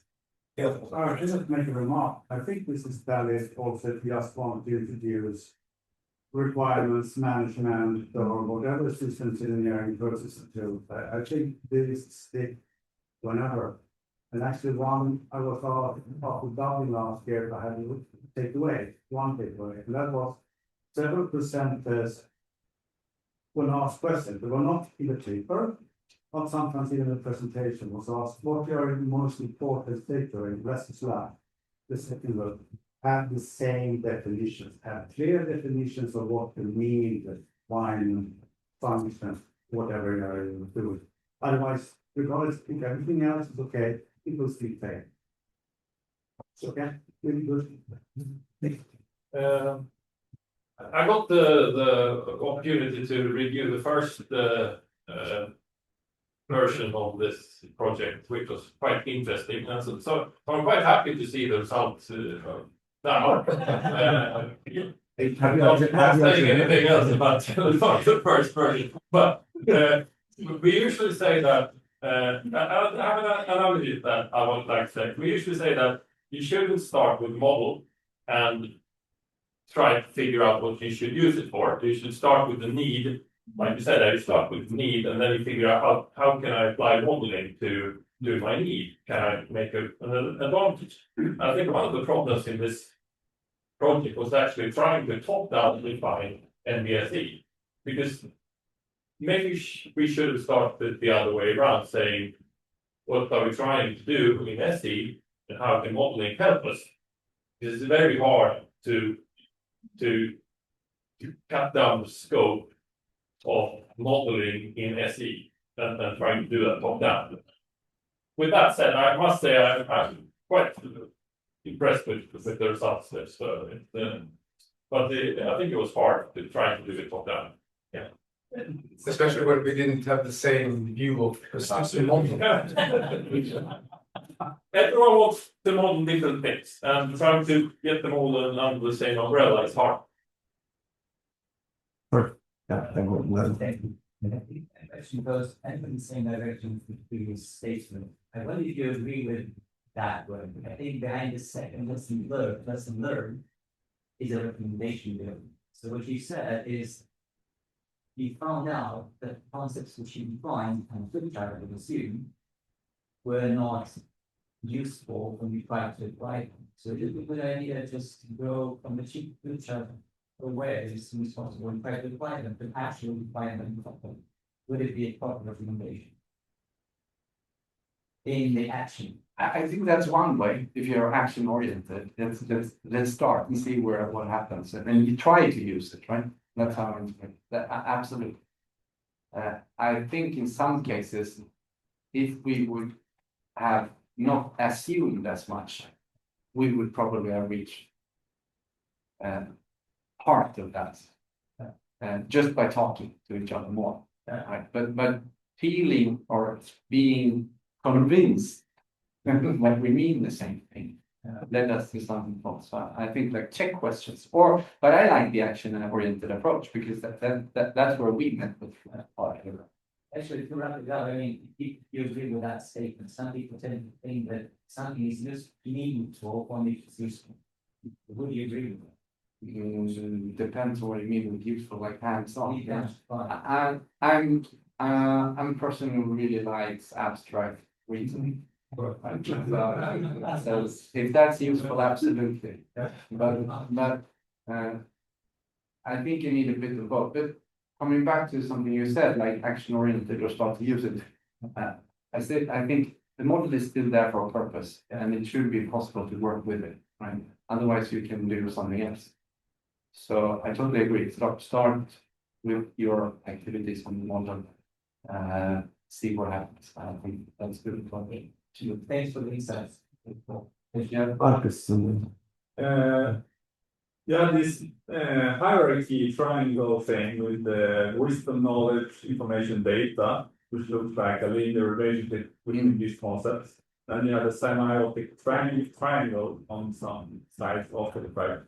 Are these two consistent with each other? These two views in your world, or is the triangle wrong? No. I don't think the triangle is wrong. I don't know where this semantic triangle is. So this one is triangle. Oops. Okay. And then you have that one down there. Yeah. Yeah. No. They are not complicated. Okay. No. Both are useful, but you need to know when you apply what. So you really are studying, and you need again to. That's been another what it's sometimes called rabbit hole. Can you actually relate with the phenomenon? So that was it. So typically, the people I follow on LinkedIn who are ontologists, knowledge, architect, whatever, they usually attack those triangles immediately. Yeah. So that's very common. So it can be a poisonous view. No, I think what I really like about the triangle up here, it's Carl Wigg, I think, reasoning and knowledge. That's the original background to that. Then Acuff made the triangle, so it's called Acuff triangle. But what I really like about that is that it's possible in that way to work multidimensional. Right, not talking about the semiotic triangle because that has its own. So don't confuse them. Right, It's not the same. They don't mean the same. No. What I'm saying, but No, they are not the same. No, different, like blocks, different triangles. everything that's square or a diagram. Yes, and originally, if I collect Carl Wigg's representation correctly, it's more like a knowledge dimension. So it's I think we can continue that over coffee or maybe a bottle of beers or so. Yes, That's a practical question. So how do you proceed with this? Is this like a national effort? Does it need to be closely working groups? I think they do a lot of MBSE there. No, but this is an open knowledge network, so anyone who have an interest in this can just go into the website and register and get on the list for invitations that are coming for the coming events, the workshops and stuff. So and the thing is that it's the participators that contributes and help each other out in the maybe the challenges or the questions we have. And the intention also is that the hosts for each of the workshops or seminars can contribute with their problems, their issues, and having up questions for what they want to have answers to. And then we try then to document this. So 3rd of March next year, we'll meet in Nordics, and then Saab as a host will probably pose a question for the forum to discuss and brainstorm a workshop and actually create a result from that day. So that's the whole thing. Start learning from each other. And if you're interested in the paper, it's just to go to the webpage and download it. So it's free for that. Okay. Thank you. Going to talk about is this transformation of major industrial standards from a new level of interoperability. Some of you know me, and I've been working with standards on ISO level close to 40 years, and I have invested many weeks in boring hotels and long flights and so on, but that's not the reason why I'm working with this now. I'm very interested to preserve the knowledge in these old standards and bring it to a new level of a new technology level, I like to say. And I'm working in this project Arrowhead, FPVN, Flexible Production Value Networks, for 2.5 years. And I'm working in 2 work packages. One is about major standards, and the other is about on a paper mill in Skoghall in Värmland, where we are going to create a digital twin for that one and share information, both historical, current, and future changes and so on, and being able to both visualize it, but mainly do reasoning and analytics based on these knowledge graphs that we are working with.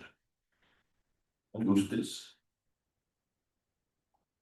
The work that we are doing now is, and that I will talk about in this industry scope, is this work use case 2.9 doesn't mean anything to you, but it's about the digital twin.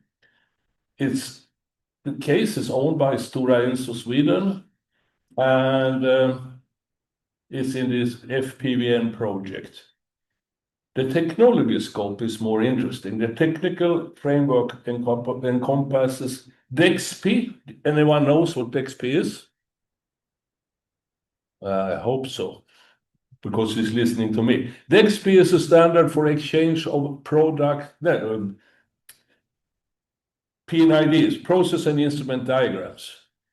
And I will come back to why that is interesting also in a system engineering area. We are using STEP.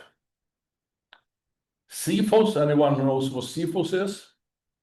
CFOS is a standard in oil and process industry where you define the semantics of the product that you're going to deliver, not the oil, but the production system. And you also define what, if you have a pump, a centrifugal pump, what do I as an operator like to have? What kind of properties do I need to run my process on that production unit? And that's a major standard. It's about 20,000 clauses in it and a huge amount of properties, and we work with that also. We work with this Arrowhead framework technology, which is like an OSLC. Anyone knows about what OSLC is? Robert. We are working with same technologies, but without IBM, I like to say. Because they are very good on these implementation things. Now I'm not involved in any OSLC projects, so I can say they are pushing the ALM models too much, and it doesn't really fit everything that everyone wants to do with OSLC. So if you're interested in OSLC, look into results of this. It's open data, and you could use it. The last thing that we are working with is an upper ontology. Is that something that you work with? That's an ontology, an abstract concept model which is domain agnostic. So it's a philosophical model, what things really are. And that's very much needed when you should work with different domains and share information between different domains, that you need to know that you talk about the same thing. And that's now an ISO ISO standard, draft international standard, or an FTIS, I don't know. But it's been stable for 1.5 years now, and we work with it every day. Okay, this is very much what we are doing, or you can see here, up here, we have 2 information models. They are UML in this case, and this is a SysML model, but it's not the SysML in the way you think about it. It's a SysML used for information modeling. What we have done is transformed that to an ontology in OWL2 DL, OWL2, and direct semantics. And this is a step ontology that we have transformed And then we have this IDO here. That's when we want to merge things and make them work together, then we use that one. And then we have a physical twin here, and that's the OZC things, where we have a real physical, cyber-physical system, and we have created an ontology out of that, and we can describe the total system here in a knowledge graph. And this has been very, very effective. These systems talk OPC UA or something like that, and update immediately this knowledge graph. And then we can combine that with the knowledge graph coming out of STEP, when we have complemented the ontology with individuals, and also coming out of DXP, which is then a knowledge graph of DXP. So we combine this STEP, which is about the parts and real equipment, and this is about the functional locations or the concept they would need to realize. And then we have a complete knowledge graph for the life cycle here, especially when we merge this with the current state of the physical twin and put them together. And what we do here more, that we use this alignment here, we'll talk a little bit more about that. We have this digital twin, and we put it in a graph database from GraphWise, which is one of the vendors. There are many vendors, and that way we can use Sparkle to talk to that one from SAP here. Sparkle is an endpoint thing that is a specified API, I like to say, in the semantic world. But we also have a 3D viewer here. So we have a 3D picture, or we can navigate the plant using this CADmatic, and we have a mapping between the CADmatic 3D shapes or products with its ID, and we can go to that place in that class or this individual in the graph database, and we could do exchanges here. We could ask and reason about things in the graph database, and it shows it in the canonical way. We also have in this area, we can also generate alarms. So we could have an alarm here, or we have an alarm coming from here. We have emulated that. We are not connected to the real system yet. And then we get an alarm that's connected to what's the origin of the alarm. And then the SAP system get a work request and do a maintenance thing, and sends back the what's been changed or updated or so on. So this is what we're dealing with. We also have a part here with functional requirements, where we do the requirements on the physical thing in a step, but mainly requirements on the process and the system design in a process and instrument diagram. This part is working now. We are still working with that, and sorry, what happened? But all of it will be running with real data in end of February. There is a team working with this.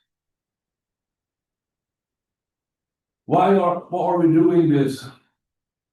We have for a long time been working with standards. Some of the standards you saw here, but there are others, like this 63339 that we already work with, is IDO and so on. So it's a little bit connected with Robert here. But there is a semantic gap between different standards, because the standards has been developed with by humans, and they come from different domains. So there is, even if they talk about the same thing, there is a semantic gap. We have a technology gap. These standards have been developed since, I think, first SLEP standard was released 1994. So there has been a development in technology, and the way you set up architectures has also been changed over time.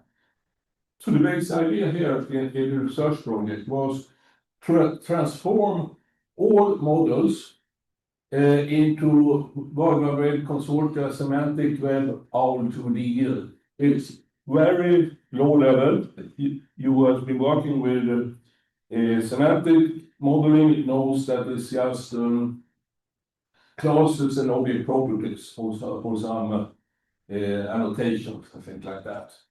That means that when I have translated the PNID to OWL to DL, and as well the step model, then I can have them working together, and I can come back to that. We use these tools, technologies, Sparkle, Shackle, RDF, Scopes, and right now we are using Sparkle, RDF, and Scopes. Shackle we are working on. Shackle is used to verify the quality of the data mainly. And since we are using the V3C standard, we can also use the architectures coming from there. I can't say that this is the way to go, but right now it seems like we can get it working in a very smooth way. What is the features that we get? We have the upper ontology that I talked about. And that's very philosophical. So we say that in upper ontology, we have an object and a person, and in this knowledge graph, we have an object, so Picasso painting or something like that, and the other is this, and we can say that this is the same thing between this. That means that we don't have to translate or merge all data. Right now, we are just using alignment. We say that these things are the same. We have aligned the functional location, the concept in the system, the PAN, the sensor. We have identified and aligned what is in this knowledge graph and in this knowledge graph. The rest are like separated. And over time, we can align more and more. But yes, by doing this, it works very nicely to navigate from early phases in the digital thread to a theoretical solution for something and install the equipment, the physical thing, as well as to get the information about what is the vibration in this right now. So we separate the configuration of things, stable, we don't have to update it, we don't have to re-index it all the time, but in this graph with connected to the physical thing, it updates very frequently. But this is possible to do with the technologies that are available right now. This kind of OWL to DL reasoning is very easy to find inconsistent facts. And this is you are embarrassed as a modeler when you've been modeling for 40 years. And the system tells you, no, this is not correct. You can't do it that way. But it really is a good thing that you could let the system tell you about that.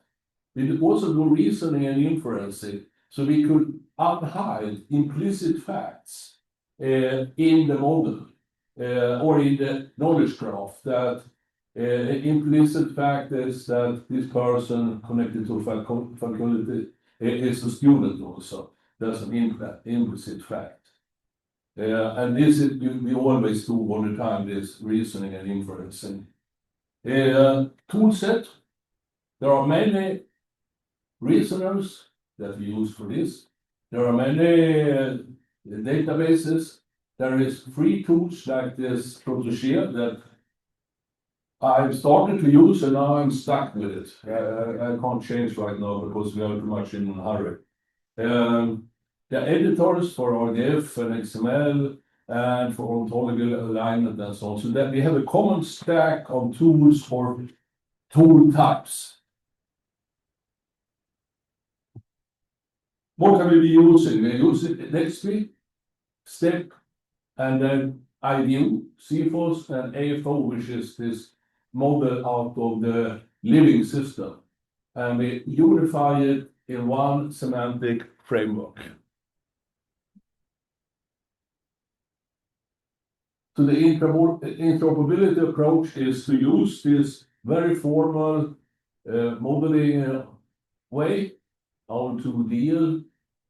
We are using alignment technology from V3C and semantic interoperability based on this alignment. So DXP was from the beginning a UML model. We transformed it to an auto-DL, and then we get the semantic representation, and we can do reasoning on that, not on the model, but on the data conform to this ontology. The data we get as something called a Proteus file. That's the individuals in the knowledge graph, and they are machine readable, queryable, and everything. All these things are coming for free. And these isolated concepts, when we talk about the alignment, we have this function location or tag or what we call it, the thing in the PNID. We have parts or vendor parts or supplier parts, and we have the equipment or the asset that is used. And we align them by saying that this clause is the same in this XP is the same as a breakdown element version in step. So this way we get it working. This is how it looks like. This is a small portion of the UML model of XP. We transform it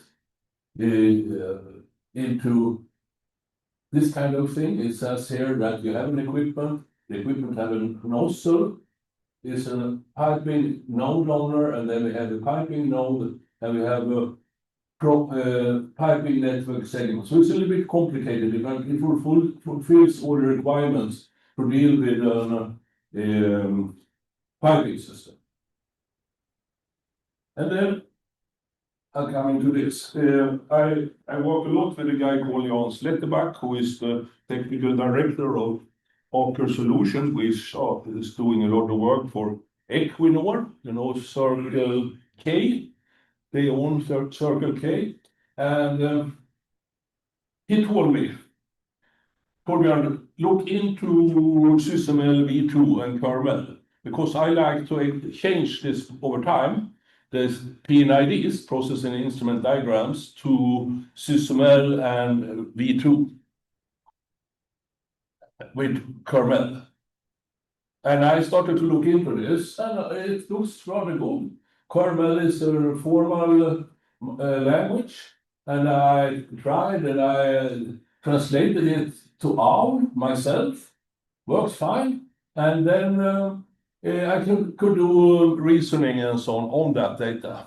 And I think that's discussed also, or I look at Robert, I think this is discussed in INCOSE or OMG about these things.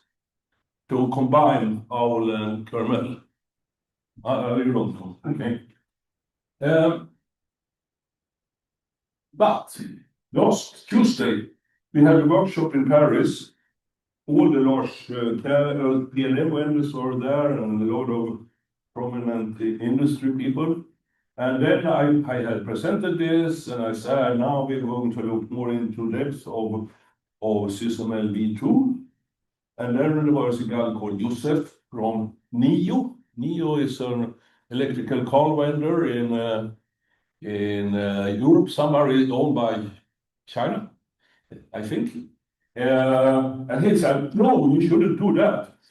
It's not when you invested so much into doing OWL and semantic wave. You should do it you should do it in another way that they call data-centric systems engineering. And now, I don't know anything about this. It's a task for you as SysML guys to help me out on this, because they claim a lot of things here. Instead of having it model-based, it's data as a central enduring asset and so on. And it's based on semantic web stack, federated governance and consistent assurance. That means that you could have these data sets all over the place and you could link them to between and so on. And I don't know, but he was very convinced. And in the end of that meeting, these 38 people were standing and arguing about this. So there seems to be a hot topic. And I don't know, because I don't have time to look into it too much. But perhaps you could get a new project, Robert, because for me, that's invested now a lot of time on semantic technologies. It's very interesting because he said that this group will do it, but I thought I could do it with kernel also. So I don't know. I don't know. That's what's a strange presentation, but I wanted to hand it over to you. This is, you will have these pictures later. It's it says that data center emphasis on data and interoperability. That means that data sets can work together even if they are not merged or anything like that. You just make them, link them together with the linked data technologies. Reduce tool and vendor lock-in and support semantic integration. And I don't know, because I got the feeling that you want to go this way because others was going this way, but look into that. Cons is semantic standard adoption can be difficult, perhaps, but I don't know if it's more harder than to do a standard like step in a SysML. Step, there is a standard called step core, which is the overlap between 8242 and 8229. And that what I'm using is a large XMI export from the SysML model. And we have written scripts, many of them. And in the end, we got code how to real ontology out on that. That's possible to do semantic representation or reasoning. This new ontology for the step core also include geometry, and that we don't have time to do right now. So that's also a possibility to look into if you are into this kind of things that the city of Gothenburg was doing. I have a feeling that you could translate this into this USD, this Pixar format, not Puma. We get database or XML or step part 21 files, and we create individuals in the ontology by that, and it's machine readable, queryable, and everything. And we do this mapping between using this upper ontology. This is a famous picture of step SysML. It's called the breakdown system, and this is like there are 35 of these, so it's been a major thing to do this. And this is how it looks like as a class model in Protégé. And semantically, now, after some time, we can transform it without losing any knowledge from the SysML, which is rather interesting, but it took some time. So this is now the step core in the Protégé. You see we have generated 1,076 classes and 12,000 axioms, and it's even worse because instead you reuse part of the model and can combine it in different ways instead of repeating the same pattern many times. So if you should have done a bottom-up model, we would have like 5,000-6,000 classes here, but this is enough. So this is how it looks like in Protégé. Here we have a breakdown element. Breakdown element is something like 81346 class or something like that. Or can be on instead it's on a functional location or something like that. And here we have that equivalent to, we have not used that for that one here. We have the subclasses and cardinalities, and we have the definition of a breakdown, the breakdown element, and so on here.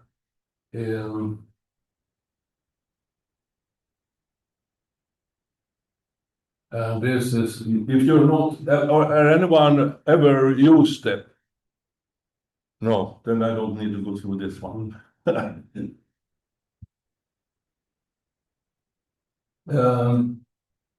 And this is then a breakdown of, there is object property, that relations, and we are subtyping these to different things.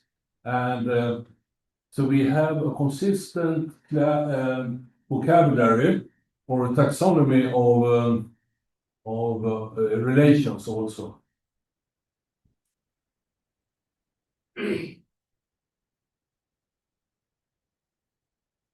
You see here that there are relations, and this is relating a product version to a product version relationship, and that points back to a product version, and so on.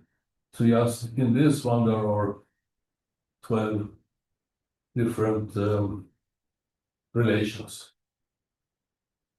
And now how I aligned it, looking for time also. And this is an example of the upper ontology. In the upper ontology, we have something called an organism. An organism is subclass to a person. In one of the other knowledge graphs, we have also a person. And in the third knowledge graph, we have an ontology, we have a human. And then we say that the person in this knowledge graph is the same thing as the person in the upper ontology. And in this, human is an equivalent class to the person. That means that when you make an instantiate something in this portion of the ontology, in the knowledge graphs, you create the person Torbjörn Holm here, and then you run the reasoner, and then there will be a human in this knowledge graph also called Torbjörn Holm, because the reasoner take care of this mapping, and that's very easy, and you don't do any coding or anything, and it checks that everything is complete and correct. So instead you have here, can you read this? It says here, this is the blue part is the tag, which is the functional object in the system definition. It's the same thing as the breakdown element version in step, which is the same thing as an equipment. And that's a little bit strange, because equipment in this standard course DXP, they call equipment what I call tag. So this equipment is a function location, but they need to keep them because that standard has its own definition. The only thing we do when we are going to get them work together, that we align these things, that can be, we create a common language, and that's the tag. And then we say the breakdown element version is a tag, and the equipment is a tag. And then we run the reasoner, and then all the yellow things shows up, and then we know that you can see that's a lot of new things showing up here, and that means that they are working together and they are in parallel, and we can import new ontologies, new knowledge graphs. There is one, for example, for units and so on, called QUDT, and I just imported that one, and then I can start to use all the unit, which is a large ontology, together with the things I have here.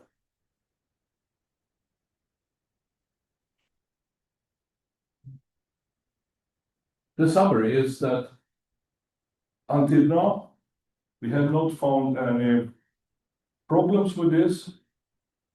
It doesn't give you automatically end user tools, but if you're going to use it for analysis of the information, to do consistency control, if you like to do requirement fulfillment, traceability, all these things is out of the box here.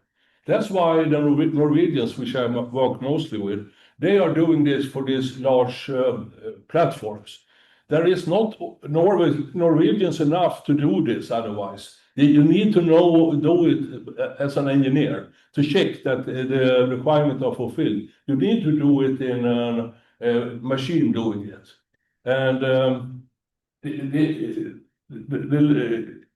they are now working on new field called Yggdrasil, and they already use these things to do consistency control and requirement fulfillment and other risk analysis. Achieve semantic alignment, that which I talk about, is tag, the equipment, the broad breakdown element, used over different knowledge graphs, and it's not limited to how many you could put together either, using B2C technologies and upper ontologies. This is very important. Enable seamless data exchange and collaboration. It's not really data exchange, because you don't move the data. You can just navigate the data, and you use the Sparkle query to fetch some data in one graph, combine it with data from another graph, and also you could use Sparkle to query data in the universe outside all these graphs that I'm dealing with here. You could go to the vendor and get more information about the part. And the last thing is this support advanced reasoning and automation. And we are using it for a digital twin now and smart industry. So we have an approach, Robert and some others, that we should try to do 6339 with this as a component, I like to say. And I should say it's really fun. I've been modeling for 30 years, and always depending on that I need some programmers to understand what I've been doing. And usually they don't. They think they are smarter all the time. This time, now I can do it myself. I need to take the blame myself, but I also don't need to convince them about things. So if you are a modeler, go for it. I think it's really cool. It will not, other databases will not go away, but if you are interested to get a layer of interoperable data from different sources, this is really the thing. If you need to do analysis about what if analysis, or if you need to know what happened if I change this, what things will be impacted, this is the thing. It doesn't solve everything, but close. Are you convinced now? That's wrong.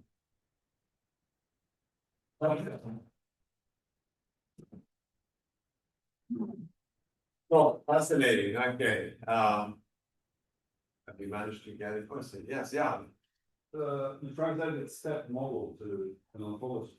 Is there challenges going from information models to semantics? I need to, I did it. It would take me a long time to get there, even though I didn't bring my machines for my ears. So I did. But when you translated the step model, yes, to an ontology, that kind of translation to the information model? Is there a challenge? Do you find any? You need to build an origin model. Yeah. If you should start from nothing, it takes forever. But I've been working with that models for 25 years. Is there anything lost in the translation? No, because it is actually right now we are struggling with one thing.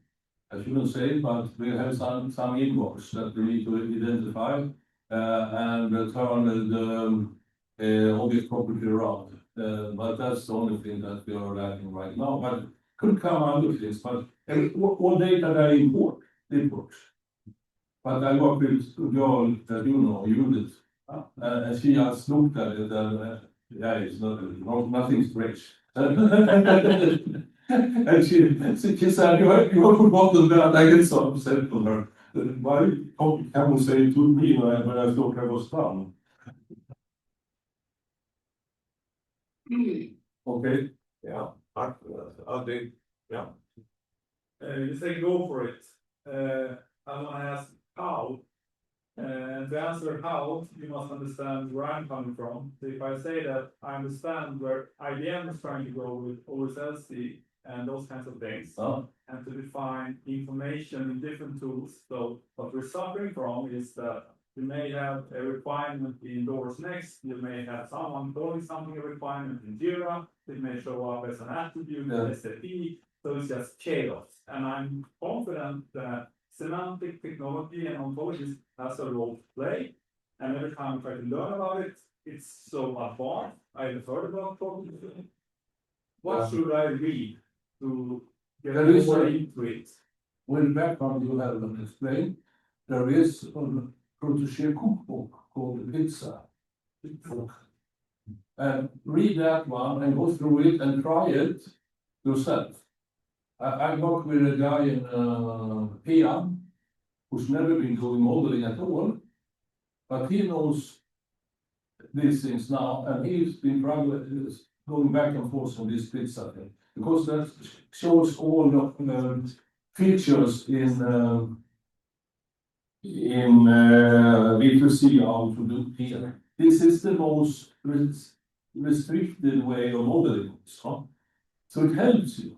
Because when you do Scots or something like that, then you could just model anything. And it's not correct, but this is correct.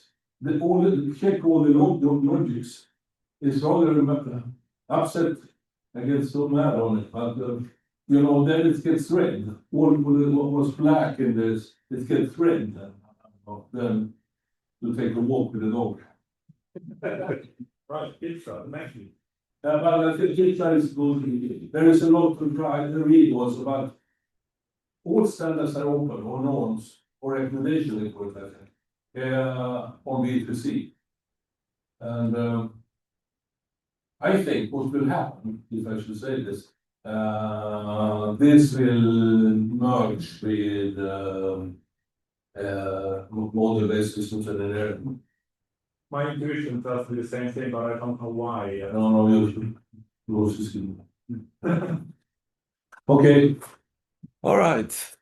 Thank you.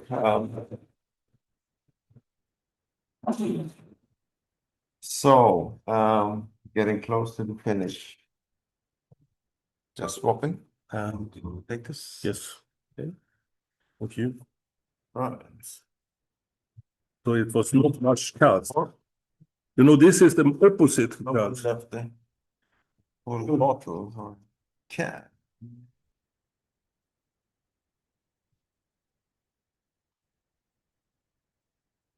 Wow.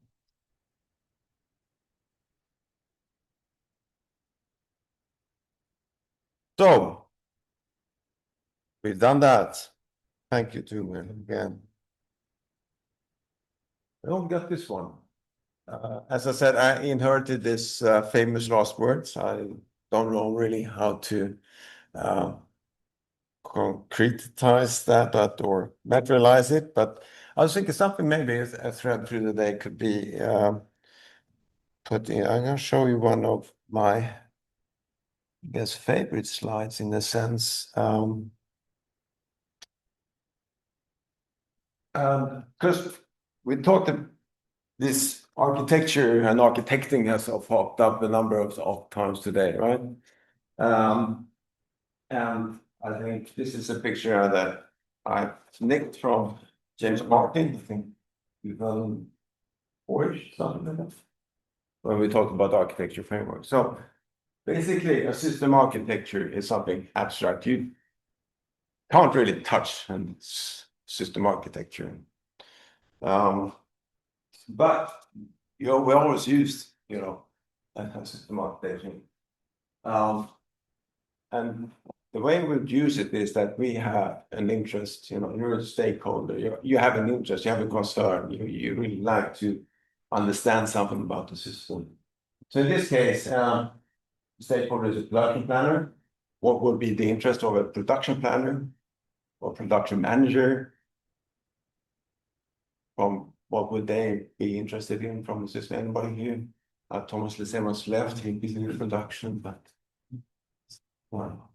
well, somehow the concern, this doesn't really work, and I don't put it in. Well, how do I assemble this? Whatever it is, okay? So that's the concern I have.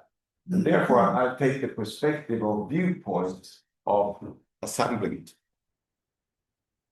So what I see is, a view.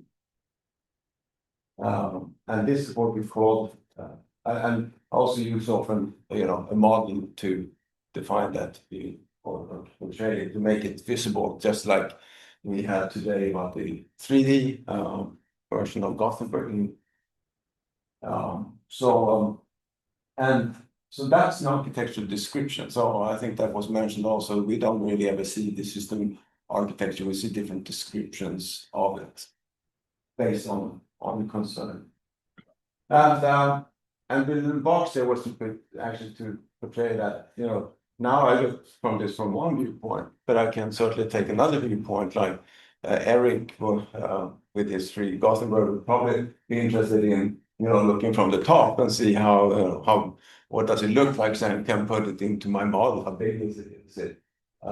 If you're into what we started today with AI, is that you're interested in security, you would stand over here and maybe look from the side. What's the security model? How do I make the description of the system at that point of view? So I think maybe this is one way to put a lot of things what we talk about today together in a picture. I think to make this happen, because we still talk about the same system, right? Whatever should be in there, the data that's being used should be, not complex technology, should be the same. And this is where Torbjörn's pitch comes in, that make this happen, because we would have different models. I mean, I even use this one to say in a project with the integrated team, you would have a controller involved, right? What would be the view that the controller would be interested in of the system of the car in this case? Well, it's an Excel sheet for the product cost, basically. And in that case, if you start thinking, how many stakeholders do we have about a system? Gothenburg City. And then you start to realize that even the Unified Architecture Framework, UAF, has, I think, 72 different views, and the people just move. That looks too complex for me, and another one. And then if you have all stakeholders looking at the system, you can look at it.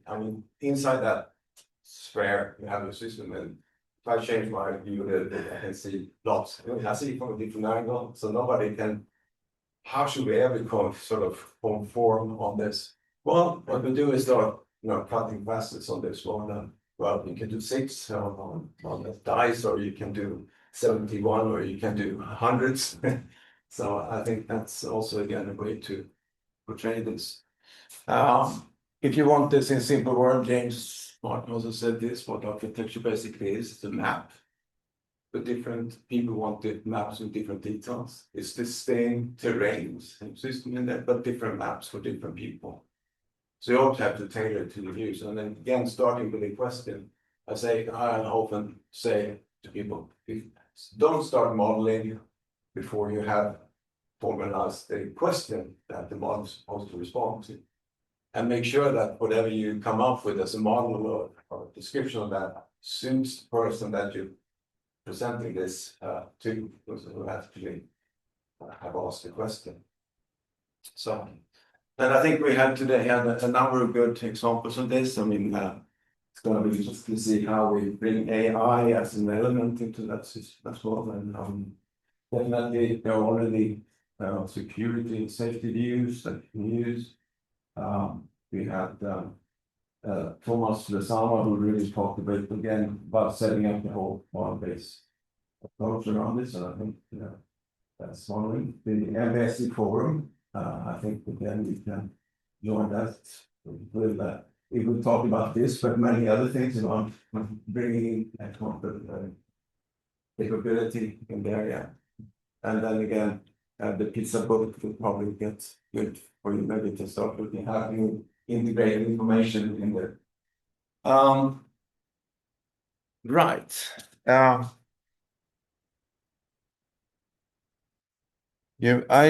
This morning I said that I had questions for you at the end. Do you have those? Yeah, you have the train to take. So I have two questions, and then after this one, I have a wrap up. What's happening next? Let's see if this works. It's a Mentimeter. See if you have your phone handy. I wanted to ask two questions. What are the future needs of system in Sweden to you, in your opinion? And next question would be about what can INCOSE Sweden do about that? So if we take 2-3 minutes on this one, maybe if you can see if you can put something in there. It should show up. Does it work?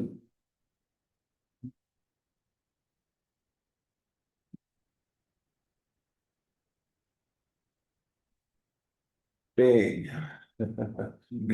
needs. All right.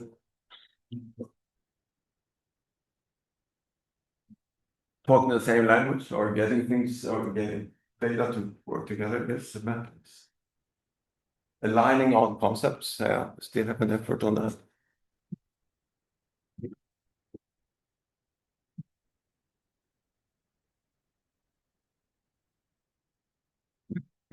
No, I didn't. Awareness. Okay, well, maybe that's, to get ideas, you need to have awareness.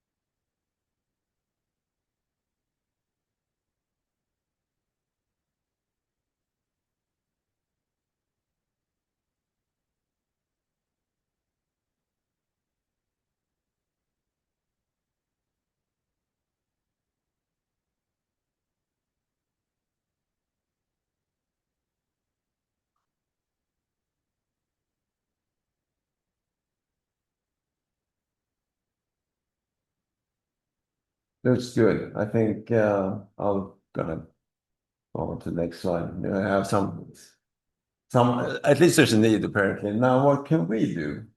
As a small, well, again, not a small, I was going to say as a superpower chapter, right?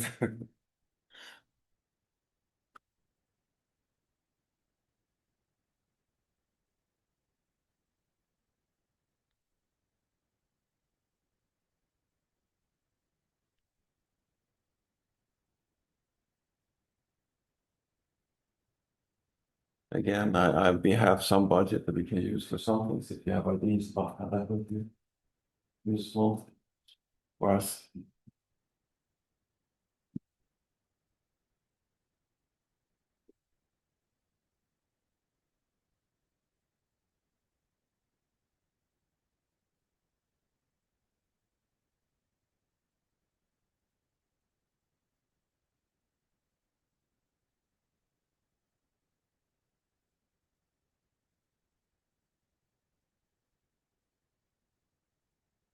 Okay, that's good also. I mean, reaching out to other communities would be most useful.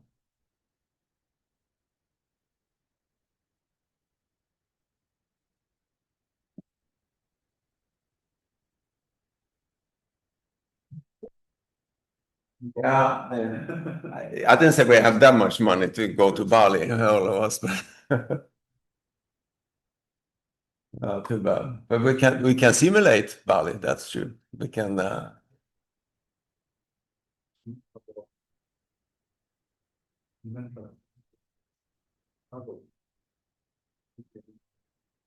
All right, thank you. Actually, what I do is you can keep going if you like. I like to just what's happening next, and I've now checked this with Annika, but well, we checked the dates, so that's good. And we do a little yearly thing around Christmas. We do a little conversation, basically, normally PowerPoint free. So just with a fire next to us and so on. So that would be and I'd be pleasure for this one to talk to Annika, who has a long experience, and I think we can find some interesting topics for everyone to learn from. So this will happen on the 10th of December. What happens then? Otherwise, The Nobel Prize. yeah, Nobel Prize dinner. So, what's the prize missing? Systems engineering, right? So we're still not there, but I guess once it's interesting because you get Nobel Prize in discipline, right? And the one that sort of cuts across is not there. Eventually, maybe it will happen. On the way to get to the Nobel Prize, you can submit papers, or you can attend the international workshop. So in January, normal workshop takes place back in LA. Again, if you're interested in the working groups, go and look at the website. I'm sure there's one that suits your interest. It's a great place to meet people and really get involved. So, and then you have the symposium in Yokohama. I think this will be really good to be in Japan, fantastic country and fantastic engineering and and this year, actually, or for this one, the submission date for paper is already, it's not, it used to be in November, but this we don't actually realize we can be a bit faster on reviewing papers, so 2nd of January. So with that, yeah, Janne. You forgot EMESA. Yeah, all right. Yeah. There was a question about that. So maybe you can inform us. I don't have any formal things to show yet. But in last weekend of August, the beginning of September, that would be an EMESA symposium or workshop. It's a conference, basically. It's a conference, small, yeah. Small. So it would be full schedule for 5 days. And we're working on the webpage, and so there is a webpage, but just with the name so far. Yeah. So it will be more information continuing. So more information will come, but now I think this is a great opportunity for us to reach out to companies, organizations, authorities in Sweden to really make this happening. It's just to show that there's a big body behind. And I forgot to say that it is in Linköping, so it's in Sweden. Yeah. Well, that's the whole thing. We're hosting it just like we did 2010, and then it's going to be a good opportunity to market systems engineering. We have 1 minute to go, so I like to thank, well, on behalf of all the community, I'd like to thank you here as participants, the presenters, sponsors, whatever they will be. Chalmers, I guess, is a sponsor for actually having us here. So I think, again, coming back to our mission statement, göra en bättre värld mot tänka, och jag tycker man ska trycka på det, agera i termer av system. Det handlar inte bara om att tänka, för det har många insett vi behöver göra, men det gäller också att agera i termer av system. engineering, thinking and engineering. Any last input, questions, thoughts or wisdom? Well, I think in that case, let's close this year's annual seminar.